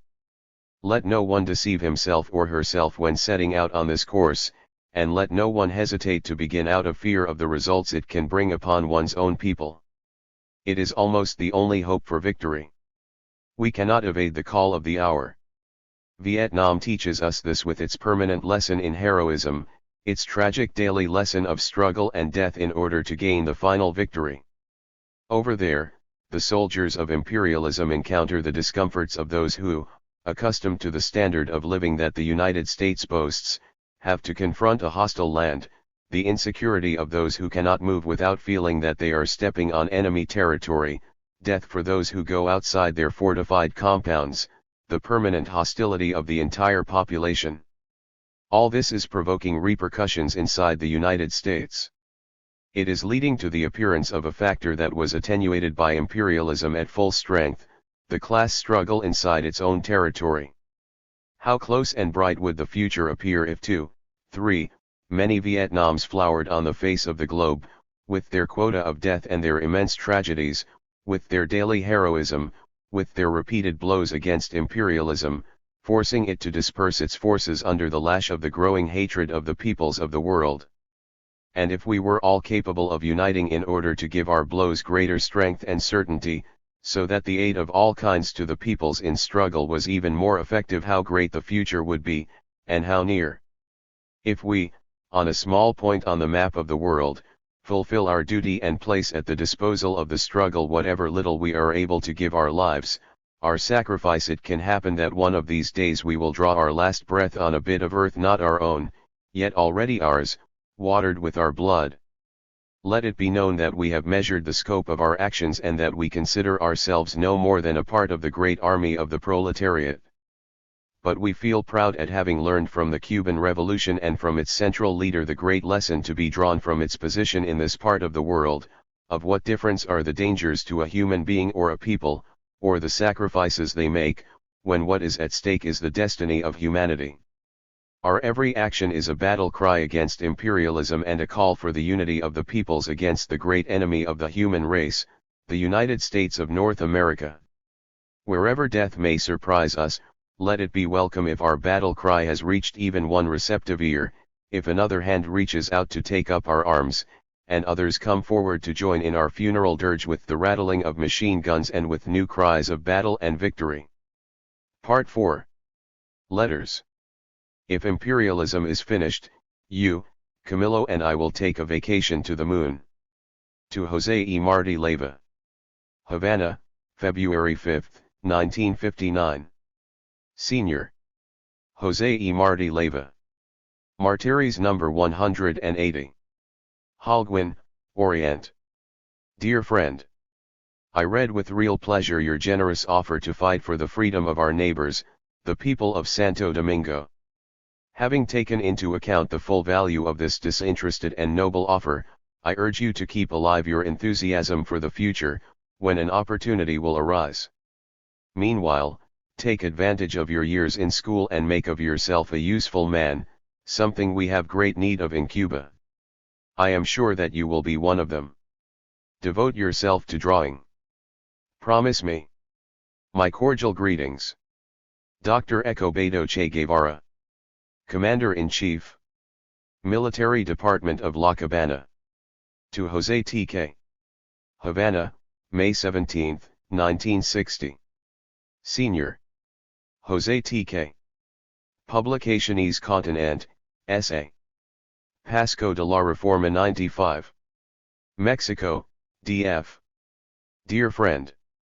I implore you to forgive me for the delay in answering your letter. It was due not so much to negligence on my part but to lack of time. It would give me great pleasure to bear the cost of your trip to Cuba, but I do not possess the means to do it. My income is limited to my salary as Major of the rebel army, which, in accordance with the austerity policy of our revolutionary government, consists only of the amount necessary to maintain a decent standard of living. Your letter was no bother at all, on the contrary I was glad to receive it. Affectionately. Commander Escobedo Che Guevara. To Dr. Fernando Barril. Havana, February 15, 1961. Year of Education. Dr. Fernando Barril. Ujapest, Hungary. Dear Fernando. It is truly a pity that we have not been able to see each other for even a few minutes. I write with the haste and brevity imposed by my many diverse pursuits. I hope you will understand. To come to the point, though you did not speak of it in your last letter as you had in the one before that, I assume that you want to come to work in these parts. I can tell you now that there is work here for you and your wife, that the salary will be adequate but will not suffice for luxuries, that the experience of the Cuban Revolution is something I deem to be highly interesting for people such as you, who must someday begin to work again in their native land. Of course you could bring your mother, all necessary personal facilities for your work would be available. The university is being reorganized and there is room for you there if you are interested. Naturally you will find more irrational things here than there, since a revolution upsets and disarranges everything. Little by little everybody must be placed in the job he is best suited to. The only important thing is not to hamper anyone's work. To sum up, aquí está tu casa. If you want to come, Let me know in the way you consider advisable, and explain to me the steps that would have to be taken, if any, in order to bring your wife. Since we have followed such different paths for many years, I can tell you as a matter of personal information that I am married and have 2 daughters. I had some news of old friends from Mama who visited me a few months ago. A fraternal embrace from your friend, Commander Escobedo Che Guevara. To Carlos Franqui. This letter was written in response to the publication by Revolucion of a special photo supplement entitled Che in the Escambre, Diary of an Invasion in its December 24, 1962, issue. This letter was published in the December 29, 1962, Revolucion. Compañero Carlos Franqui. Editor, Revolucion. Havana. Compañero Franqui. I did not like the photo supplement published the other day. Allow me to tell you this very frankly and to explain why, hoping that these lines will be published as my outburst. Leaving aside small things that do not speak well of the newspaper's seriousness, such as those photos with a group of soldiers aiming at a supposed enemy with their eyes turned to the camera, there are fundamental errors. One, that extract from the diary is not entirely authentic. The thing was like this. I was asked, during the war, if I had kept a diary of the invasion by Guevara's column from Orient to Las Villas. I had, but in the form of very bare notes, for my personal use, and at the time I had no opportunity to develop it. A gentleman from Santa Clara took charge of doing that. I don't remember now under what circumstances. He turned out to be quite flamboyant and felt like adding feats by means of adjectives. What little value those 4 notes might have is destroyed when they lose authenticity. 2. It is false that the war for me took second place to meeting the needs of the peasantry. At that time winning the war was the important thing, and I believe I devoted myself to that task with all the dogged determination I was capable of. After entering the Escambre Mountains I gave 2 days rest to a troop that had been on the march for 45 days under extremely difficult conditions, and resumed operations, seizing Guinea de Miranda. If a mistake was made it was in the opposite sense, little attention to the difficult task of dealing with all the cattle rustlers who had taken up arms in those cursed hills. Gutierrez Menoyo and his crew vexed me to no end and I had to put up with it to be able to devote myself to the central task, the war. 3. It is false to say that Ramiro Valdez was a close collaborator of Che's in organizational matters. I don't know how that could have gotten by you, as editor, knowing him as well as you do. Ramirito was at Moncada, he was imprisoned on the Isle of Pines, he came on the Granma as a lieutenant, rose to captain when I was made a commander, he led a column as a commander, he was the second chief of the invasion, and then he led the operations in the eastern sector while I marched towards Santa Clara. I believe that the historical truth must be respected. To fabricate it at whim does not lead to any good results. For that reason, and because I was an actor in that part of the drama, I made up my mind to write you these critical lines, which try to be constructive. It seems to me that if you had checked the text the errors could have been avoided.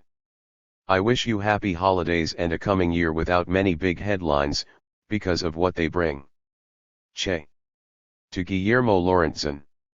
Havana, May 4, 1963. Year of Organization. Compañero Guillermo Lorentzen. Havana. Compañero. I have received your letters and I thank you for them. I was born in Argentina, I fought in Cuba, and I began to be a revolutionary in Guatemala. This autobiographical synthesis will perhaps serve as some justification for my interference in your affairs. In Guatemala the guerrillas are fighting. The people have to some extent taken up arms.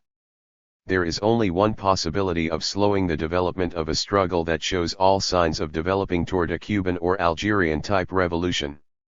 Imperialism has that possibility, although I am not sure if they will bother to use it, free elections with Arevalo. That is how we see the matter. Can you think it is otherwise? A revolutionary greeting. Patria o muerte. Vence Ramos. Commander Escobedo Che Guevara. To Peter Marucci. Havana, May 4, 1963 Year of Organization. Mr. Peter Marucci. Wire Editor. The Daily Mercury. Guelph, Canada. Campanero. First of all, allow me to confess that in our country bureaucracy is strong and well entrenched. Into its immense bosom it absorbs papers, incubates them, and in time sees to it that they reach their destination. That is why I am only now answering your kind letter. Cuba is a socialist country, tropical, unpolished, ingenuous, and gay. It is socialist, without relinquishing even one of its own characteristics while it adds to its people's maturity. It is worth getting acquainted with. We hope you will come, whenever you like. Sincerely. Patria o Muerte. Vence Ramos. Commander Escobedo Che Guevara. To Dr. Aleta Coto Martinez. May 23, 1963 Year of Organization. Dr. Aleta Coto Martinez. Assistant. Director of Primary Regional Education. Puerto Regla Guanabaco. Ministry of Education. City. Dear Campanera. Thank you for your letter. Sometimes we revolutionaries are lonely. Even our children look on us as strangers. They see less of us than of the soldier on sentry duty, whom they call uncle. The compositions you sent me took me back for a moment to the composition that we wrote for a president's visit to our town, when I was in the 2nd or 3rd grade. The difference between what those children expressed and what these children of today's revolution express makes us confident of the future. A revolutionary greeting. Patria o Muerte. Vence Ramos. Commander Escobedo Che Guevara. To the Companeros of the Motorcycle Assembly Plant. Havana, May 31, 1963. Companeros of the Motorcycle Assembly Plant. Santiago de Cuba. Companeros. There is an error in your proposals. Workers responsible for the production of any article have no right over it. Bakers have no right to more bread, cement workers have no right to more bags of cement, nor do you have any right to motorcycles. The day of my visit, I saw that one of the three-wheelers was being used as a kind of little bus. Just as I was criticizing that, a member of the communist youth was leaving on a motorcycle to do some work for that organization, which I was doubly critical of, given the improper use of the vehicle and the incorrect attitude of using time paid for by society for tasks that are supposed to represent an extra contribution of time to society, of an absolutely voluntary nature. In the course of the conversation I said I would look into the question of the conditions of payment and whether or not it would be possible to give vehicles to some workers and technicians. Since responsibility for all the tasks of distribution and sale of vehicles has been turned over to the Ministry of Transportation, I don't see the possibility of that happening.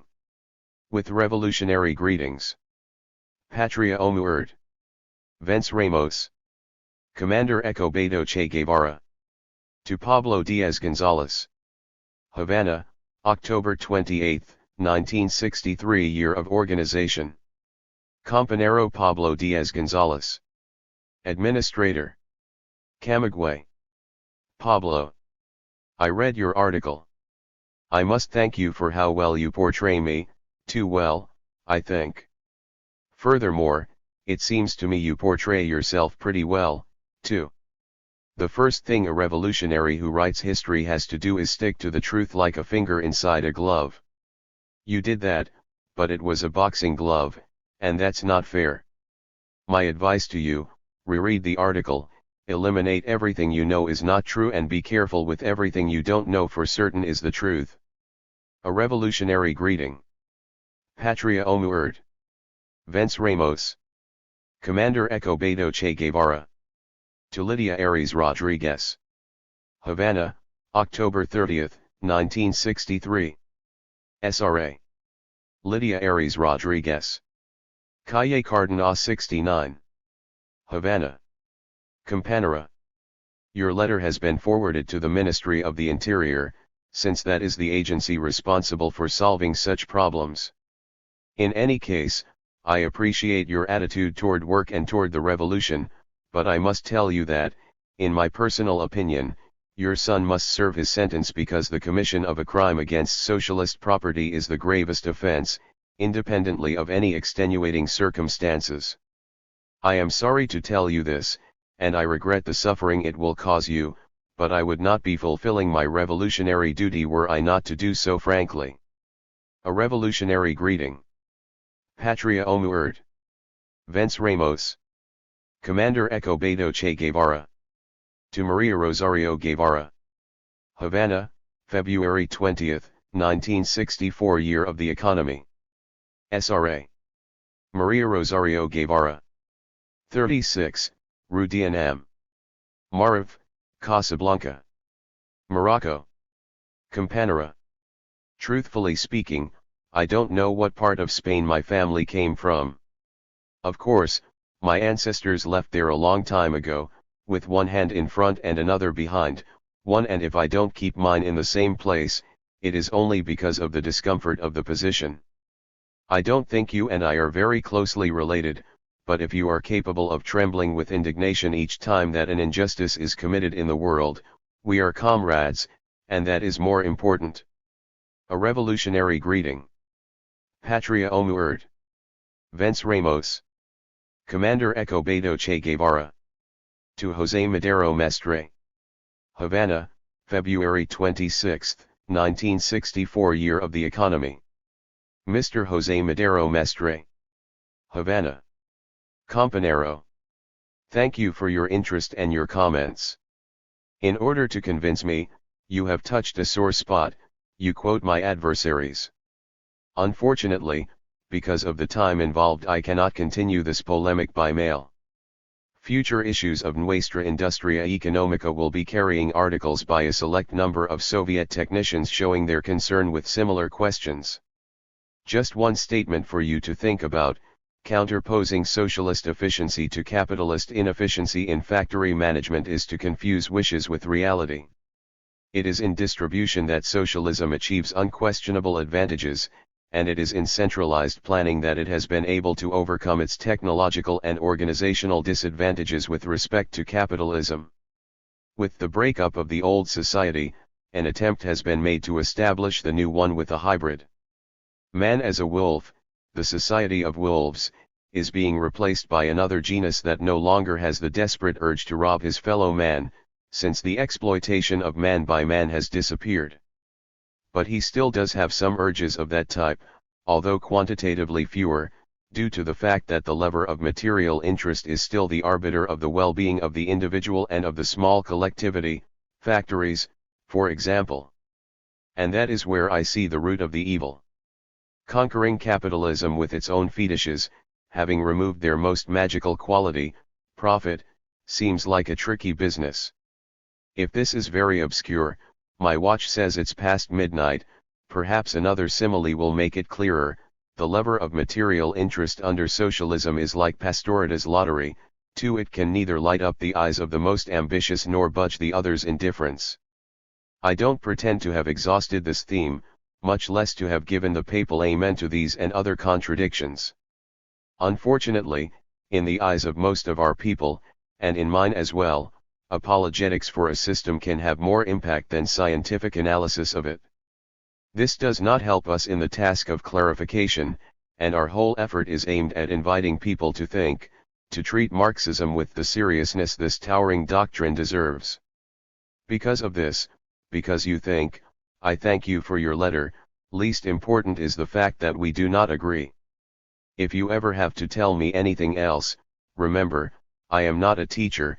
I am just one of many men struggling today to build a new Cuba, but who had the good fortune to be at Fidel's side during the most difficult moments of the Cuban Revolution and some of the most tragic and glorious moments in the history of the worldwide struggle for freedom.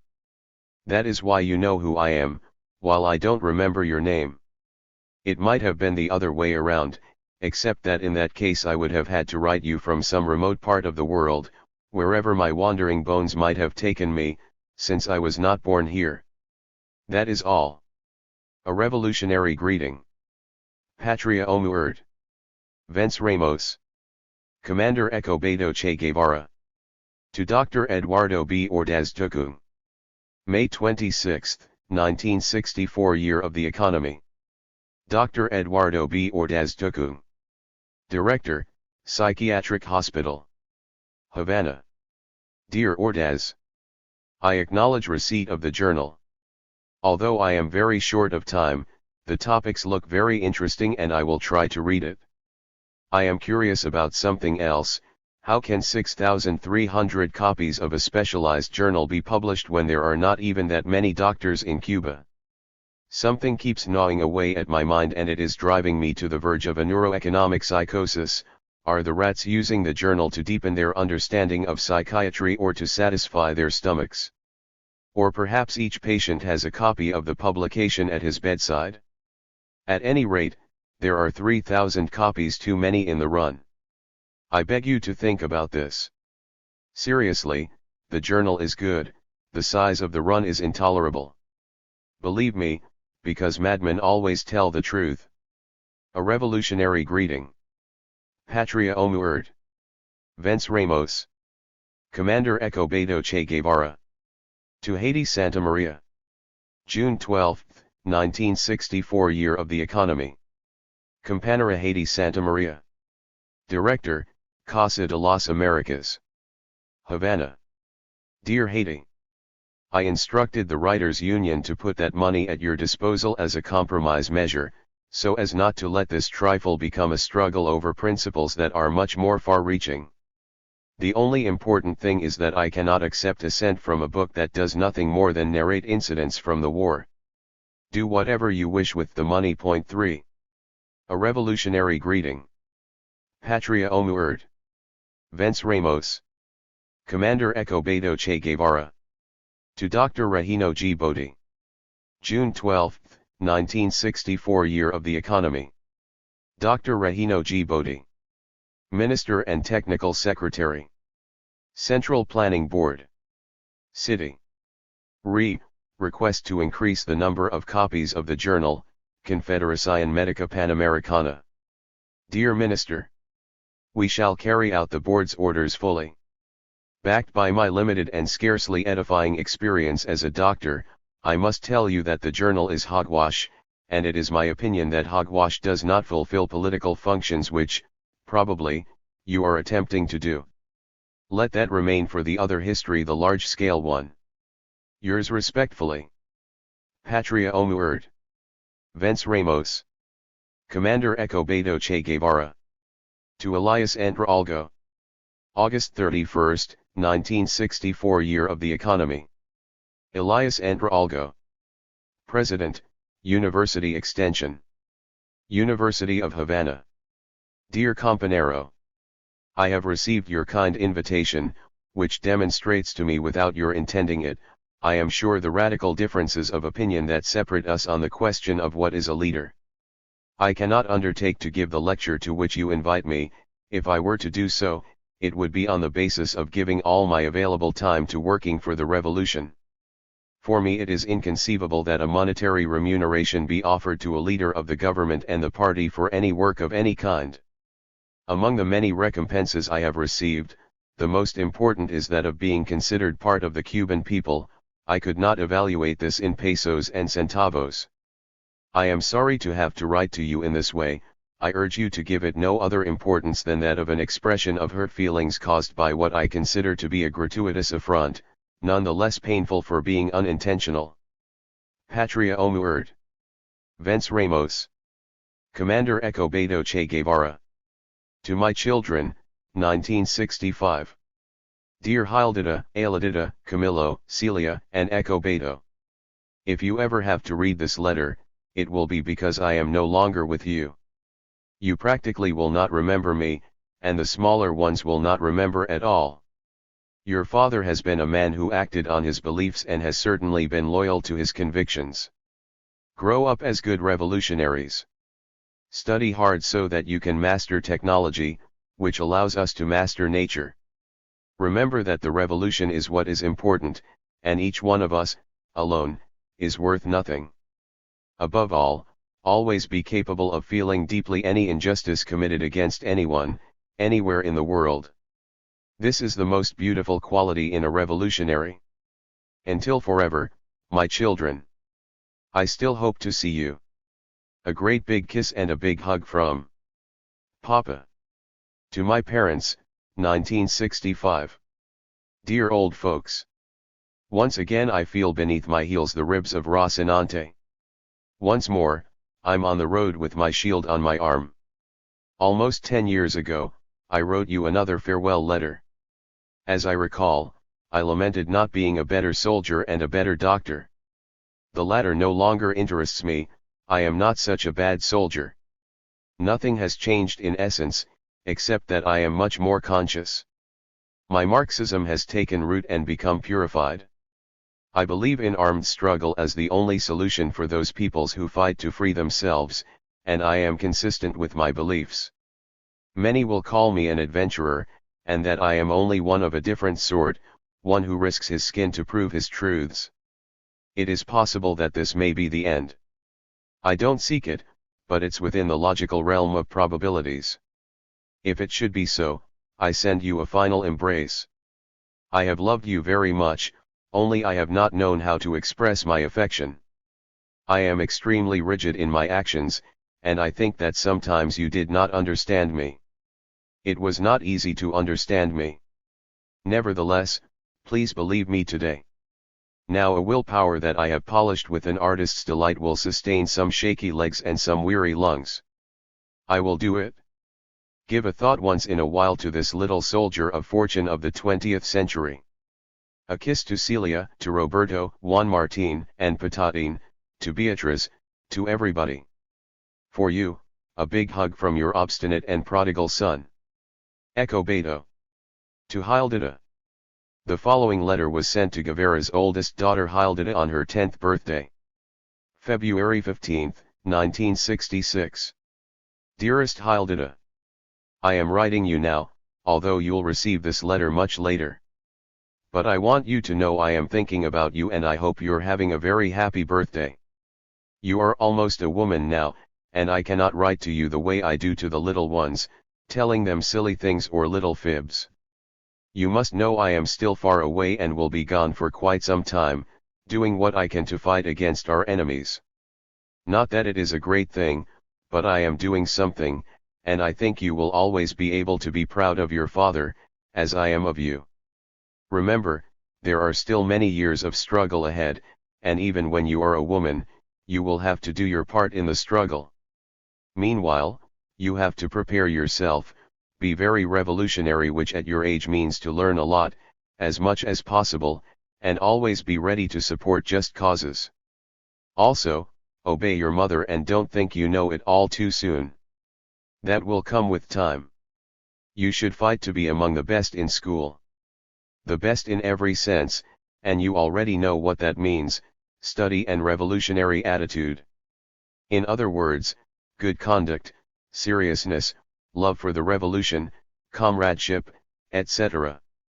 I was not that way at your age, but I lived in a different society, where man was an enemy of man. Now you have the privilege of living in another era and you must be worthy of it. Don't forget to go by the house to keep an eye on the other kids and advise them to study and behave themselves. Especially Aelidita, who pays a lot of attention to you as her older sister. All right, old lady. Again I hope you are very happy on your birthday. Give a hug to your mother and to Gina. I give you a great big strong one to last as long as we don't see each other. Your Papa. To Fidel Castro, 1965. This letter was read by Fidel Castro on October 3, 1965, at a public ceremony presenting the Central Committee of the newly created Communist Party of Cuba. In the presence of Guevara's wife and children, Castro stated, "I am going to read a letter, handwritten and later typed, from Compañero Ecobedo Guevara, which is self-explanatory. It reads as follows: Havana. It has no date, as the letter was to have been read at the most opportune moment, but was actually delivered on April 1 of this year. The reading of this letter was the first public explanation of the circumstances of Guevara's absence from Cuba. Havana. Fidel. At this moment I remember many things when I met you in Maria Antonia's house, when you proposed I come along, all the tensions involved in the preparations. One day they came by and asked who should be notified in case of death, and the real possibility of that fact struck us all. Later we knew that it was true, that in a revolution one wins or dies, if it is a real one. Many comrades fell along the way to victory. Today everything has a less dramatic tone, because we are more mature. But the event repeats itself. I feel that I have fulfilled the part of my duty that tied me to the Cuban Revolution in its territory, and I say goodbye to you, to the comrades, to your people, who now are mine. I formally resign my positions in the leadership of the party, my post as minister, my rank of commander, and my Cuban citizenship. Nothing legal binds me to Cuba. The only ties are of another nature, those that cannot be broken, as can appointments to a post. Recalling my past life, I believe I have worked with sufficient honesty and dedication to consolidate the revolutionary triumph. My only serious failing was not having had more confidence in you from the first moments in the Sierra Maestra, and not having understood quickly enough your qualities as a leader and a revolutionary. I have lived magnificent days, and at your side I felt the pride of belonging to our people in the brilliant yet sad days of the Caribbean crisis. Seldom has a statesman been more brilliant than you in those days.